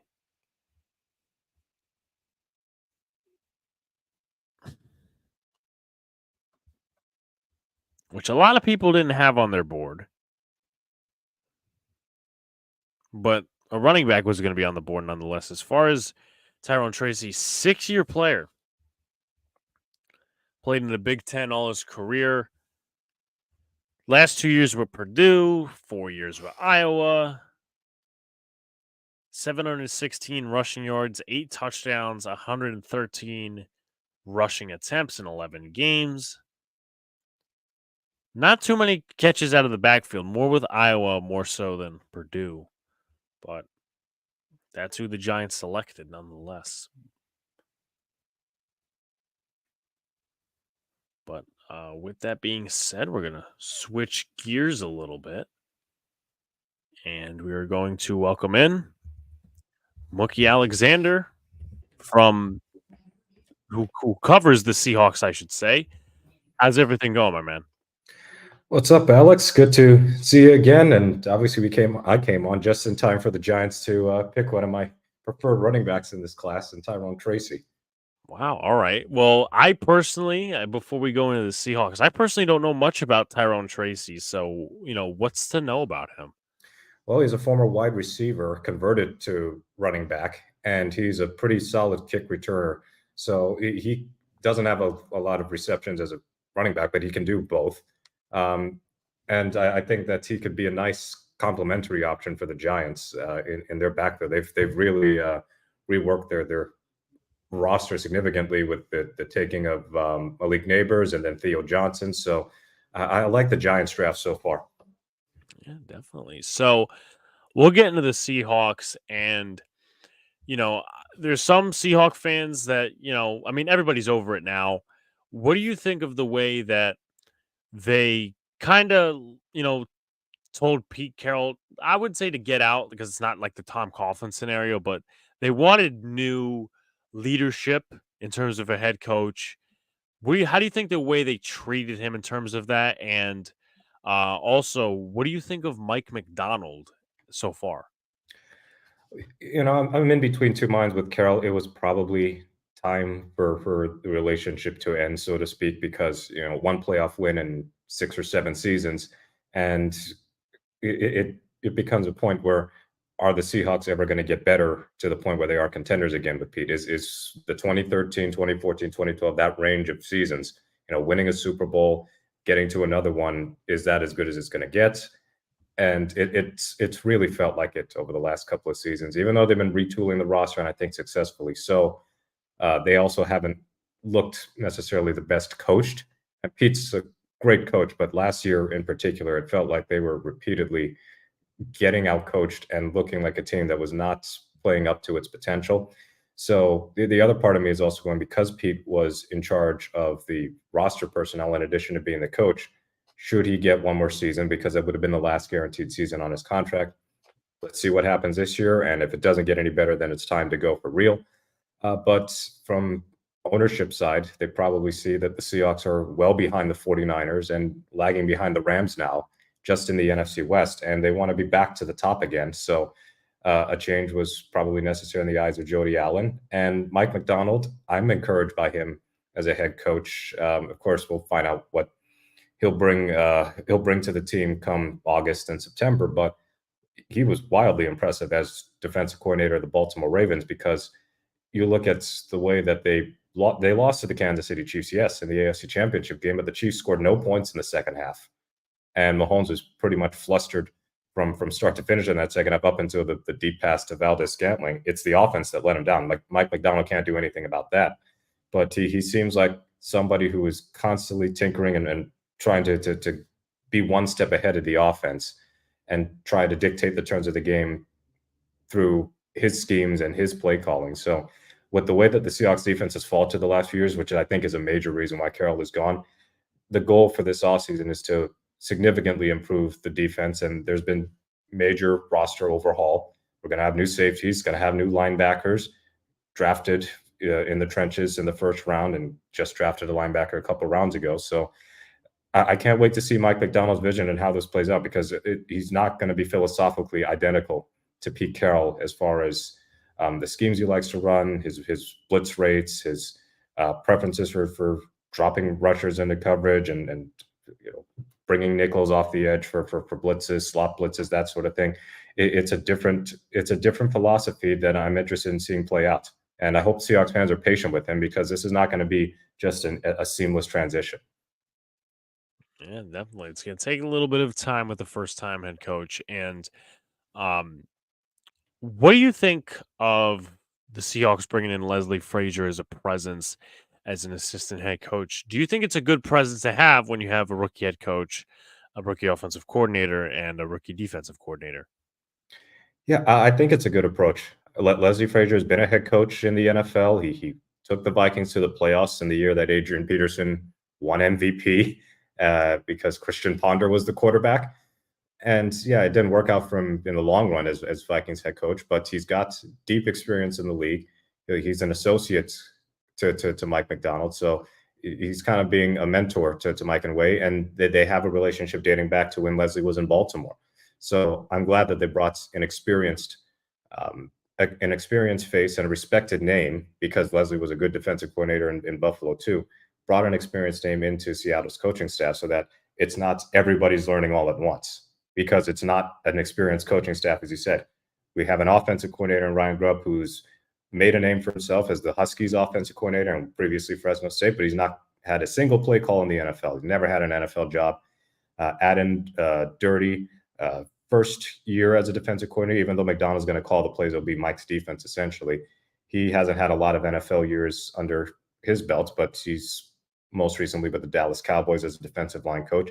Even Jay Harbaugh, special teams coordinator and son of Jim Harbaugh, he was briefly in Baltimore, but much of his time has been at the University of Michigan. So, and that's not to mention all the other assistants like Scott Huff, the offensive line coach. He was with Grubb at Washington, no NFL experience either. So you don't want to just have everybody come in from college or people with very, very little background and have them all learning at the same time. I think you do need some familiar faces there for daily operations. Yeah, definitely. And what are your thoughts on bringing in a guy like Ryan Grubb, who, a lot of people drew connections to him in the Huskies offense to maybe, the Seahawks could possibly pick Michael Penix at 16. Obviously, they didn't go that route because the Falcons, obviously jumped ahead of them and were sitting right there and made the pick. But what are your thoughts of bringing him in rather than maybe some of the other guys, the little that there were offensive coordinators on the market?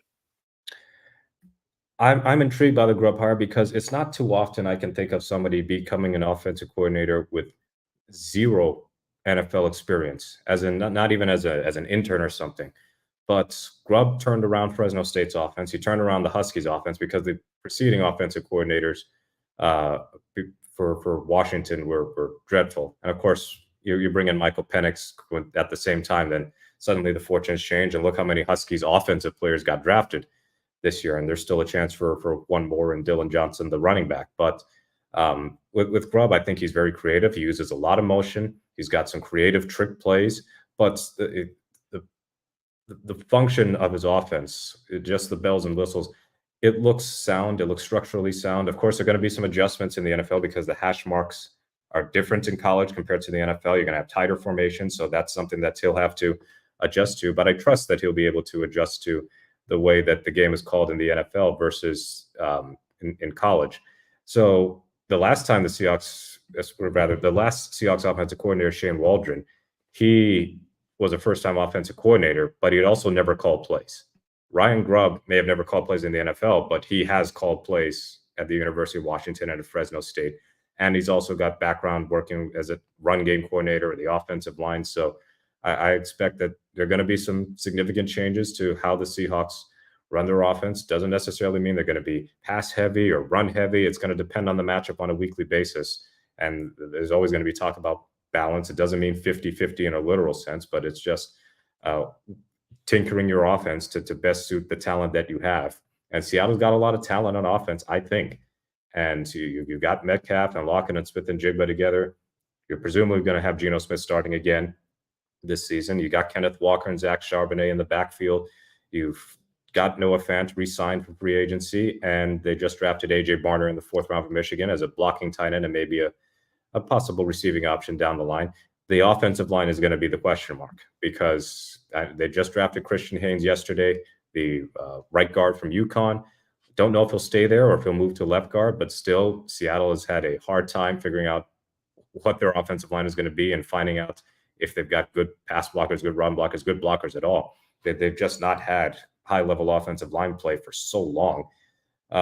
But Huff is going to be a major part of this, and so will Grubb, that they can find ways to make the Seahawks offensive line functional for the first time in arguably 15 years or more. I mean, it's really been that long. The days of Walter Jones and Steve Hutchinson anchoring the left side of the offensive line are long gone. And Seahawks fans are starving. They are craving for a good O-line again. And there's some young talent there. You got Charles Cross and Abe Lucas at the tackle spots. Now you're going to add Christian Haynes. You got Oluwatimi presumably at center. You got Anthony Bradford as well. And you got a veteran presence in Laken Tomlinson. So, yes, I'm looking forward to seeing what Grubb can do with the talent at hand and also how he can scheme ways to get the ball out of Geno's hands quickly, scheme ways to get the running game going consistently so that they can, if it's something that they want to do to close out games or to just be the physical football team that they intend to be, just pound it down teams' throats as far as their rushing attack, because that's also been an issue. They got talented running backs, but they're also not a dominant rushing team. And the Huskies were not a team that leaned on their running game on a weekly basis, but when they had to, it was very effective. Yeah, definitely. And moving on also as well, it's a minor move. Actually, you know what? Before I even go into this minor move, how would you rate the rookie season of Jackson Smith and Jigba, and how much of a step up do you think he needs to take within the offense? I thought he had a good but not great season. There were other factors involved, of course, because he didn't miss any games, but he certainly missed practice time because of his wrist injury in preseason, and I think he had a hamstring thing earlier in camp. But he showcased his yards after catch ability. In fact, Seattle was, I believe, top 10 in yards per play on screen passes, and he had a lot of screen passes, much to the annoyance of Seahawks fans, because we wanted to see Smith and Jigba as a middle of the field target, somebody who could stretch the field as well, kind of be used everywhere. But he was the screen option, and he did his job pretty well. He had some issues with drops, but I expect that out of just about every rookie. But when he was called upon to make some difficult catches, the winning touchdown against the Eagles comes to mind when Drew Lock threw that 30-yard pass in rainy conditions and Smith and Jigba made a fingertip grab. That's exactly what Seahawks fans had envisioned as far as Smith and Jigba. So again, with a new offensive coordinator, I anticipate Smith and Jigba's route tree is going to open up a bit more. We're going to see a longer average depth of target. So I think his average depth of target last year was under 5 yards an attempt. So you're going to look for him to increase that significantly. And in the long term, he's going to be Tyler Lockett's successor, essentially, because they've just restructured Lockett's deal. He's a free agent at the end of 2025, but he's got a $30 million cap hit. That's top 5 across the entire league. It's very possible that this year is Lockett's last year on the team. So Smith and Jigba was drafted with I think with the eye of the future that Lockett's a legend of the team. He's been a great person for the organization, great person for the community. He'll have a great career in real estate, I assume, once he's retired. But Smith and Jigba is going to be that successor to be the number 2 option, or maybe the number 1, or 1A and 1B with DK Metcalf. We'll see how that goes. But I have high hopes for Smith and Jigba. Yeah, definitely. The minor move I was talking about is, what do you think about the trade for Sam Howell? Yeah, that's a fun topic because they didn't re-sign Drew Lock. Drew Lock is now over in New York with the Giants. And judging by the contract that he got, I don't think Seattle was ever going to have a shot to get him because it was so heavily loaded with incentives that Lock could conceivably get to just because of Daniel Jones's play and his injury history. But that aside, we saw that the Seahawks had no shot at any quarterbacks on Thursday, 6 going to the top 12. So the only way they could have gotten one is if they had traded up, and that would have involved significant draft capital to sacrifice a player such as possibly DK Metcalf. I don't think that they were going to seriously do that.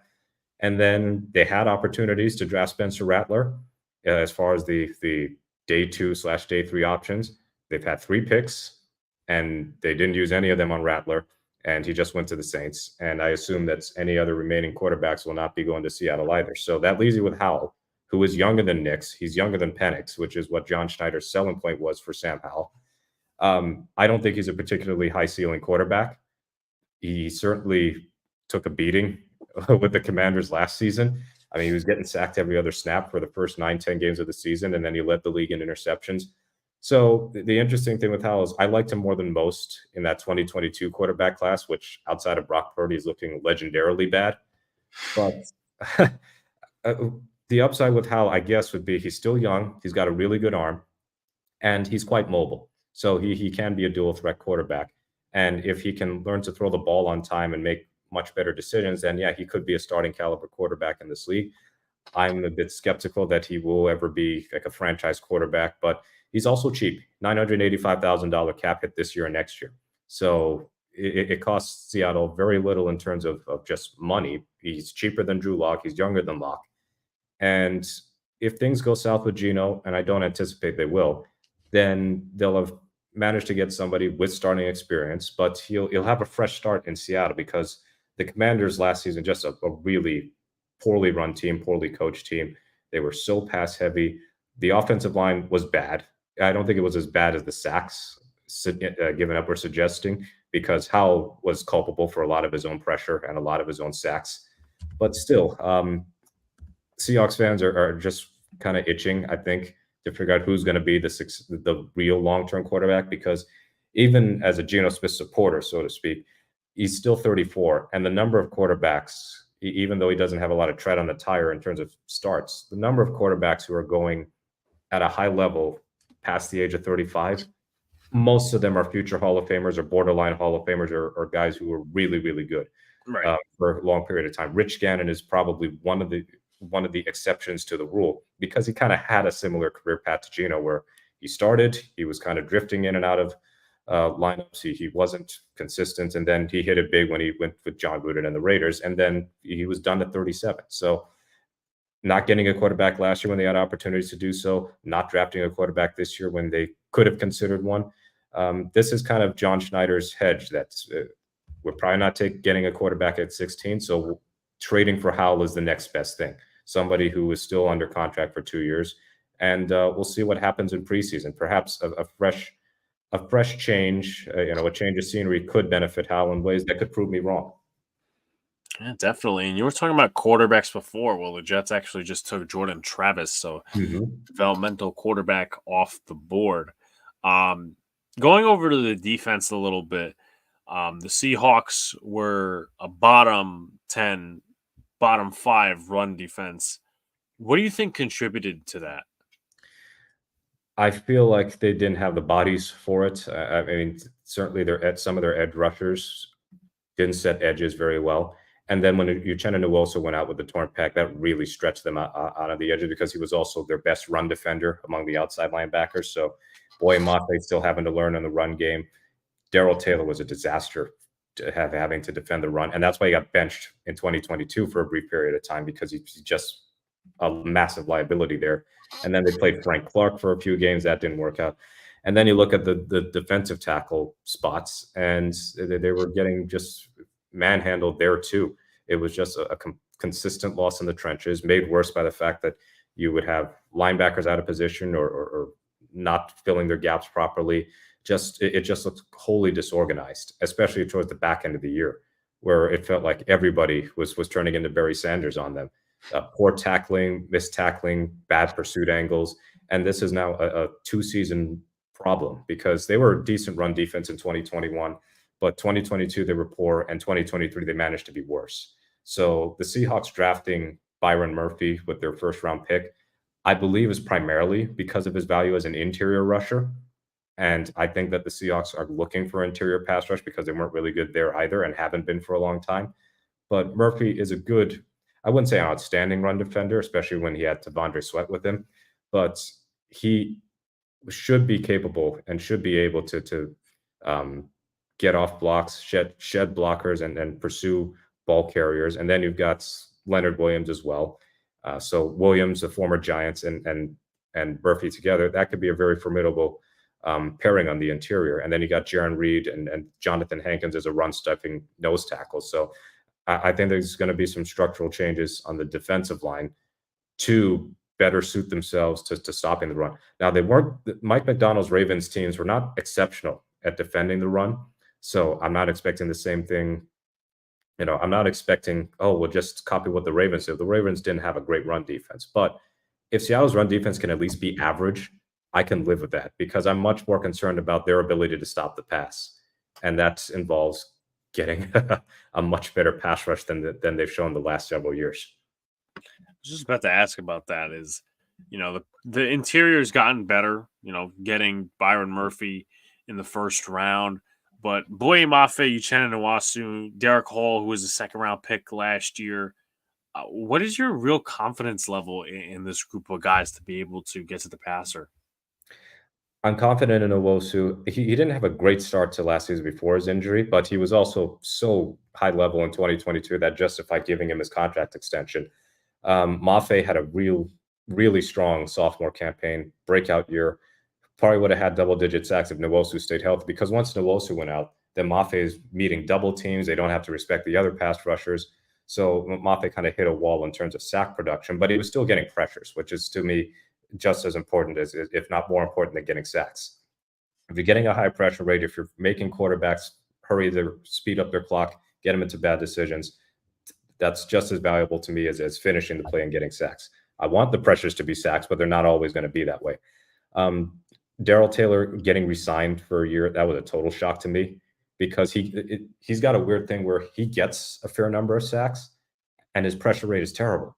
So he doesn't get to the quarterback a lot, but when he does, he turns them into sacks. But I just feel like his discipline is a problem. And then Derek Hall got no sacks and really wasn't much of a factor as a pass rusher. He did have some good run defense snaps, but I think that the Seahawks would be wise to at least add another pass rusher with one of their remaining picks, and they only have 2 left. So we'll see how that goes. Maybe they'll get one in the undrafted free agent ranks. But I think the benefits of drafting Murphy is that it should help the outside rushers. So if you have guys that you have to respect on the inside, whether that be Williams or Murphy, or whether they kick Draymond Jones to the outside or put him back in the interior, then that should open up opportunities for the edge rushers to feast accordingly. So it's kind of like building an inside-out model instead of going outside in, because Seattle spent a lot of draft capital on edge rushers the last few years. Second-round pick Derek Hall, second-round pick Darrell Taylor, second-round pick Boye Mafe. That's all since 2020. So that's a significant amount of draft capital for not overly impressive results. So adding that blue-chip defensive interior prospects and Byron Murphy, I think should benefit everybody on the defensive line, including the edge rushers. Definitely. I guess final thing before we wrap up, strengths, weaknesses, and then where can people find you in your work? Strengths on offenses. I wish we had multiple offenses. Strengths on offense. I really love Kenneth Walker, and hopefully if the blocking improves, then he won't have to bounce outside as much as he does.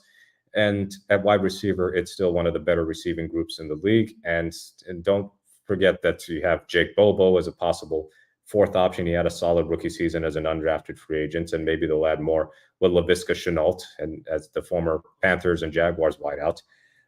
Quarterback Geno Smith, I think he's going to have a better season than he did last year. And the offense under Grubb should be at least competent, if not more consistent than we saw with Shane Waldron in 2023. It all hinges upon the health of the offensive line and whether they can improve at both guard spots and at center, because, of course, all 3 starters from last year are gone. Defense, on the weaknesses on the offense would, of course, be the offensive line, because it's just a question mark, and you're going to have a lot of inexperience there, but presumably with Oluwatimi starting at center, it's his second season, and then Christian Haynes might start, and he would be a rookie. And even if he doesn't start, then Anthony Bradford's a second-year player, and he doesn't have a lot of starts under his belt. On defense, the strength has got to be cornerback because of Devin Witherspoon. Rick Willen, I think, will get back to his to closer to his rookie form than his penalty-heavy tackle missed tackle mistakes in 2023. So you have those two. They're going to have Trey Brown probably starting again at the outside. So I think cornerback's going to be fine. I really like the defensive line now that they've added Murphy. Weaknesses, really concerned about the linebacker depth. And they drafted Tyrus Knight from UTEP in the 4th round, but still, their linebacker depth consists of Tyrell Dodson, who wasn't a starter in Buffalo, Jerome Baker, who was a starter in Miami, but is coming off an injury-riddled season. And then you get to Knight, a rookie, and then a lot of other guys who are going to be fighting for a roster spot. So I wish they would have invested more in linebacker than they actually did. And then at the safety spots, 2 new safeties, Jamal Adams and Quandre Diggs are gone. You got Julian Love, the former Giant, in. And Love, I think, had an up-and-down season in his first year with Seattle. Certainly better moments towards the end of the year than he did at the start of the year. And then Rayshon Jenkins, free agent signing from the Jacksonville Jaguars. So you've got those 2 at safety, but again, not a lot of even proven depth there. Kayvon Wallace would be the other notable veteran safety there. So safety and linebacker are 2 areas where I've got some concern about the Seahawks in the short term and possibly the long term, given that they don't have a lot of players under contract at those positions beyond the end of this season. So we'll see how that goes and what Mike McDonald and his defensive coaching staff can do with revamping a defense that has just not been good enough for the majority of the post-Legion of Boom years. Definitely. So appreciate you coming on, man, talking your talk. I don't think the Giants played the Seahawks this year, right?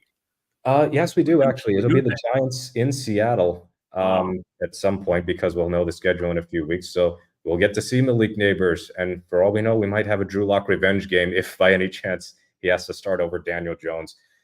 So I think, yeah, we only play one NFC East team this year. And because the Giants and Seahawks both finished 3rd, we will see the Giants in Seattle at some point later on in this season.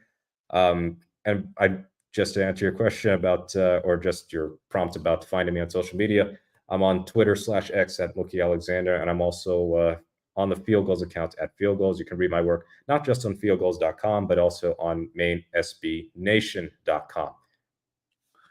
Mookie, appreciate you coming on, man, taking time out of your day for a day 3 draft discussion, and we shall talk when the Giants play the Seahawks later this season. All right. Good talking to you again, Alex. I appreciate it, Mookie. All right. So the Giants took Tyrese Knight, but the Jets also took they took Jordan Travis, which, I kind of expect that a little bit. That's a good pick. I give the Jets credit. They took Jordan Travis. They also took Isaiah Davis, a running back from South Dakota State. So that's a bit of an interesting pick. He plays specials, so that's just the way I see things, at least. The Giants are up in a few picks. The Jets have 2 picks after Dallas.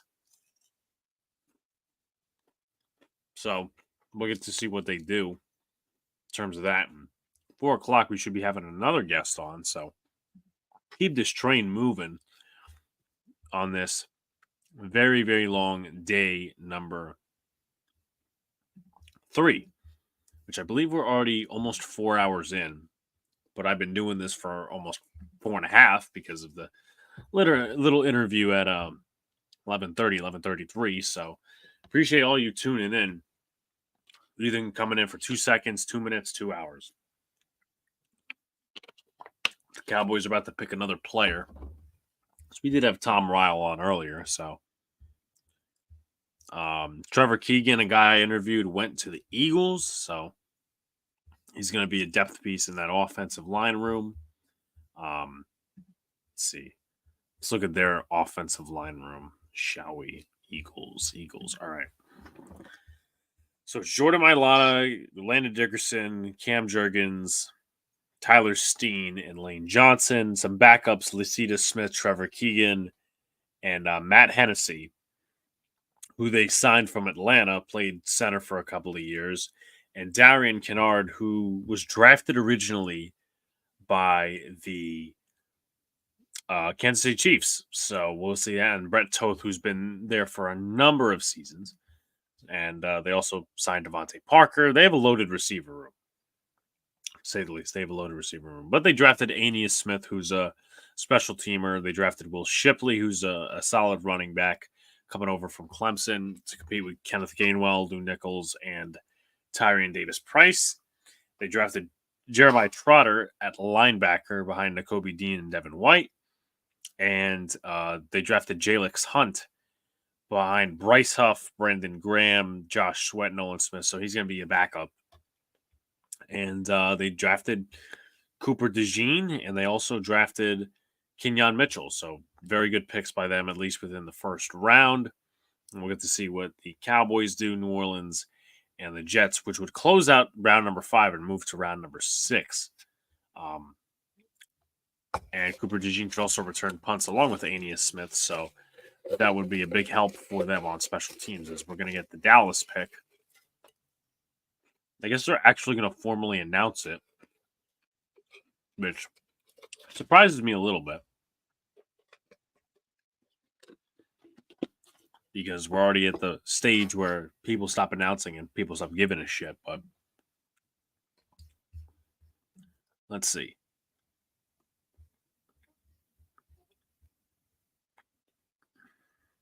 Also, I'm surprised the Jets haven't taken a depth tackle or a depth guard, but that could be next on their radar.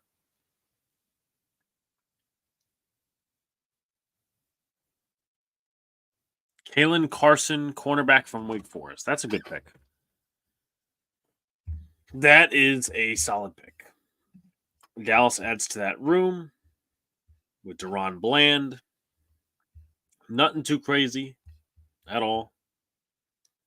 Deron Bland, Nashin Wright, Trayvon Diggs, Eric Scott, Jordan Lewis. So 8 pass breakups in 2023.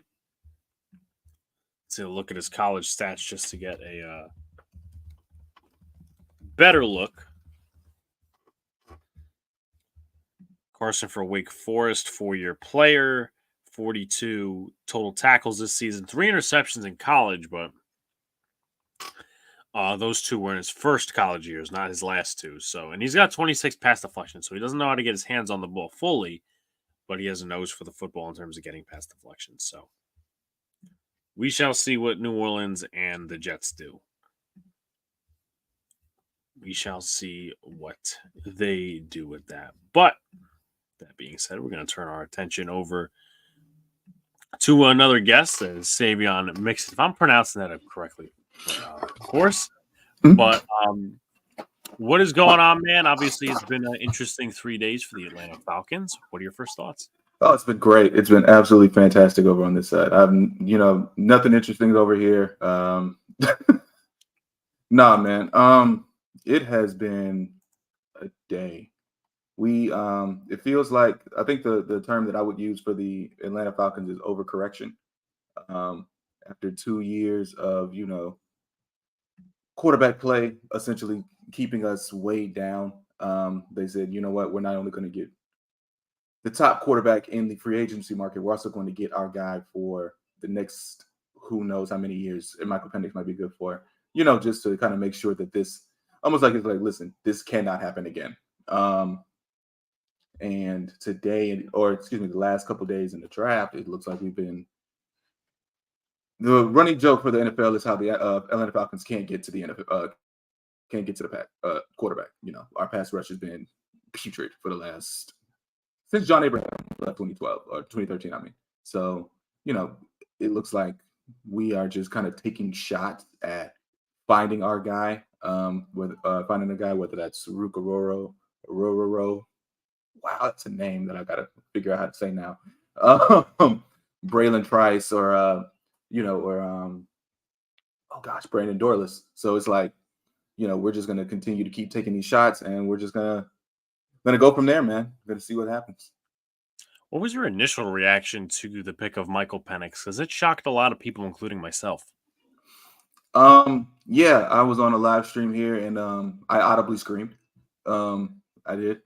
In fact, like, oh no, because I've always said that, I would be fine with whoever Falcons pick. It didn't matter. But I can say that with that, I was taken aback because that's just not how you build nowadays. When it comes to quarterback contracts, you kind of want to maximize the rookie contract as much as possible, and we just simply were like, nah, we'll just get our guy, and just let him sit, which I'm not opposed to, but at 8, that's just a little rich for me. Yeah, definitely. So Raheem Morris returns to Atlanta, and he was obviously an interim head coach beforehand when they fired Dan Quinn.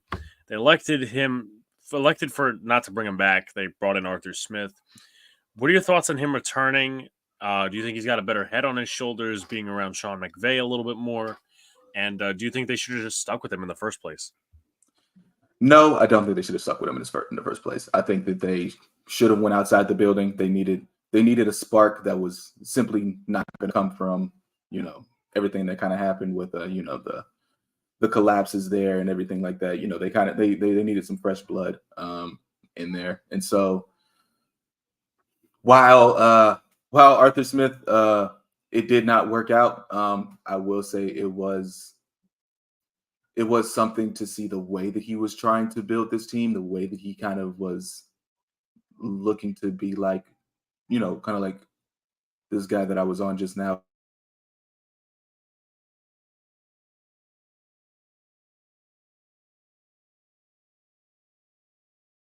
Trailblazer of this quote unquote positionless type. Sorry, my network is a little shoddy. Right. But yeah, this positionless football that he was trying to, kind of champion and everything.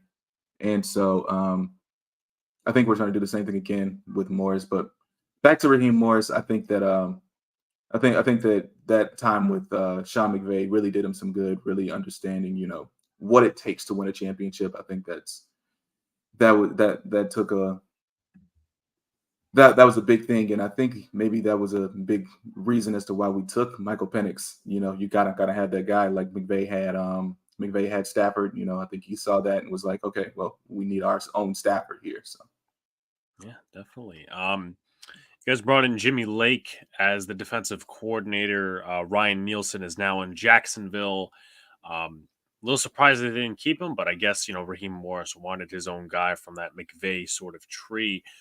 Is there any difference that you can spot? And I know we haven't hit the field yet. Is there any difference in philosophy between the two? So Nielsen was very multiple.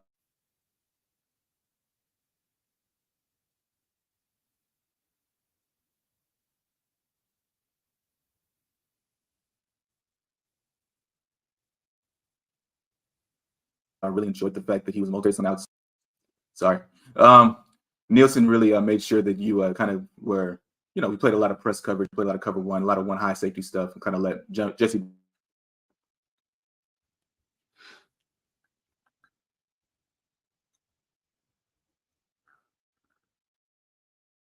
Morris, and we're going to go. We don't have that other safety necessarily.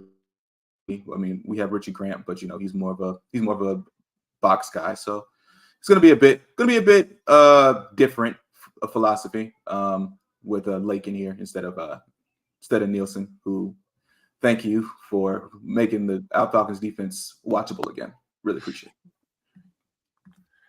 Moving over to the offensive side of the ball, is there any, besides the utilization of Kyle Pitts and Bijan Robinson, is there or lack thereof? Is there another emphasis that Zach Robinson's going to bring to this offense? So I thought they were going to add another receiver here. I thought it was going to be something that I was going to be able to talk about a little bit. But with the guys that they have, there's going to be an emphasis on stretching the field horizontally. And I think that's why you get a guy like Rondale Moore from Arizona. That's why you have a guy like Darnell Mooney who can kind of work underneath, who can find that separation, can work the zones and whatnot. And of course, you have Drake London, who is a power slot in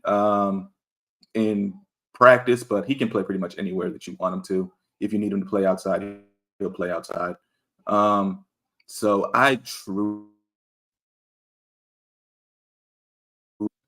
us use a ton of motion. I won't say like to the point of like McVay or like what's his name, McDaniel, but I think we're going to see a lot of stretching the defense and finding those holes for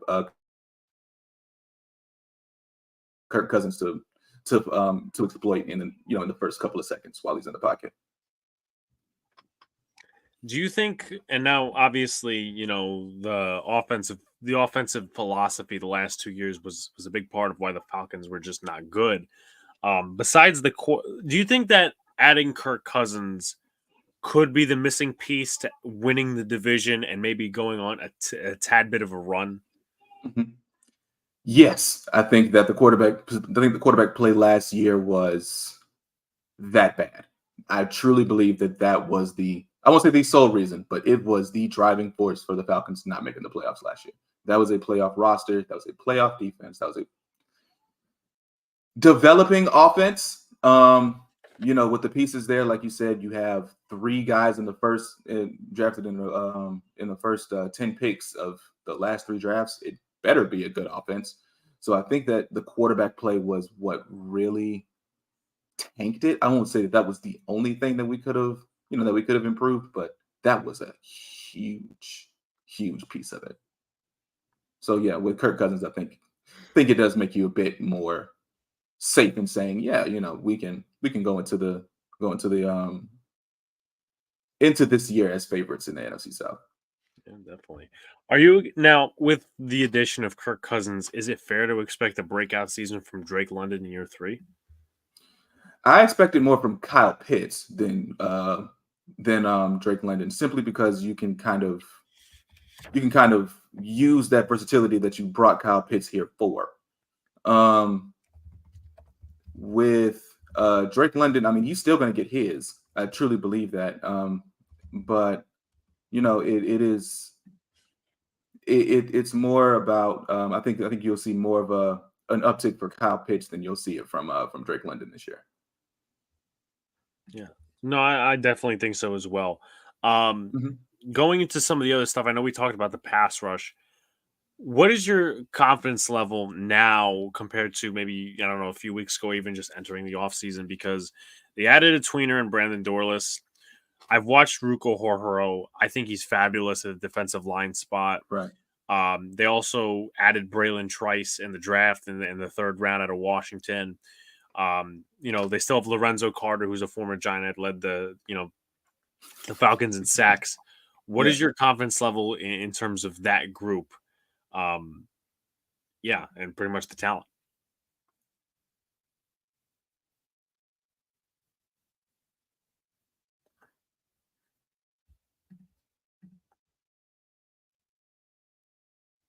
So I believe what's going on with my computer. I'm sorry. I believe in the short term, my confidence level is around 6, which is high for the Falcons because it usually goes around a 4.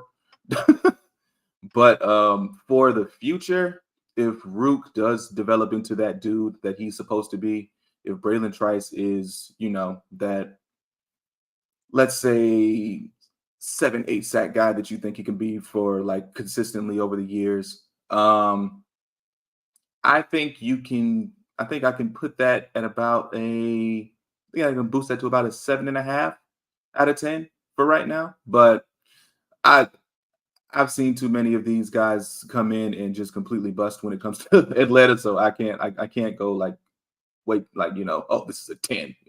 I can't do that yet. Yeah, definitely. Mm-hmm. And if I'm not mistaken, AJ Terrell's on a contract extension this year. Does his play warrant a contract extension, and if so, why?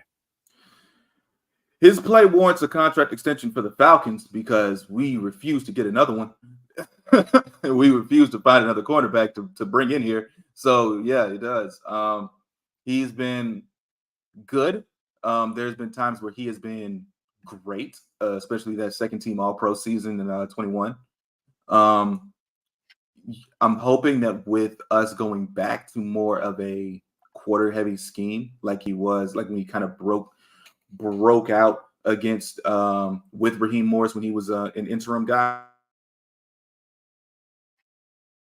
I'm I'm hoping that will kind of, make it to where AJ Terrell is that bona fide number one guy, and then you can say, oh yeah, we can pay you whatever you like. But right now you still do it because you have nothing else. But I guess it's just nothing but wait and see when it comes to how he looks in this scheme. Definitely. Strengths and weaknesses as far as the Atlanta Falcons go. And I know they have 2 straight picks coming up at some point in the 6th round, but it's probably going to be just filled by depth. Strengths and weaknesses. Strength. You can say the quarterback position is a strength. If not now, then for a while now. Yeah, you could say you could say that strengths would be being able to keep the football, score the football, throw the ball, run the ball with Tyler Algier and freaking Bijan Robinson in the backfield. Strengths is definitely the offensive line. You have Chris Lindstrom and Matthew Bergeron showed some really good things. If he continues to grow, that could possibly be the best guard tandem that we have in the league. Weaknesses, defense, quite honestly. Weaknesses, don't know who cornerback 2 is right now. You could say Clark Phillips, but Clark Phillips is my height, and I'm not that tall. I'd say I'm like 5'10". I'm sorry. With the way that teams are stacking up a receiver, I don't know if you can just you can rely on that. Pass rush. Yeah, we added, all these guys, but these all feel like developmental guys. There's no day one starter when it comes to pass rush right now. So I still call pass rush as a weakness. And quite frankly, that other safety spot, who do you have other than Jesse Bates? Because don't get me wrong, Jesse Bates is incredible. He completely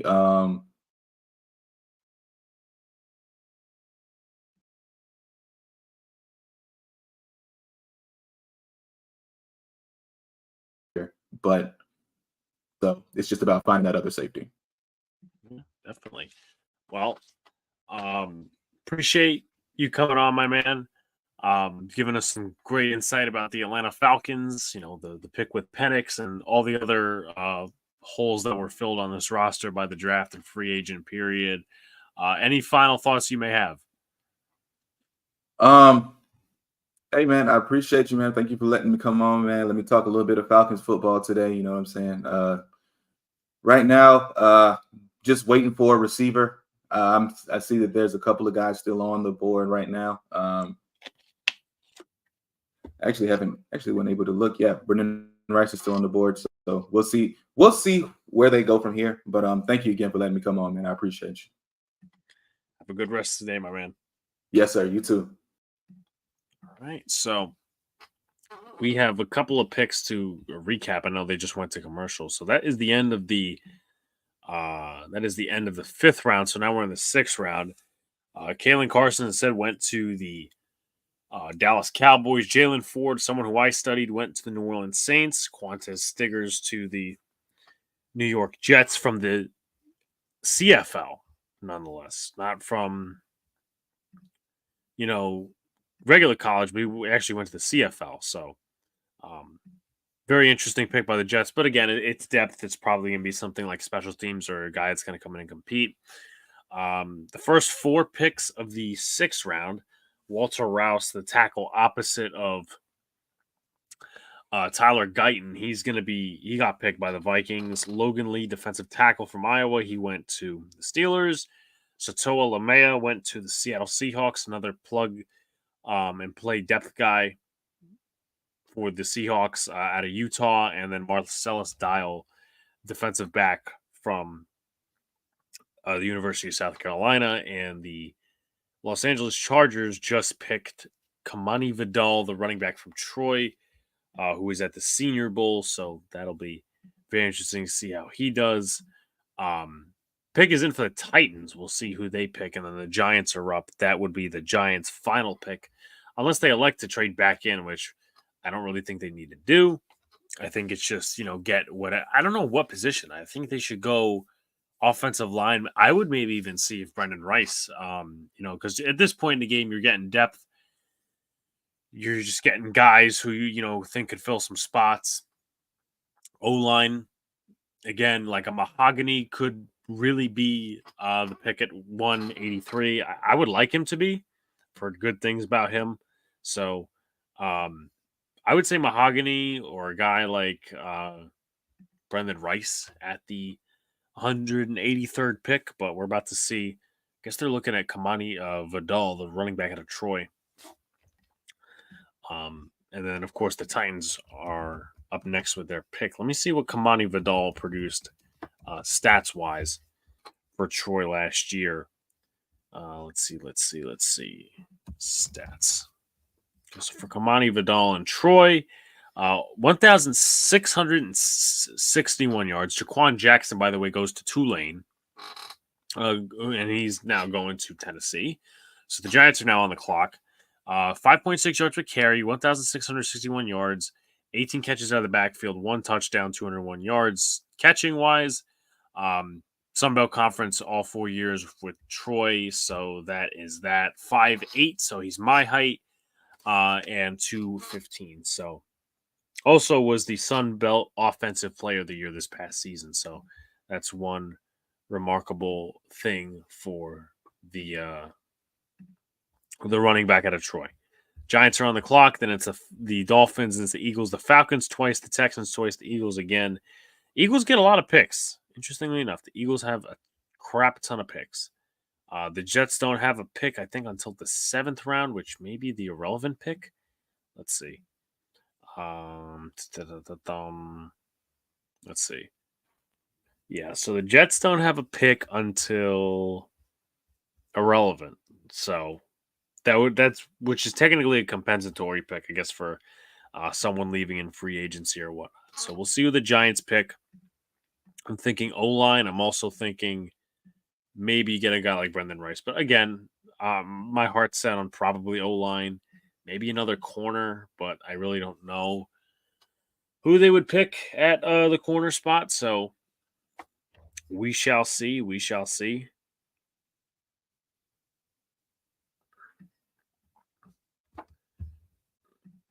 Thank you all for joining me today. It's been a very, very long day number 3, as it usually is.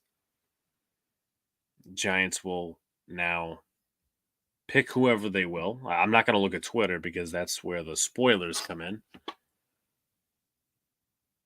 Linebacker Darius Mussau, UCLA.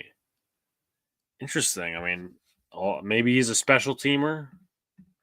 Let's take a look at this guy's scouting report. If we have one here, I know the NFL has one. All right. Okay. Let's see. UCLA scouting report. Okay. So positives and negatives. Has upside as a pass rusher. Good instincts as a run defender. Knows when to pick his spots and shoot gaps. Can hold down against tight ends and weaker offensive linemen and inside runs. Good eye discipline and peripheral vision and zone coverage. Upside as a pass rusher. Negatives, not great athletic score and has a habit of taking on blocks square and has short arms, which leads him getting stuck on blocks. But decent pick. I mean, I guess the Giants go the rest of this class without offensive line help, which, we'll see whether that comes back to bite them or not. Whether that comes back to bite them or not. But we shall see. So the pick is in for the Dolphins, and looks like I feel like that's a green screen. Though it might not be, but it could be a green screen.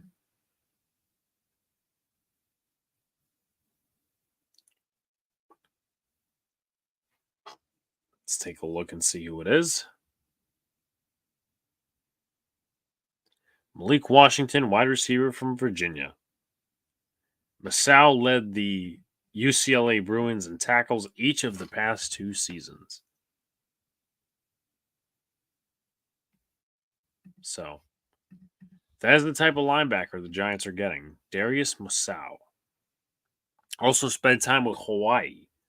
So he's got 5 interceptions, 75 tackles, led Hawaii in tackles in 20 and 21. So that is who they're getting. But interesting pick by the Giants. Interesting pick to say the least. So Malik Washington, and then we'll find out who Philadelphia picks. But the Giants draft class,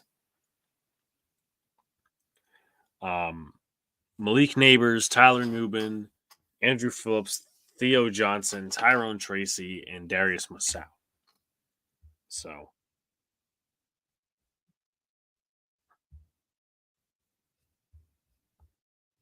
that's as far as the New York Giants draft class goes, and I believe Philly has their pick in, one of the many picks. Luxury, to say the least.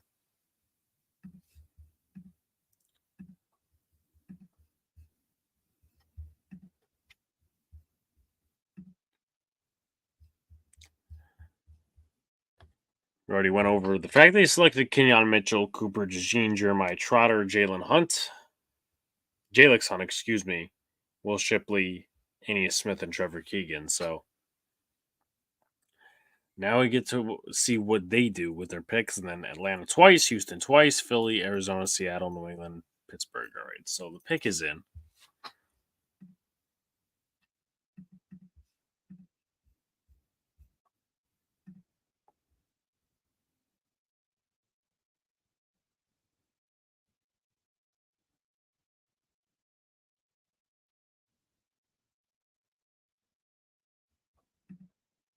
And the Falcons are up next. Eagles will select.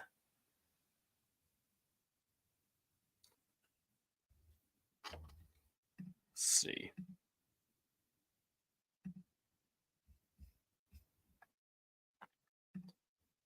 Let's see what Darius Masao does in terms of where his rank is.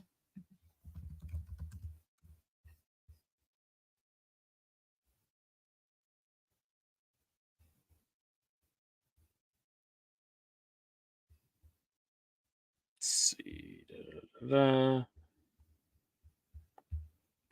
So Draft Buzz ranked him as a 7th round pick. So pretty close. Pretty close. But we should have a guest in the next few minutes from the Titans, but we'll see if that pans out. Atlanta again next. Giants done with their draft. Giants just about done with it. So we're at 16 likes. I know there's not many in the chat, but let's get to 20 if we can.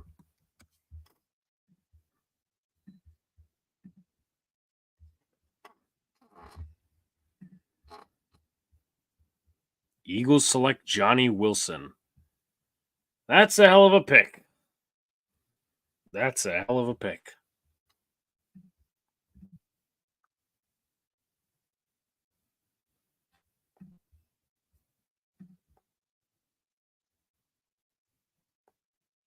The Falcons are now up on the clock, and their pick is in. Well, they have 2 straight picks, so they really don't need to be on the clock.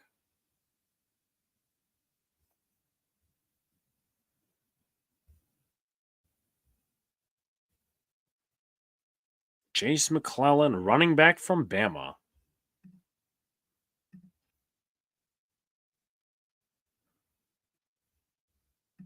So they add that to a core of Tyler Algier, Bijan Robinson, and whoever else may follow.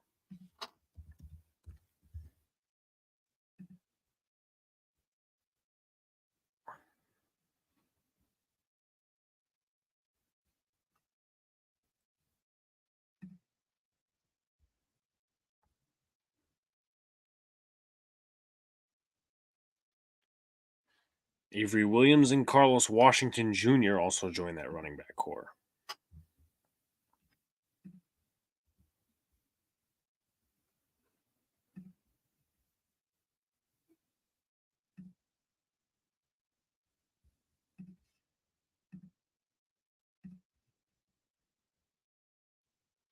Casey Washington, wide receiver, Illinois.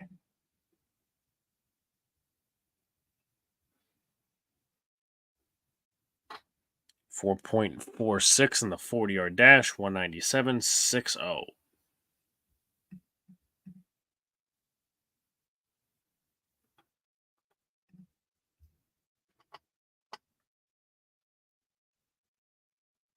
They're looking at the run, rich run, 40-yard dashes.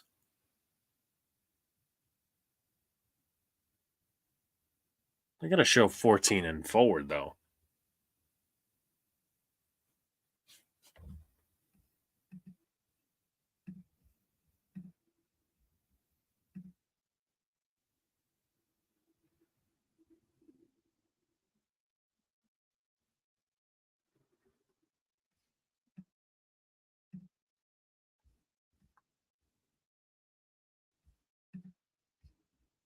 Houston Texans, pick is in.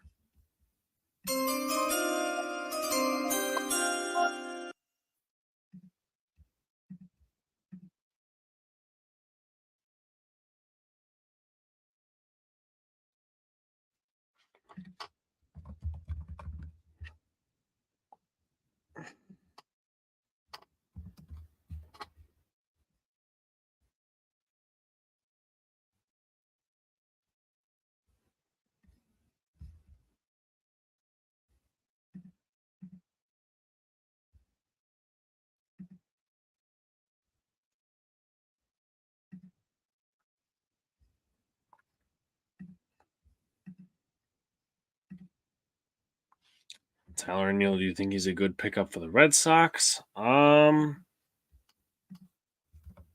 He's a solid outfielder. He's never going to hit for batting average, though. Let's see. Well, he's hitting .311 this year, so that's like 8 home runs, 9 RBIs. Holy crap. He's hitting really well. But years before, he would never hit for average. Let's see if he's on a contract year.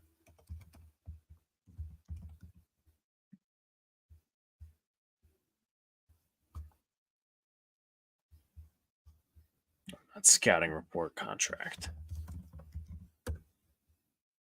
1 year, $5.8 million. So in that case, he's probably just playing for a contract year. But he's hitting well, 8 home runs, 9 RBIs. I mean, it's pretty close proximity.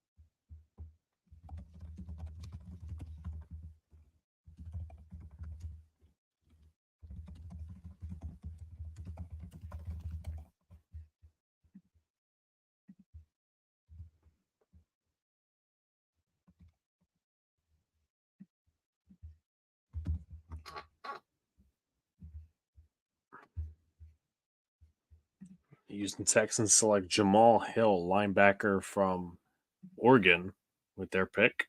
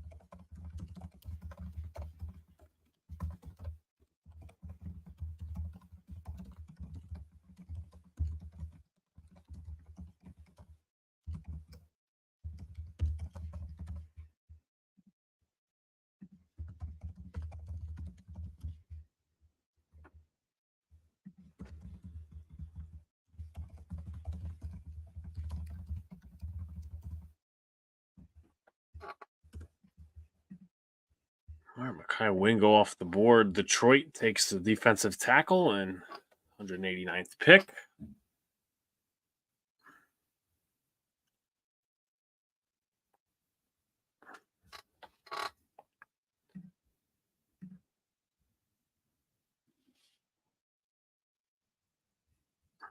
But with that being said, folks, I think I'm going to close it up here because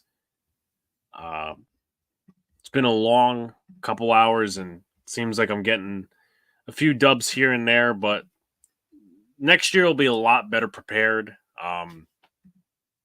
Thankfully, Saivion and all these other different guys that we were able to get on today gave us some good information.